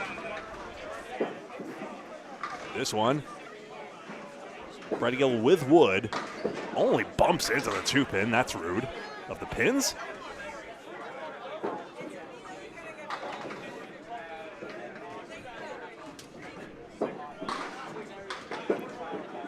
And bouncing wood off the wall, so didn't get either front pin, but one good shot and 2 reasonable ones, and it becomes an 8-box. 2 splits, that's what the red bricks mean in our non-standard notation. Not Mike, but I've noticed a few bowlers wearing earbuds, and that's a political question I'm very surprised hasn't come up sooner, but maybe in the age of wireless earbuds, more and more are turning to them. And I think it's so people can block out the background noise and you can listen to music while you bowl. Right. Some will do that. Some, like me, I have used loop earbuds before, one of many possible ways. Sorry, I'm on the wrong screen, by the way. Excuse me. There we go. That is Mike Kent's score. I beg your pardon. And there's the 10. Some will say it's necessary, actually. It's actually Steve Kelly is one of them who wore earbuds if you were looking if you folks out there were watching really, really closely. And he says, well, noise levels can get really loud. Riverwalk lanes in particular, like the acoustics are amazing in there. Everyone loves the crashing of a strike in that small Amesbury house, but it does reach sound levels that are painful for one's hearing. And of course, past a certain decibel level, it does cause damage. So there are some who will say it's a safety concern as well. So earbuds are, of course, not expressly outlawed, and some will say, should it be a dress code item? Some say yes, some say no. Should that be consistent? I have no opinion on it. That's a good head pin hit, and that's for the out. So Mike Kent escaping well on that third ball, significant. And it brings up Pete Rischitelli, who's wearing one of the old Friday Night Pro League shirts, Woburn 2. Any day, Tyler. Kidding, kidding, kidding. You're good. No, because I mean, I'm going back to that. I have a 75% hearing loss, so it's easy for me to tune anything loud out. Convenient. So which is why I would rather bowl without hearing aids or anything in my ears. But that's just me. I mean, technically, hearing is not really necessary for anything in this game, apart from, of course, feeling the energy of your teammates say during those team competitions, and you want to hear what they're rooting you on with, or razzing you with, I guess. Pete Rischitelli is getting 19 pins. At one point, a Class A Atlantic Candlepin Singles Tour bowler. 5-1 split remains. I think one of the biggest things was, in my mind, he was one of the bowlers getting hurt by splits the most. Especially on the Friday Night Pro League when he was bowling for Woburn, if I remember. I mean, he had the split bug like no other. There's clearly some difference here, but unless we get like some sort of spectrometer, no, that measures light or whatever. But something to measure the ball path or curvature. If everyone was required to have a stripe on the ball so we could see its break more clearly. That's impossible, of course, but in theory would do the job. Rischitelli from around the Cape Cod area, 4 horsemen, 9 and 10. The fact is, in fact, a lot of the Ryan family amusements locations, in fact, located in the Cape as well. All have arcades, most have bowling. The only one that doesn't have bowling is up in North Conway at Soho's Green. That one is just arcade. 9 and 10. Not even me. I think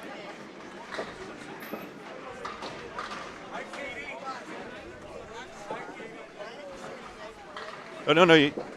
Yeah. That's good. Stand up. Wave. There you go. Hi, Katie, says Mike. Have another one, Mike. He thought I was shooing him away from the camera. No. Contrary to popular belief, I'm fun sometimes. A non-zero amount of the time. That's a headpin hit and a strike. What fun. All right, I'm in La La Land marking these scores in the wrong spot, I tell you what, but Rischitelli. Well, it is the 18th string for the two of us. No excuses. I got to get this right here. Pete Rischitelli, let's get a replay going. Let's get all this going correctly here. I am a perfectionist. Yes, you are. I will. I'm not perfect, I'm just a perfectionist. Yes, you are. I'll be the first one to say it. I worked with you probably the longest out of anybody. You're not the first to say it. Who else said it? Literally everyone in my life. Oh, dominoes falling forward and a piece of wood sliding towards the 7-pin. And it's a 7-9. It's not the 7-6. I don't know. That piece of wood out front might help him. Let's see. Pete, while you're down there, can you tell us how to play this?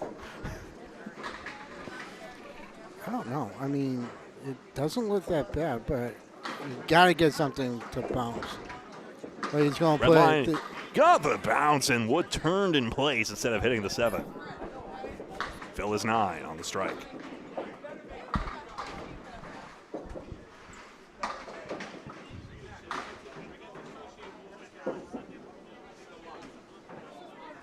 So a 9 here. So 6 boxes still. If Richatelli gets 10s all the way, it'll be 124, just shy of the 130 target. But again, comparable to one's average. I need to update standings here so that I can tell you the latest.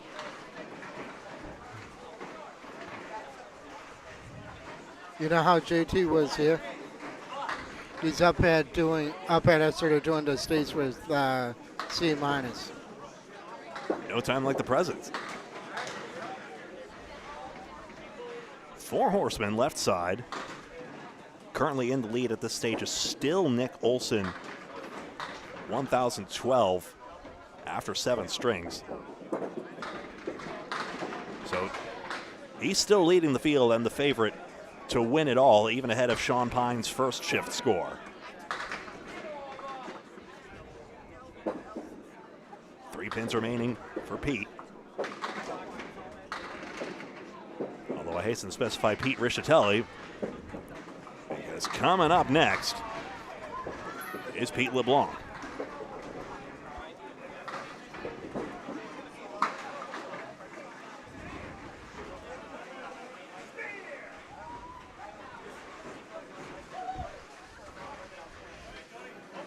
Being spotted 21 pins. And a bundle of 5 to begin.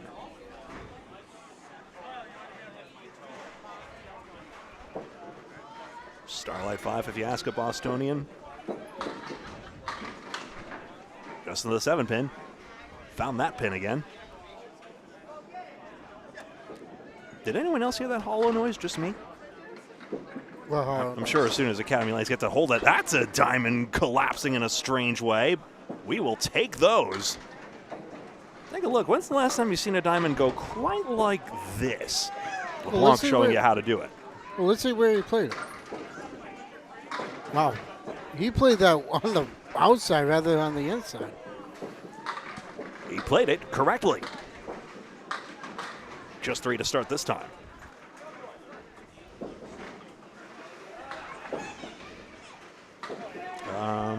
Not convinced Pete LeBlanc is spelled with 2 capital letters. I will do this for the time being. Right back on the head pin, 3-7. So again, we're just looking for a 109 here. Already has 110 box. Oh, just 8 this time.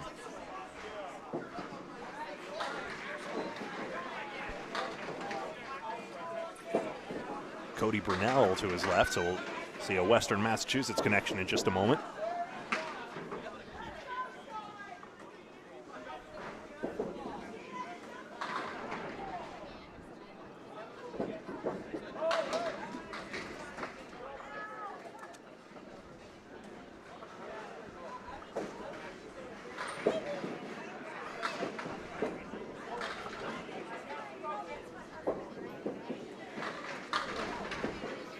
One, 4, 7, and 9.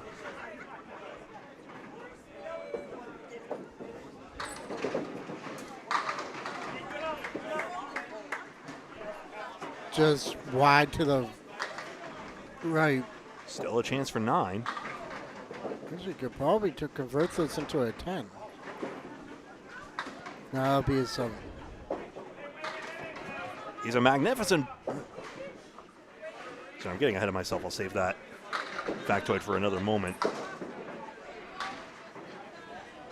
So LeBlanc leaving 3 pins standing. His highest string today, a 125 handicap. Nick Olson on 1,012 through 7 is 46 pins ahead of Sean Crow, 56 ahead of Al Weinchick, 59 ahead of Dan Esdale, who's creeping his way up, had a 147 and 156. And Mike Kent, who we see here. And lovely spear conversion. Side saddle triangle is a goner for LeBlanc. Now a bit of a pick-me-up here. So Spare can get those pins right back.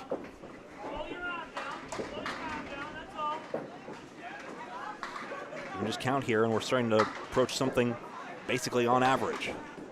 LeBlanc just pulled it away, and it gets 2.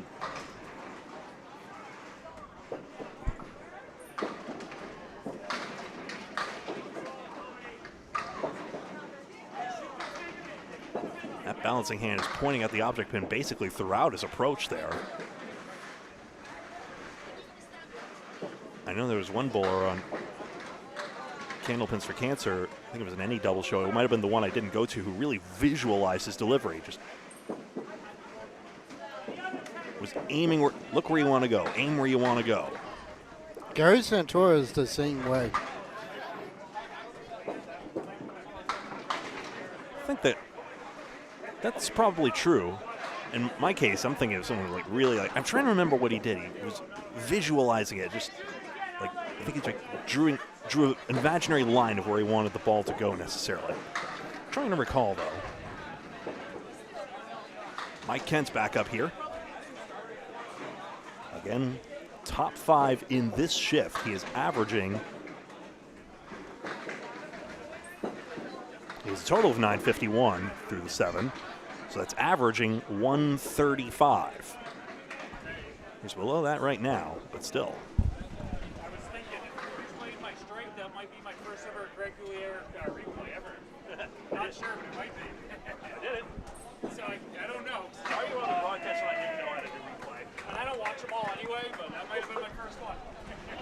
I'm going to memorialize that.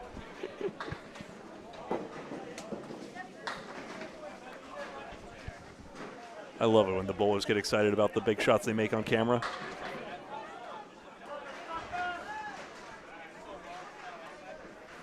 Hey, Cora!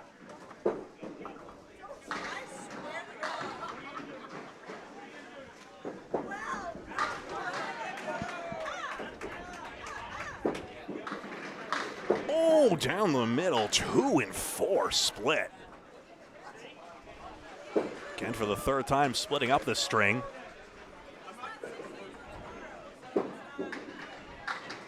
Goes into the 4-pinner first, looking to make sure he secures that count. High water mark today, 157 handicap. In his 3rd to last string, gets 1 more object pin, and the pins are not getting any easier. Another 8-box on this split. You just see the utter difficulty in pinning out after that rough start.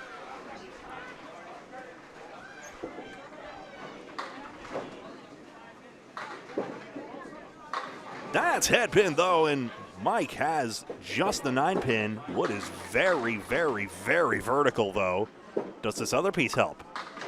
Turned it slightly. Turned it enough? Just missed it. Not a lot of target to aim at despite it. And obviously running it into the cap, not going to be. You didn't miss it by much, Greg. There's Wasn't meant to be. So it goes down as a head pin hit, of course, but we all saw that wood.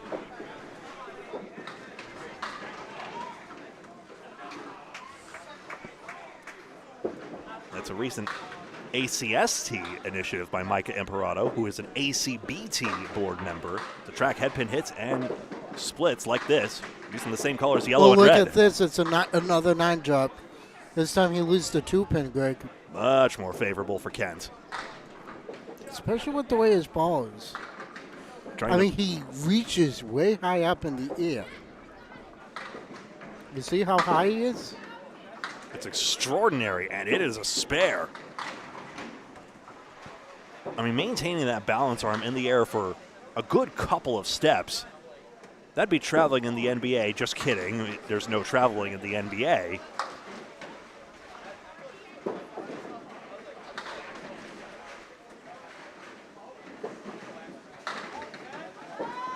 Yeah, it's a whole 3 steps, and it lands on the head pin and still is spilling them. 7 out. On top of the spare, still room for 2 marks to get to that 130. He's never been below 120 all day long. That was his first string, in fact. A disappointing start, which he has completely buried. Like I've mentioned to other bowlers, when they didn't have the start they wanted, or one string they'd rather forget. Just put it beside you and bury another spare like that. A side saddle triangle becomes Kent's second mark after going the front 7 without. You don't need that many when you're getting spotted pins. Head pin just wide. 2, 1 falls as well, and it's 8. Massive break after all those splits. Maybe the cosmic alignment of justice has come back for Kent. 4-7, wide of the wood. Not everywhere on the wood would have taken it.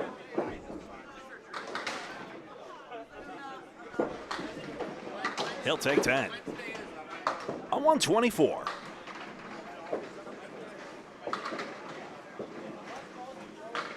But just a moment.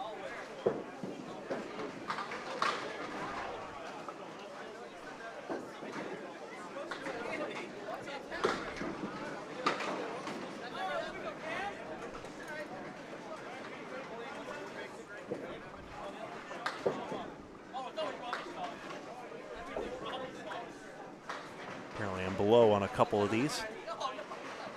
10 boxes given in the 6th box, so there we go, that's official. Richatelli, diamond, left side.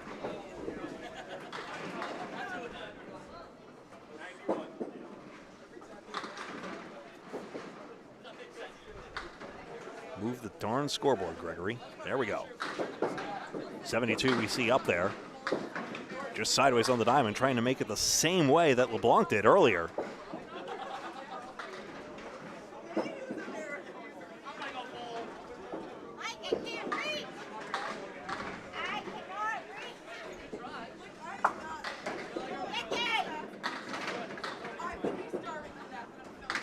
Five pin, and it's a 9 box. I just saw you put that one on. Let's go. 62 through 6. I'm not holding out on that one. I'm not responsible for that.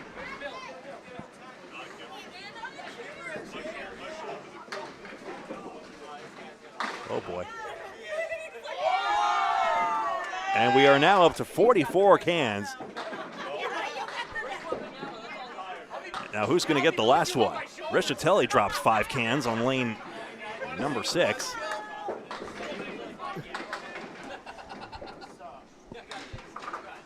If that goes the up to Boyds are trying to do this. It's going to be Robert Boyd to place the star on the top of the Christmas tree.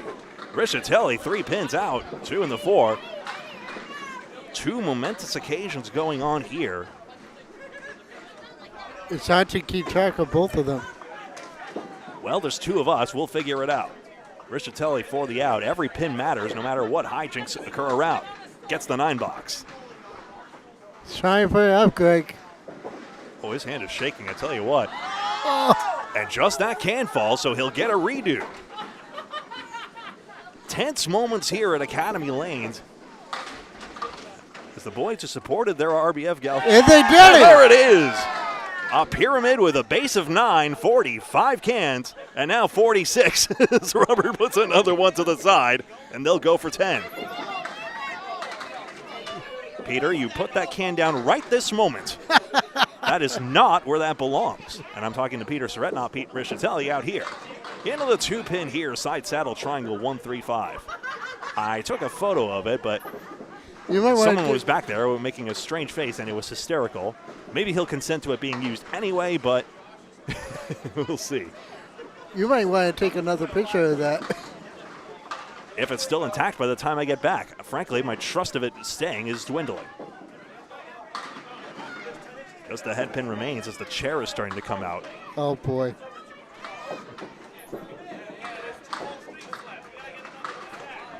The calci odds on Peter wrecking this tower are heightening by the moment. The box is 9 for Richatelli.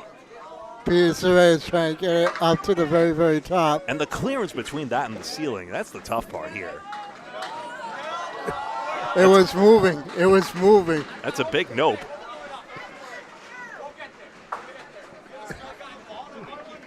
As long as none of them roll down the lanes, I'll tell you what, if that happens, and again, you just start on the diagonal. What are you doing? No, it was shaking when he was trying to put it up, though. Ridiculous. Richatelli, the 1-3, that 4 was hit. Oh boy, the can is wobbling. Well, I guess nothing is falling over in the end, despite what we may have thought.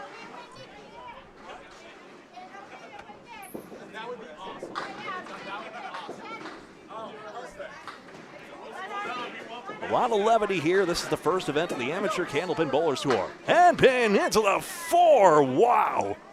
Richatelli, sidewall bounce, didn't take it. The dream would be to rip the head pin or the ball diagonally, but it just didn't go. Do they have enough inventory for the next layer, one wonders? I don't know. I commentate sober, personally. I don't think I can contribute. 10 bucks. Actually, wait a second. What?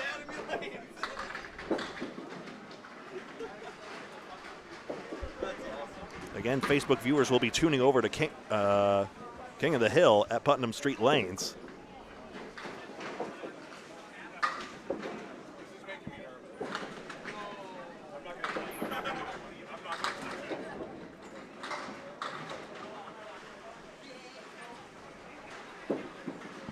Richatelli, headpin strike again. He got one. Oh, sorry. Let me clip this replay instead. Hold on. This is his second Greg Gouillart replay, and it's in the 1-2 pocket yet again. So he said. Yeah, of course, he's like Macho Man. Haven't seen a double strike on this lane. We did see one on lane 5. So Seen a couple. Couple on lane 5. There's But the Tyler Reese, and yeah. But the only shot we did not see today is the banana split. Never did we ever. There's still time. There's still 2 strings. Still 20 boxes left for anything to happen. Plus, of course, Pete LeBlanc not done. He'll step up next. Still with a chance to make a couple marks for 130. Richatelli once more, and he hits the 5 but does not take it. And it tops his 20 in the box. Denied the 130 cruelly at the last possible moment.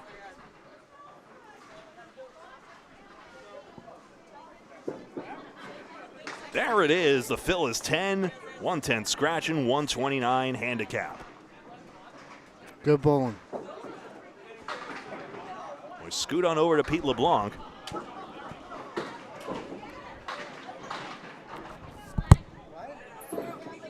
Still a couple of marks. I think for Pete, he's had a tough tournament, but 125 is his high mark, and boy, would it be sweet right now, with all of us watching, no pressure, to blast away here and get a couple marks. It's a lemon drop to start, but we've seen this go. I don't think you're a spare in the 7th box, right? No, not on my, yeah. What did you have for you in the 7th? A 10? At a 9. 2 pins taken away as Pete Richatelli was hoping to score correct there. And just 1 pin whittled away with each ball, unfortunately. It's not a doomed string yet. And even there, still 2 to go after this one.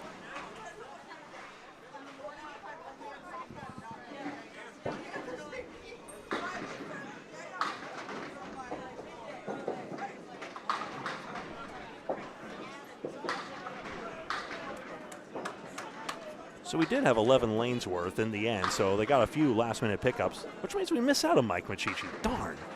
No, He'll be on lane 5 at least. no, we got him next. Oh, no, Cheech is there. Never mind, sorry. That's right, he's typed in his Cheech. I was looking at a different name. There's a 10 box. LeBlanc runs it down.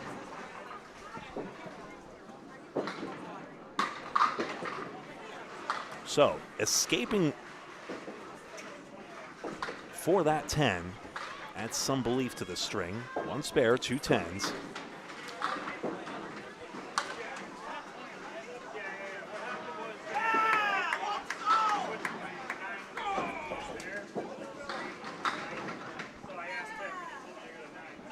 Cody Burnell ecstatic about that strike. 1 and the 9.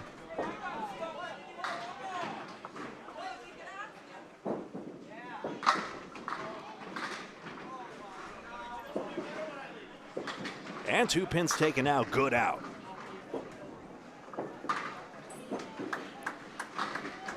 So LeBlanc again, 130 basically out of sight, but still chance to get the 120s. So tough with that 3 box, so tough with that 2 fill. Just little things make a big difference here. It can happen to anyone. There's a head pin hit. 2 and 4. Why not now?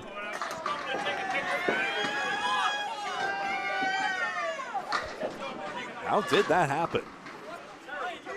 Wood knocked away for LeBlanc, and he will not spare, as unfortunately the pyramid has lost structural integrity. It's not a total loss, but the insurance appraisers will be around in a moment. They're blaming Ray McAllister.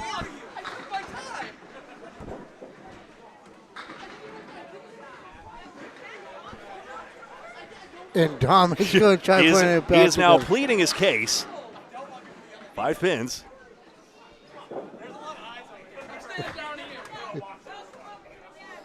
I propose a dollar donation for each candy capsized. I don't care to get to the. And now Palladino has wrecked the rest. And the boobers come out.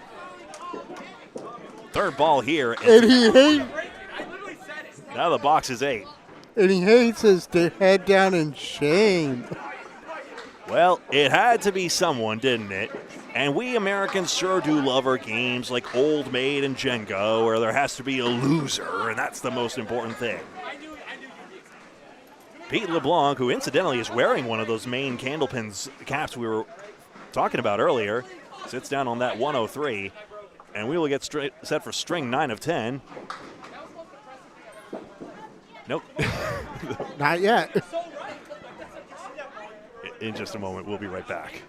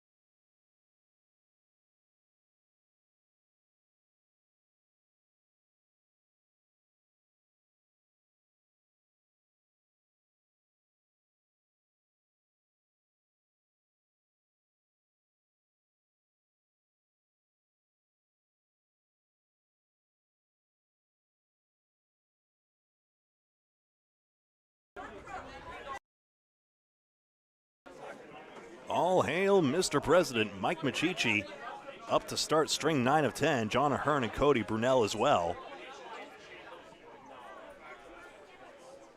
The lights will flicker on and off, and then we will begin the penultimate string here at Academy Lanes. I don't know why it's Halloween all of a sudden, but here we are. My name is Greg Gouillart alongside Kevin Burns. Pleasure to be with you with our 19th of 20 strings, and this, the 9th of 10 in this second shift. At last check, it still looks as though Nick Olson is holding his lead and over the Sean Pine line, setting that first shift. Let me confirm here, make sure all the scores are entered in. The committee led by Mike Machichi.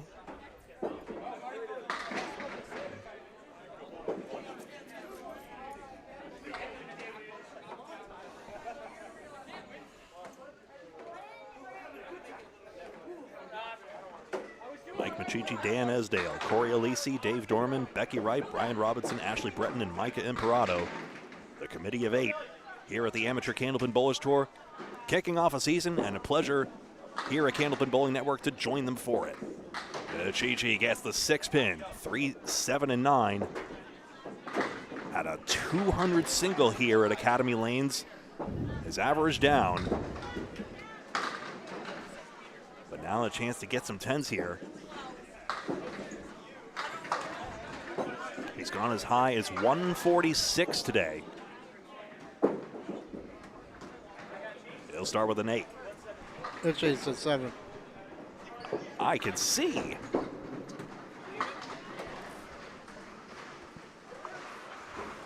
His wave did get on camera, right?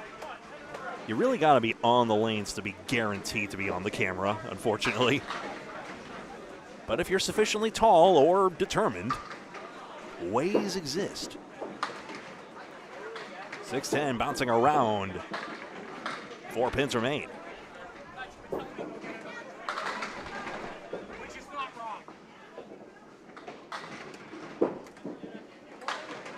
Good pins taken out.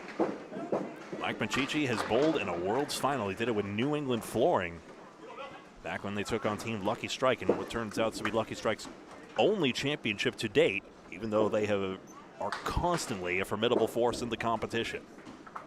They'll begin with 8. There the cans stay. Seem as though they form a circle around what once was. Almost a tribute to what we created together here in this beautiful moment. They did get that 45th can there, technically 46th with one along the base as well.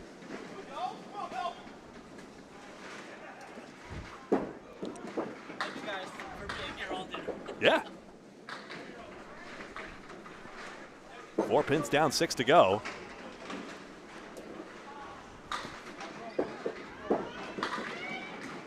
And just gets away into the curtain there, and it'll be 4. So other great events coming up. Amateur Candlepin Bowlers Tour has 3 more events squished into this summer of fun.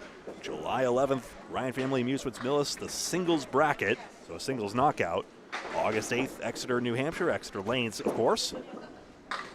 The doubles Survivor, which I still need to ask about the format of that. And August 29th, Bowlerama Sanford, random doubles knockout. Always love those unlikely partnerships coming together, and that's going to be a ton of fun. Who knows? Someone might find their forever teammate.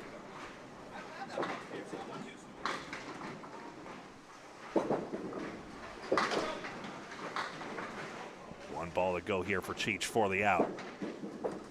And just dropped at the line.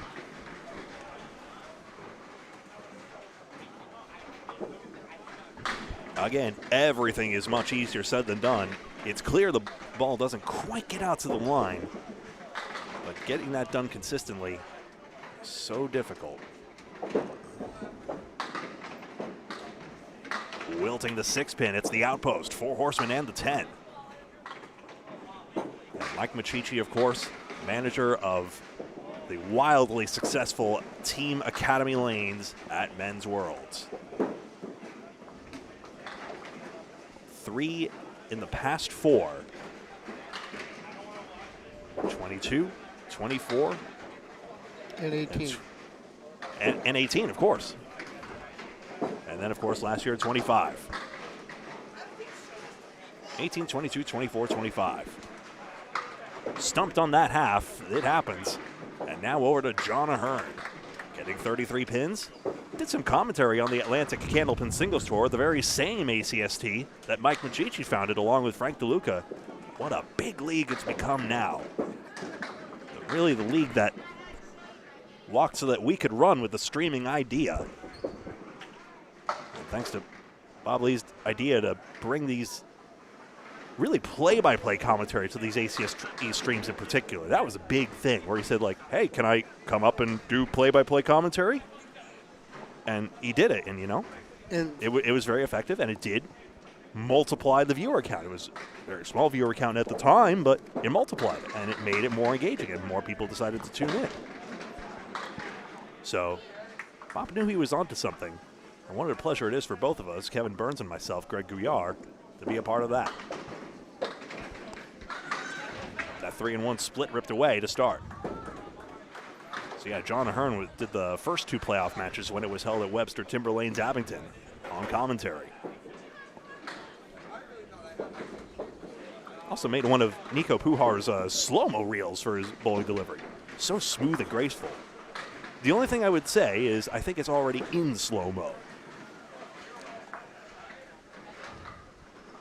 Yeah, you can't tell if it's a replay or not. Actually, technically, there's a little box that says replay that lights up, and it's an instant replay, because that's how you know it's a replay. 9 to begin. You are not a robot. So, Ahern grabbing those 2 pins. 9s are good for him, 9s and 10s. As long as he doesn't go south of that too often, gives him the chance for the 130.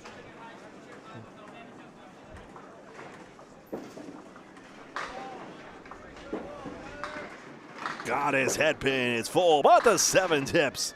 And it's the 3, 6, and 10. Very, very, very vertical wood, though. All he has to do is sweep that. And the lefty has to reckon with it. Or he's going to be too full on it. Tried to dodge it, but the cap got him at the last moment. The roadblock foiling the shot. He had the right idea, but he did not want to cap that. Nick Olson currently headed for 1,400 at this pace. He still remains your tournament leader. There's the 10 for Ahern. 19 through 2. Again, looking for that 130s target, so you see why the 9s and 10s are worth cheering. Al Weinchick, 1091, is 36 below that.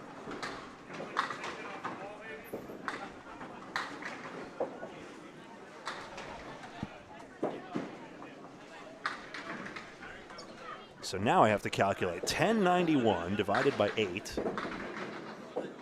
That's 136. Uh-oh. So now Sean Pine's score is now holding against absolutely everyone except Nick Olson. So now, not sure if Sean's watching this or following along with in any way, but now he sees, if he is watching, that he may actually be in second place at the moment. Moving on up, that's all Pro Series points, and the top 10 get paid. 2 pin are available for this 10 box. Ahern's got it. One pin left standing in the first 3 boxes. 29 plus 33. That's Dan Parent to his left in the Central Park Lanes shirt.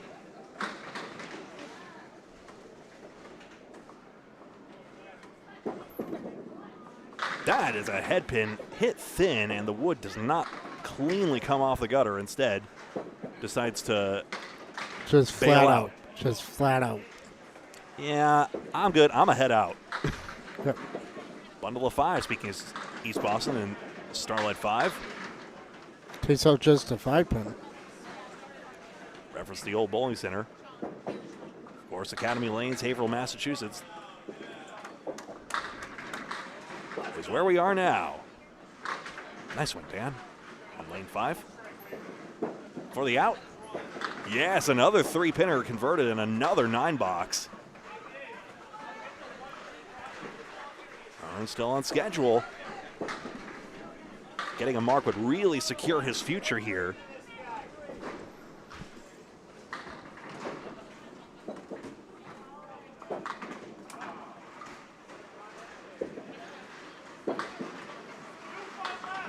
Into the 2-pin, 1, 3, 7, 8, 10.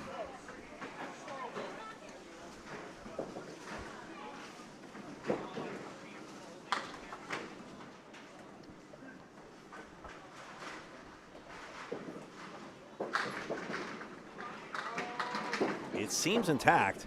Ball gets away here, but yet again, that third ball has been so effective. He's already picked up 9 pins on that alone. You're fine.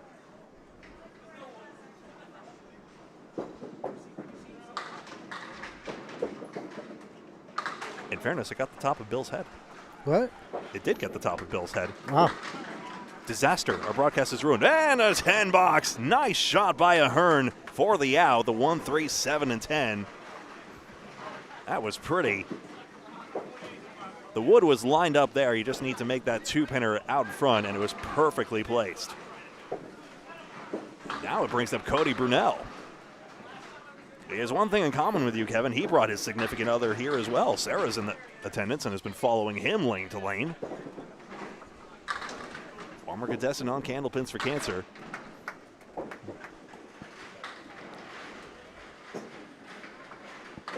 You would think he was one of the, with his magnificent beard, you'd think he was one of the 2 guys behind the, Between the Two Beards new bowling channel we've got here, Between the Two Beards. You can check them out on Facebook, among other places.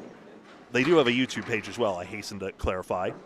But Between the Two Beards is actually Joseph Ringer and Scott Schneider, in fact.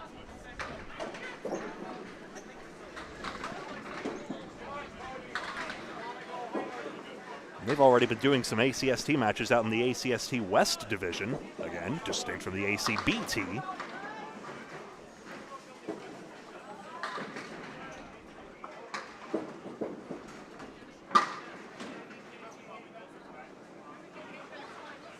Trying to figure out if Brunel actually skidded at the line as he did that practice slide. As long as he's assured in it, no problems with the approach as far as I can tell, reported by anyone. Bowlers will notice if they stick or slide funny, but I have yet to hear a single complaint about it. Well done, Academy. If unsurprising. 3 pins out to begin. Cody Brunel spotted 27 pins, about a 100 average.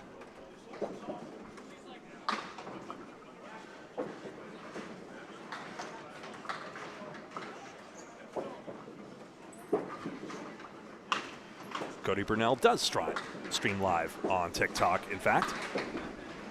At last check. Let's see if I can remind myself. Cody's Candlepin. That's Cody's _Candlepin. Without no apostrophe, but it's Cody's _Candlepin on TikTok. You can check it out there. 6 to begin.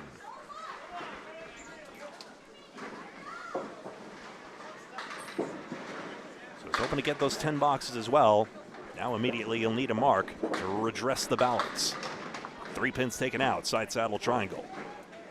Also wearing one of those ACBT shirts. I'm quite fond of that font. It's got some character to it. Not sure if it's easy to see on our cameras here. Oh man, that 7-pinner went in a jiffy. Have another look at this. And again, just one piece of wood making the difference here, but that was impressive.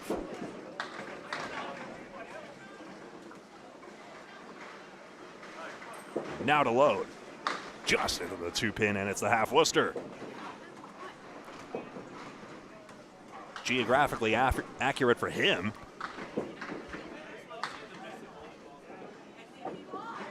Well, to get to Worcester, it would put him halfway home.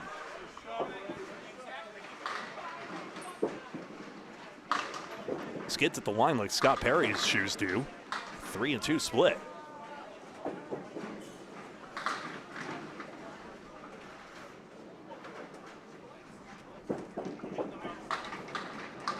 This further out here, the 3-pinner on the right side is the prudent play, and gets a sidewall bounce, and, well, gets 3.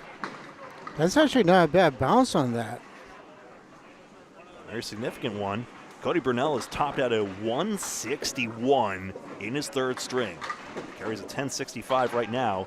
He is 1, 2, 3, 4, 5, 6th best among everyone in this shift. He's back in the pocket. He drops 8. His average of 133 is unlikely to put him in the top 10 cashing positions, but remember, every pin you get throughout the season is all worth points, and it could affect playoff standings at the very end for ACBT Tour members. If anyone's out there and wants to bowl one of the ACBT events, local PSA, you don't have to join the tour necessarily. Wow, that 4-pin got tagged. You do not have to join the tour to bowl in a particular event. Members get priority, so keep that in mind, but if you've got the money and you can bowl properly, you can bowl. Just as long as you have some league average to use, otherwise you'll have to bowl scratch. Which was never fun. It's a 9, but it builds character. But it also gives you the endurance. Interesting. Cody Burnell picked that ball up from the manual ball return of sorts. That's the right gutter. Didn't want to use it. It's like in blackjack. When the dealer takes your money, they never pay the next guy with the money they just took from you. They always give them, so to speak, clean money. Yeah, all the chips are worth the same. Punches a half whistle on the right side. But it is bad juju about it. You just don't do that. You don't want the other guy to think, wow, I guess I took your money, huh?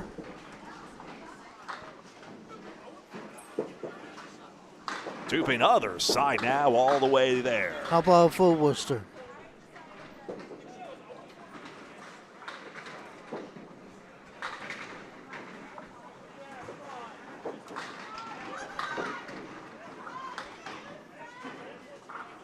Gearing up for a 3rd ball.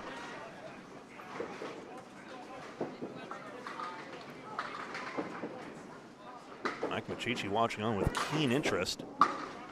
Looking forward to seeing the bowlers do their best on the tour he now presides over. And he's quite literally presiding over it as he waits his turn to bowl. 41 scratch half here. So Cody will need more than that to hit the 130 target. And back we go to Mike Machichi. A half he'd love to forget. Even with memories he will remember for a lifetime here at Academy Lanes. It's obviously a grand mystery, but when I asked him about how the average dropped off so quickly, well, COVID-19, that's the simple answer. Just never got back to form after that point. Just never found what made him successful in the first place. 1 ball to go. It happened to a lot of guys. There was just that huge drop-off. Oh, and down they all go for the 10 bucks. Machichi with the escape, and out of nowhere, saves the box. One more look at that. Possible turning point.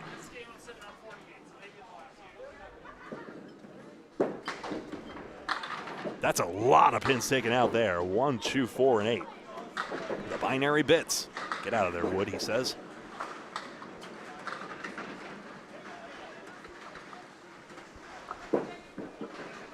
Outside head pin off the wall does not take the 8.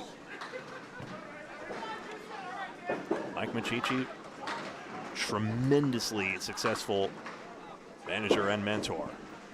Gets a 10 box.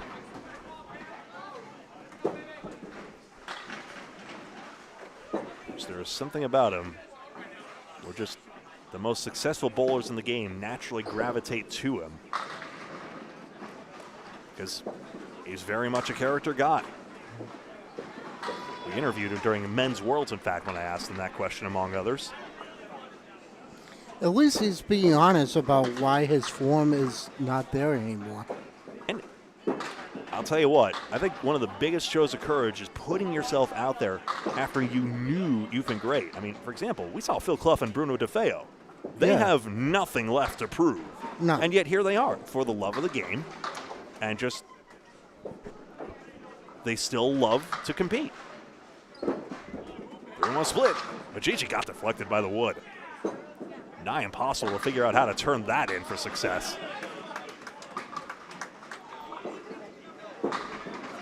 Man, remember turnitin.com? No, just me? Anyway. After that split, ends up with a 7-box. Real quickly, I'm going to say one thing. Juice Steele just messaged in the CBN chat page, and through 2 strings, 2 rounds of qualifying at the King of the Hill. All right. I really ought to have my phone now. Thank you for spotting that for me as well.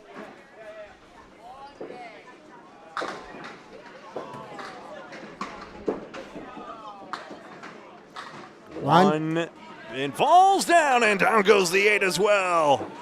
And he takes a bow. He deserves that one. He deserves that one. It just took its time. The 2, the 7, the 1, and the 8. Thank you very much. He did deserve that. I mean, he's... You just want the best for him. It's incredible. And he's got his head pin this time.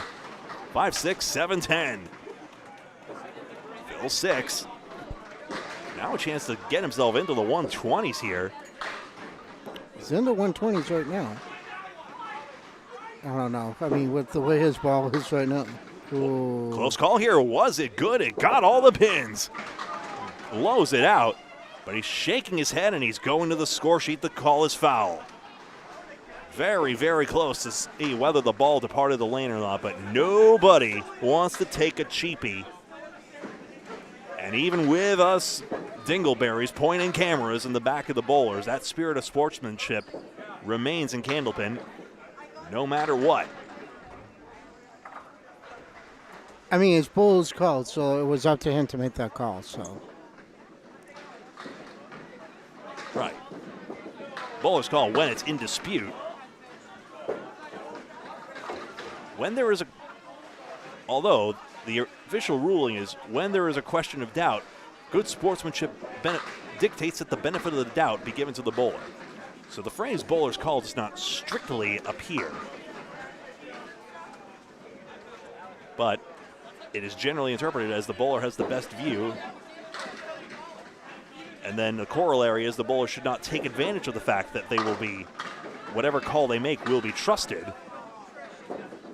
So that's what naturally occurs from it. John Ahern. Immaculately pinned first half, just about. So even though his first balls have gotten away, save one, he's been back on it second and third times, and it's allowed him to get those good results.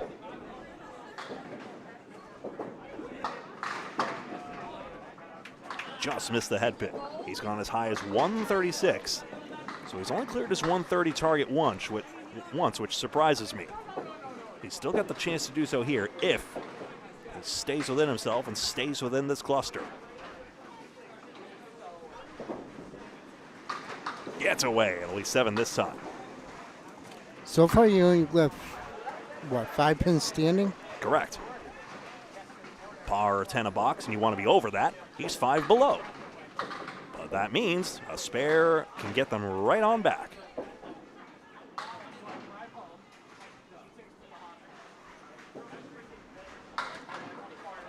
The 9th string. Our 19th. Don't pity us, but it is Oh, true. jeez. And a spread eagle. Oh, boy. I waited all day for this. I know. How does that happen?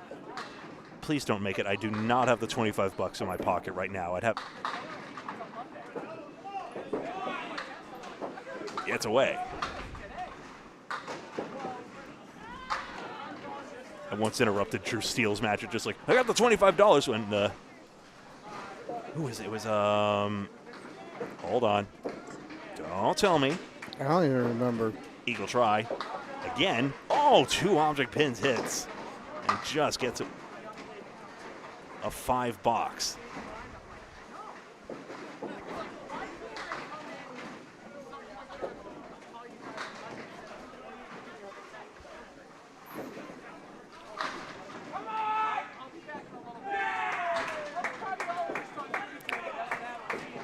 Tyler just threw a triple on lane 8. Tyler Reese did, huh? Extraordinary. And there's a lemon drop. Jar's right here.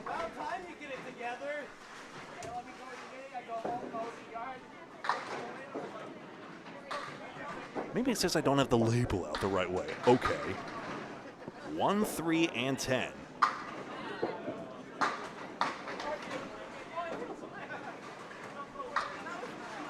Every dollar counts, though. $122,000 given to bowlers and their families. With many, many thanks to the Candlepin community and our supporters as well. An 8-box. Ahern will need a mark or 2, but still can get that 130. Would love to see him get it.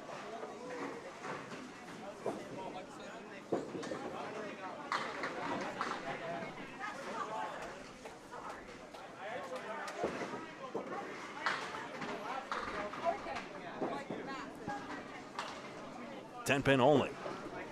Dave Peterson watching on. Rooting John on.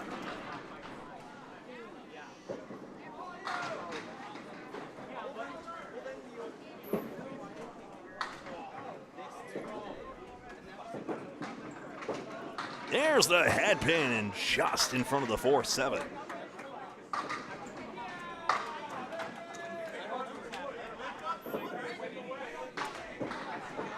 Seven for the 10. Got that. So now, if somehow a 19 box is in the cards, you get 130. But even there, you don't need it all straight away. You could just get a 16 box, get close to that 120s. Obviously, by this point in this late stage, John will be impatient for that 130. But let's see now. That's a good first ball and is not going to get an amazing reward. Is the 5, 6, 7, 10 playable? It looks like it is, Greg. Left side wood, does it bridge at all? The only problem is you have everything covered but the 7. You got to bang something out the wall. I hit! And he did. And the 10 is hit. Excuse you. Why will you not get over? That is the one pin I didn't think that was going to. Absolutely ridiculous. Susan, I am so sorry you had to see that. That is just cruel robbery. Quality 10. Anna Hearn will have to settle for this. But hey, he got the 121 and he can hang his head high after that. Not a bad string. Cody Burnell steps up. Didn't get the spare fill he was after. It was that 7-pin detonation job he had in the second box. It was just excellent. I haven't had the rest of my Coca-Cola. I didn't sleep last night either. How much sleep did you get last night? Less than 6. Worth it. I just wanted to do such a good job today. And you have. Well, we both have. Yeah. I think anyway. Joey Jocelyn to Cody Burnell's left. Now Cody. Just into the 3-pin here. Got the sleepers to fall and the 7 to go. So 1, 2, 10.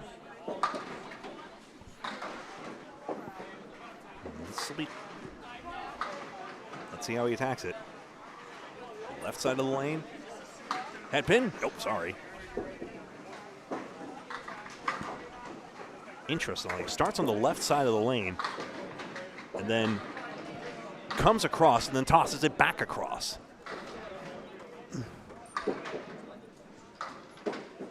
However you get there, it's basically the opposite trajectory that bowlers like Charlie Collins and Aaron St. Cyr take, where they go all the way from the right to the left side of the lane and then deliver their backup ball.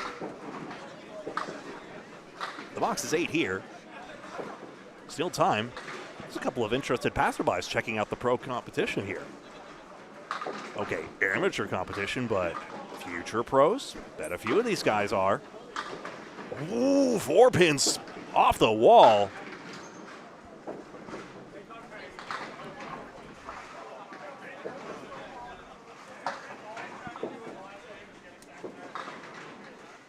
Who was I joking with earlier about a shot like that? I think it might have been Sean Crow. We were joking about something like that. Crazy. Oh, look at this. Oh, and was coming across. Excuse me. How in the world does that go? What a shot. And excuse me, spare for Brunel. Again, there is no obligation. In fact, there's a strict no returns policy here. So you thought the 3-pin was going to take it, and then Wood actually rides over the plate edge and takes it out. What a shot. What a shot. That's a bad... You know what it is? The ball propels the Wood a second time over the edge. Extraordinary. Rips away 6 pins, the 4 horsemen right. On the spare fill. So, 120's back in the cards.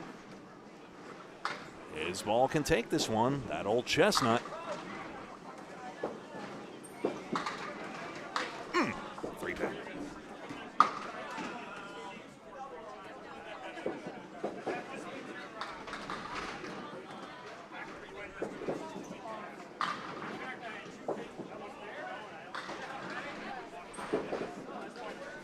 And there's the 10 box, the 10 pin for the 8 box, I beg your pardon.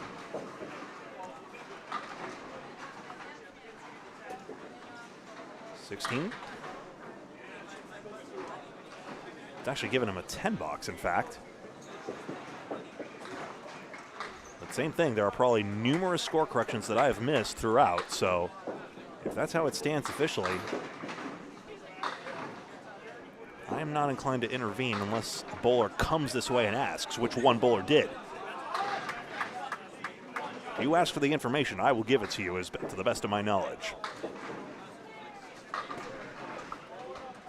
Headpin spilled out, I do believe, in this case. Yeah, the headpin went right behind the... And the 2-pin does not carry the 7.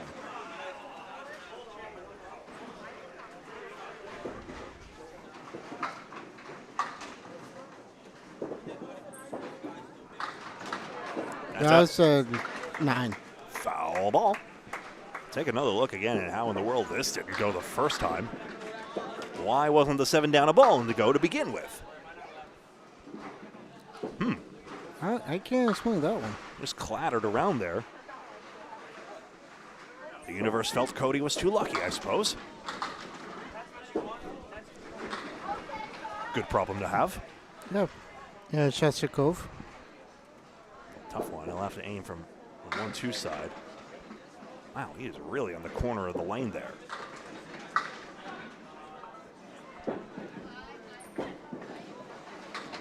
.610, back it comes again. And he'll have the 1-2-4. All right, I think real quick, I don't know if you're going to shut off Facebook for the viewers, because we are 15 minutes away from the King of the Hill starting. Right, so that PSA, 9 box for Brunel, first of all, 91. So. 9th string is over, 10th will begin as soon as it concludes on the other lanes, which is actually not that far away, honestly, so I'm just going to keep it going while we do this PSA. We will be, in a few minutes' time, probably at 9 o'clock or thereabouts, cutting the Facebook stream to give way to Drew Steele. When he says the word, I'm going to turn my stream off, and then you will have to find us on Candlepin Bowling Network on YouTube. We're still on YouTube, so please remember to join us there. Candlepin Bowling Network is found at youtube.com/@Candlepin Bowling Networks. youtube.com/@Candlepin Bowling Network. We hope to see you there. Getting set here. We'll be right with you in just a moment. Just keeping it rolling here since it looks like it will not be long.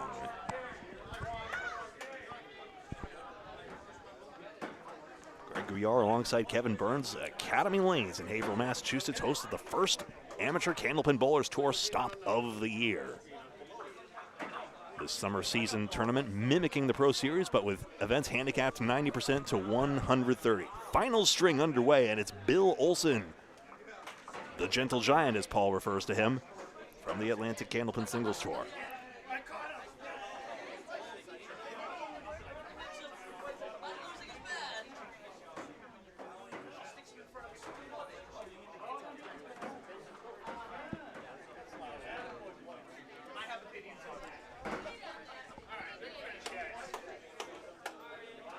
The biggest concern I've had, I'm not Bill's height, but I'm somewhat in the neighborhood.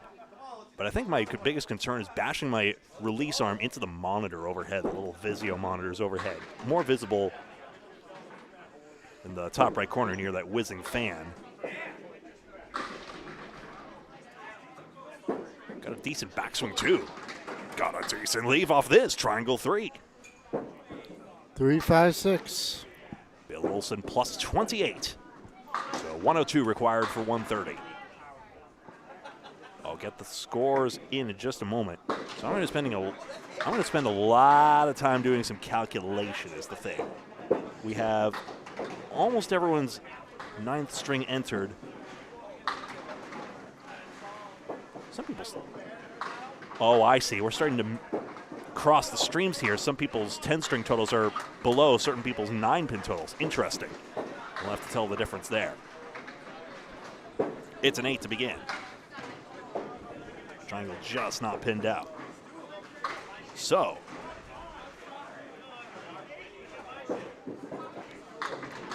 right now, Nick Olson is on 1251. He requires a 132 in this final game. 2 lanes to our left. Wait, hold on.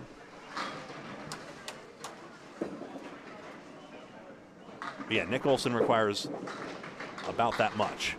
So Sean Pine, this could still go either way for him.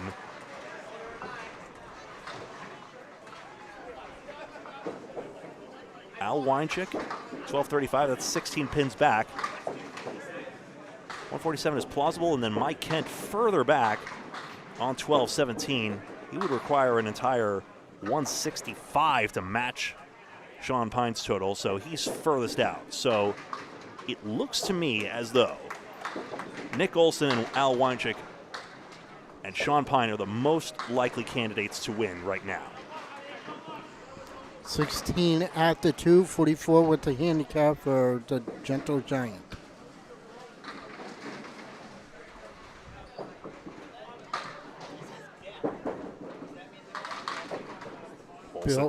Bill a little off. Takes out the half whistle and the 5-pin.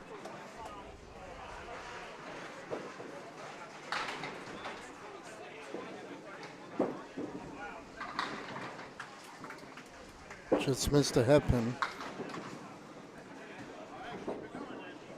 The gentle giant does bowl in the singles tour. He's had a string as high as 146 today, handicap. In a 6-box, 22 at the 3 scratch and a 50 at the 3 with the handicap. Hoping to gravitate around the 10 boxes there. Not off to that sort of start.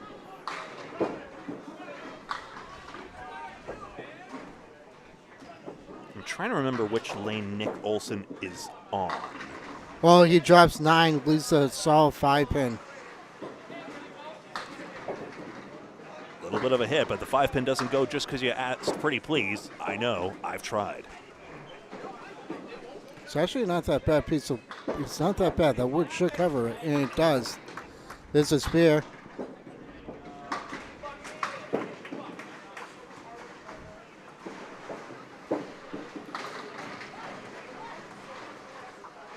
Re-rack here. So with regret, we won't get the chance to feature Trevor Kennison, who actually has 2 spares right now in the 1st and 4th. In the pocket, he's dropped 6. A 3-1 split. 2, 4, 7 in the 6-pin on the right. Couple pieces of wood. Wood is not favorable, but he can split this. Oh, wow, he if he made the 2-pin on that great, he would have had that shot. Didn't miss it by much. Getting the pins at least, so it'd be 2 perfect boxes if he drills this one. And that'll be a 9.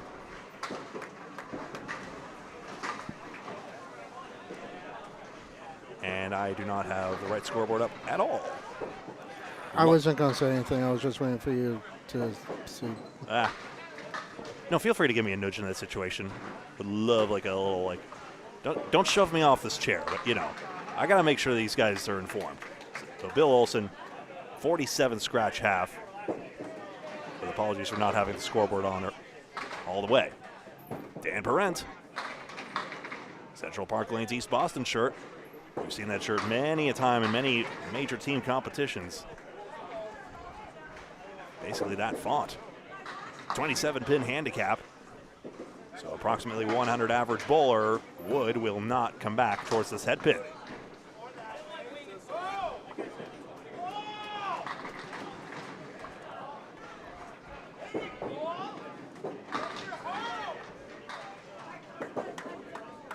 Drills it for the 10. All right, in about 7 minutes' time, we're going to be off of Facebook, as we mentioned, but we will be on YouTube. Yep. So again, youtube.com/@Candlepin Bowling Network. Feel free to subscribe and hit the bell icon when you get there as well, so that you're always notified. Perez gets the 4 horsemen left side. 1, 2, 4, and 7. Nick Olson has taken the lane right here, so he needs 131, and he has 42, so he needs 89, basically, to get there. 131. Brett looking for a 10 box here. Same thing, if he could just get some running 10s here. Yes, got it again. And you see the fist pump there. He is fully aware of the significance of it.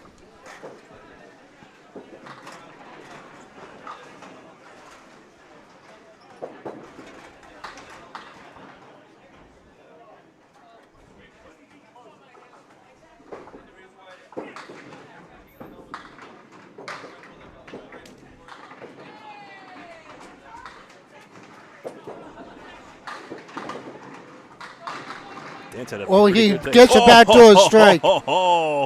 Thank you very much. That's a second backdoor strike of the day. Earlier today, we had Matt Susi do that with the 4 horsemen going backwards. And let's see what. Well, let's take stock of the trajectory this one takes. Very similar, actually. It's 10, very- 6, 3, 1. Yeah. Same thing.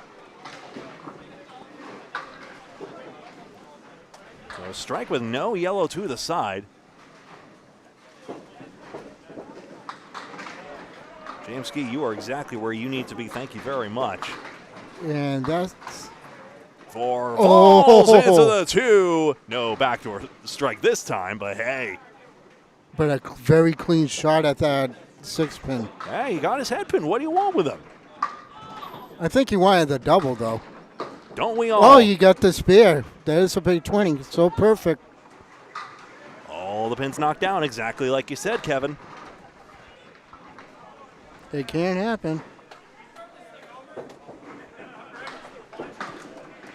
Olson is on 27 through 3, so he up to 69 with 7 boxes to go. He needs a mark somewhere along the line. Lane 2, if you would like to earn on your Cubica scores in the description below.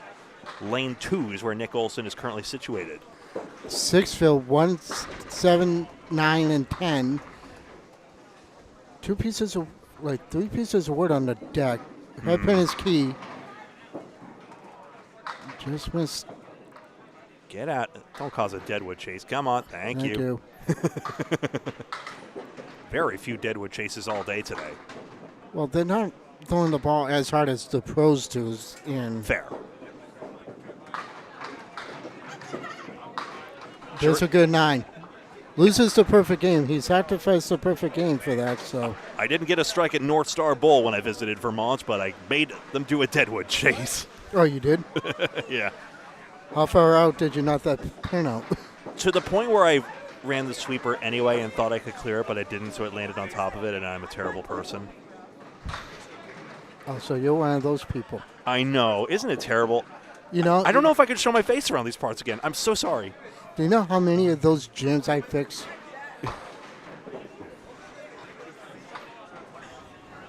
Jocelyn, excuse me. Thank you.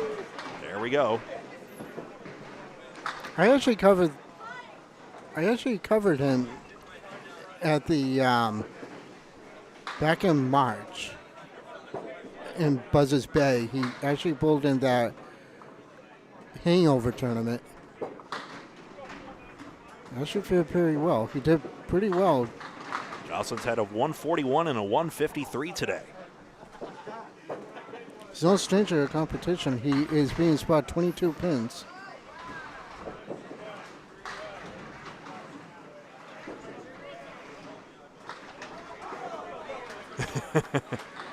Krista Ruggiero thought she had a bid on that for the 10 box.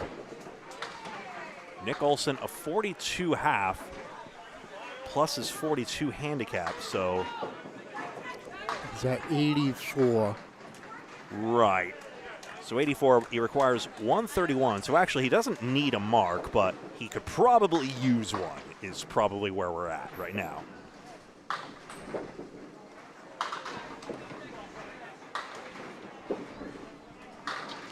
In the pocket, drops 9, leaves a solid 4 pin. That was crisp. Can he cover?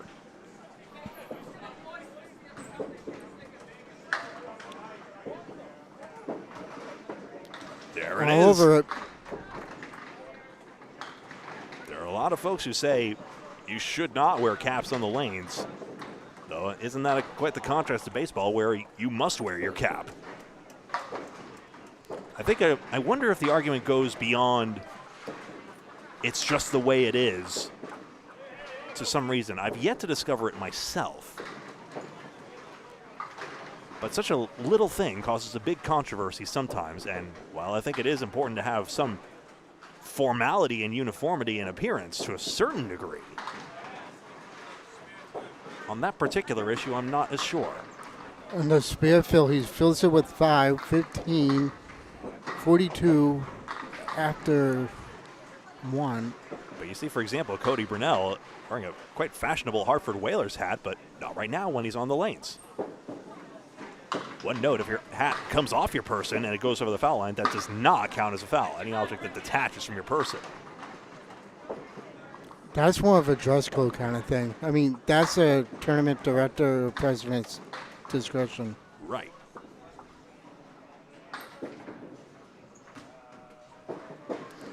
Needs 1 pin for the 9, gets an 8. So. I don't know if you want to take it off of YouTube because it's officially 9 o'clock. Facebook, you mean, yeah. Yep. Okay, I'm going to do that right now. I'm just going to get rid of the Facebook stream. So apologies to the folks out there on the Facebook stream. Facebook, please transition to YouTube, Candlepin Bowling Network. Please go to YouTube, Candlepin Bowling Network. YouTube folks, stand pat and watch Joey Jocelyn get the 4 horsemen.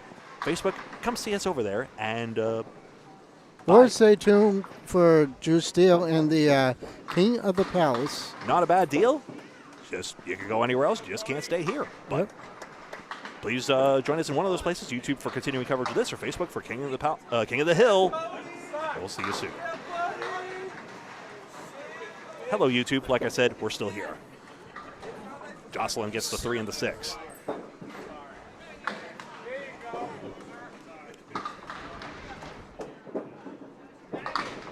Takes out the 3 pin for a 9. Harsh outcome, to be sure. So Nick Olson requires 47 more pins.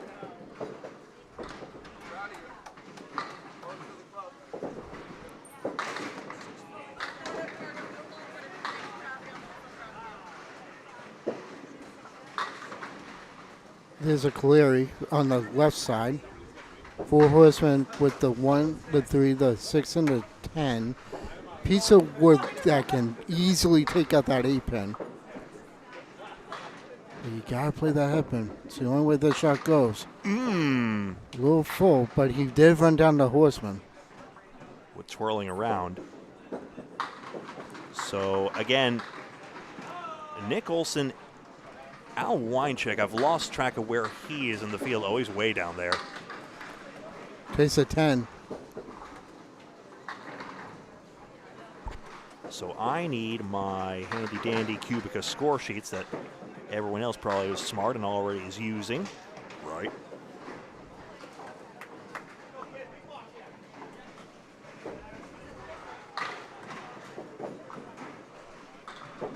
Al Weinchick. Nick Olson is on lane 2. Al Weinchick is on lane 11. Just misses the pocket. Loses the 1, the 3, 7, 9, 8, 9, 8, 10. Piece of wood right next to the 3-pin. Shouldn't be a factor, but it could help carry the 10. Oh, takes out everything but the 7. Nice bit on that. Now Weinchick has not marked through the first 4 boxes.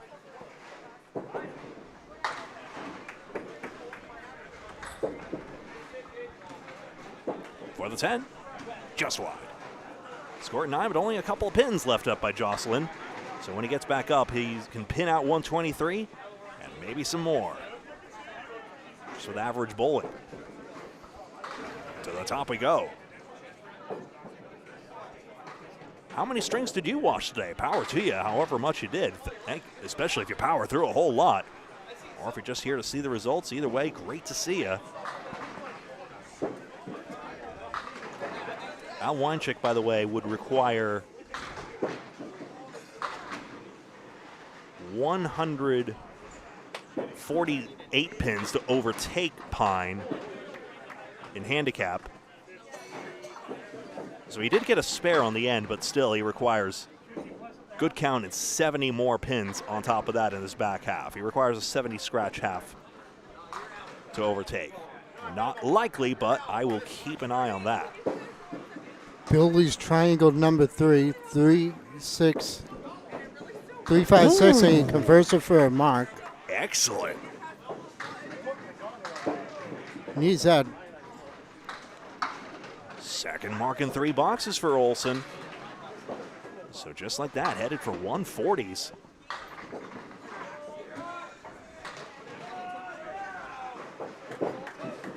.146 is his high mark today. What if he saved his best for last? True. He's already on that clip anyway. If he struck here, he would probably get it. Probably. It's in the pocket. Takes out 8, 9. Wow, what a backdoor sweep. I mean, it was such a powerful ball going down. Takes out 9. Big, big break. You can't get a bigger break than that. And that's another spare. So Bill Olson on pace for his best performance all night long. He no longer requires another mark to do that. Remember, 148. Or actually, no, excuse me. And he requires one more, excuse me. He requires one more mark. He's at 104. Doesn't seem so hard actually, at this rate. he's at 114 with the mark. Actually, that is including it. Okay. The 10 is baked in there. Okay. And let's see. Oh, threw that one away. So we tack on one more, you see there, 105. I am on Nick Olson watch at the moment. Remember, he requires 131 to catch Pine. Oh, can he convert? No. Well, that would have been something if he did. He is going to have to mark again just to make that 140. Low, the king still stands. That'll be a 9 box. Was trying to go for the wood on that one. Which wouldn't have been a bad idea, but... Yeah, Redline probably takes it. But Olson is known for is no stranger to big matches. I mean, he's good enough to do it.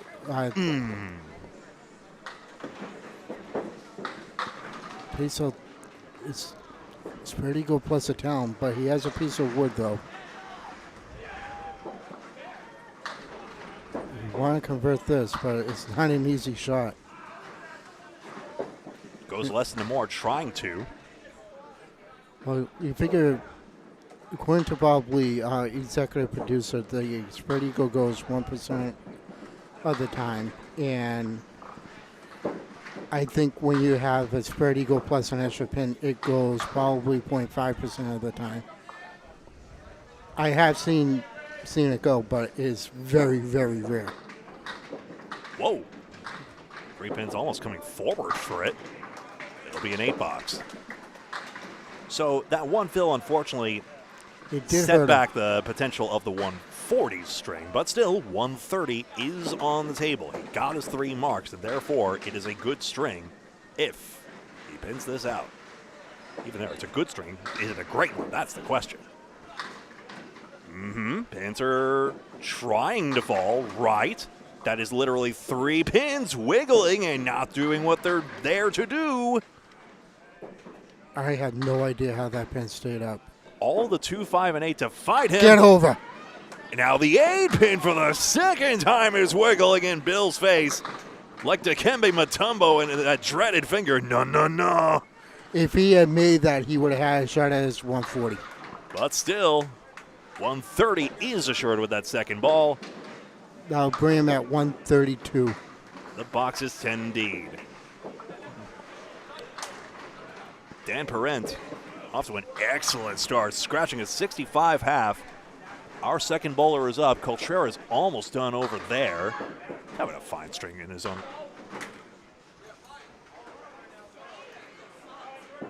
And the 110s as it happens. He'll get an out here. Bummer gets a 7 box on the end there. And now Nick Olson With a strike. Oh, man. Second strike this string. Parent having an excellent string. One more look at it. 10 pins swept out last.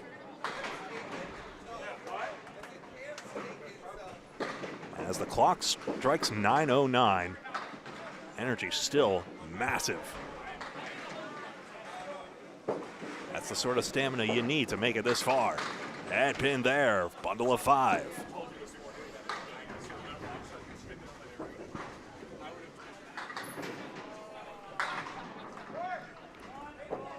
Starlight Yep. punches right through it, but really nothing you can do about that. Got 8 on the strike fill, though. Did his job, essentially. Another job to do here. Yes, good shot for the 10. We are officially on our 12th hour right now, Greg. Awesome. Nick Olson, 131 to tie, 132 to win. 131 to tie, 132 to win. He has split and not marked in his 6th, but he is getting his pins. And he gets a 9 box, so he has 51. Dan is at 120 right now. So it's 38 to tie, 39 to win. In the pocket, and Oh, another my. bomb. Man. 2 strikes and 3 boxes. And 3 in the string. Alas, were they, if only they were consecutive. Another look. Yes, please. 1-3 pocket. Hope I'm not just saving the replay from the last one. I couldn't tell the difference. No, it was the same thing. His arm was a little lower down. Yeah. We'll go with that. If he doubles here, he's looking at 150. Olson needs it out on lane 2.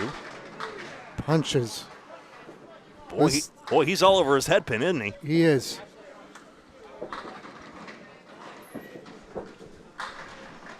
You can't be upset with the lead, but you got to be upset with the fill.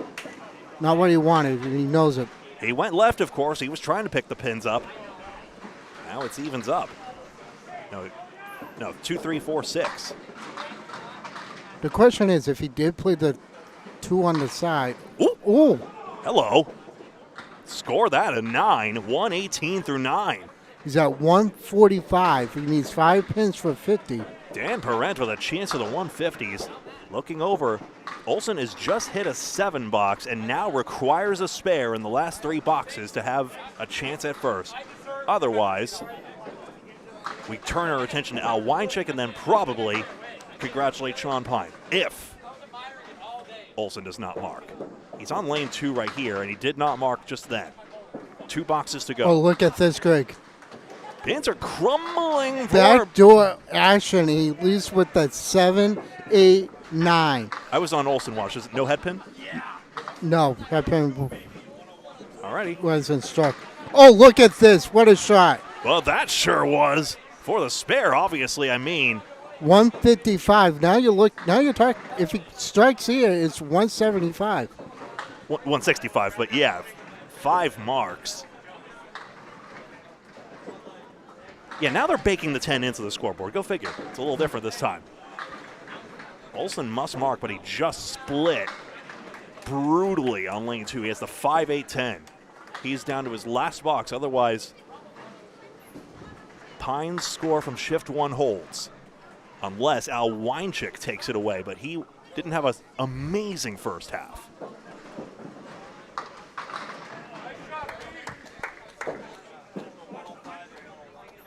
Sounds like he bounced that one. Let's watch Parent on this spare fill. To finish off. Oh, head looks pin. good. Yep. It's not going to fall. It's not going to fall. It's going to be a 5 fill for a 160. Why not? Everything else fell for me. 160 handicap for Dan Parent. A 133 scratch. Just checking in. I believe that's his high mark for the day. Been rooting for everyone to get their personal best on our featured lanes here, and I think that must be true in Parent's case.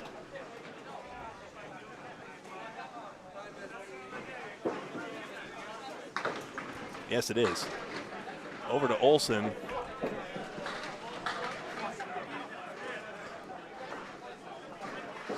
He is not marked in the 9th either. He is down to his last box in lane 2. He requires 15 to win. 14 to tie, 15 to win. He must have this mark on lane 2. Here's Joe working on a 51 half with a 73. Or no, hang on a second. Wait a second. There's a strike marked up there? Oh, unbelievable. There's a strike marked up there.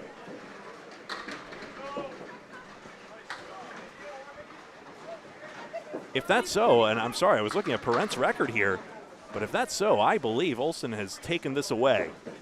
Just a moment. 1 pin, and there it is, a 136. Nick Parent has taken it away, and now we turn to Al Weinchick.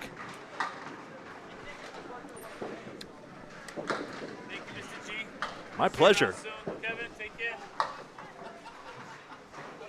10 box for Joey Jocelyn. Apologies for having my attention turned. Obviously trying to keep track of everything over here.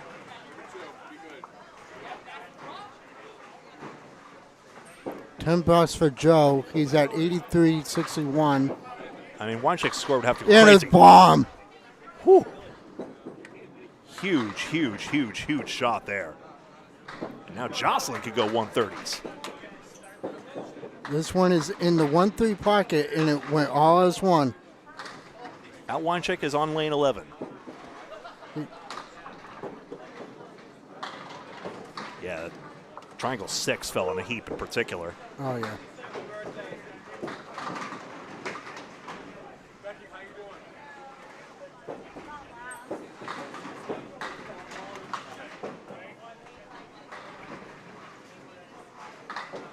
Weinchick has a 7 fill. I think you will find that Nick Almost a double strike. He drops everything but the 7 pin. so close. I think we might be going without a double at this rate. Crud, I am sorry. Get this beautiful string into view here. Another mark. We cannot be denied the beauty of this. Spare on strike.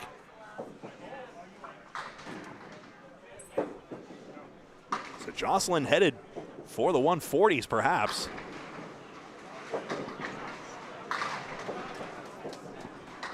So, yes. For the 136.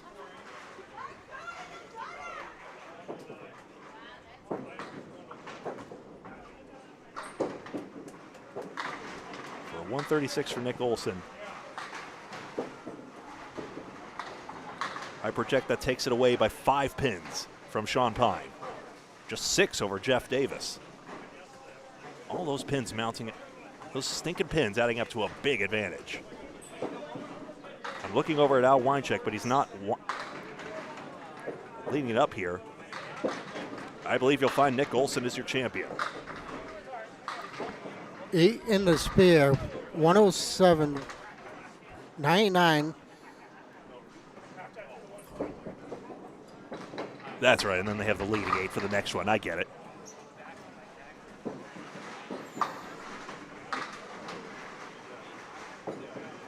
As we wind down, I threw that one away.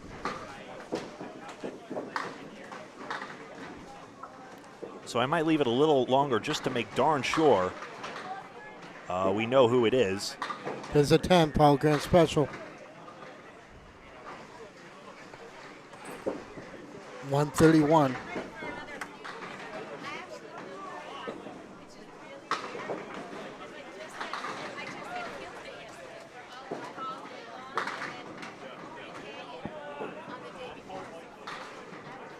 Excellent string by Jocelyn.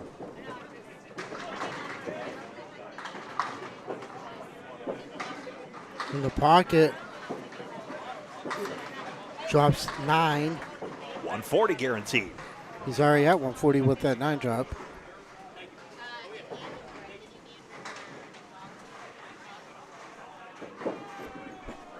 Oh, just miss.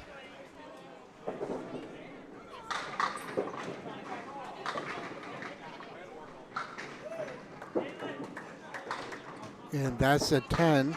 Checking in on Weincheck, nothing big there. And there is, who else do we have to consider? Mike Kent, maybe? He had a good finish, but it's also not going to pass Nick Olson's at some point either. Would have to be 34 clear of him. John Harrington obviously was a big force during the tournament. Ends up with 151. It's a big string to be sure, but probably not enough. So I'm going to watch this spreadsheet for a little longer just to see if we can get some scores populated in. A lot of scores entered in now at this point. Oh, wow. And if that's everyone's 10th string entered in, a lot of them are. Weincheck will not pass. Crow requires 170. I don't think anyone's really blowing up the scoreboard that highly. No one hooting and hollering, right? So No. I think in that case, I'm going to say Nick Olson is your projected winner. Is he over there? Yeah, he's right there. Yeah.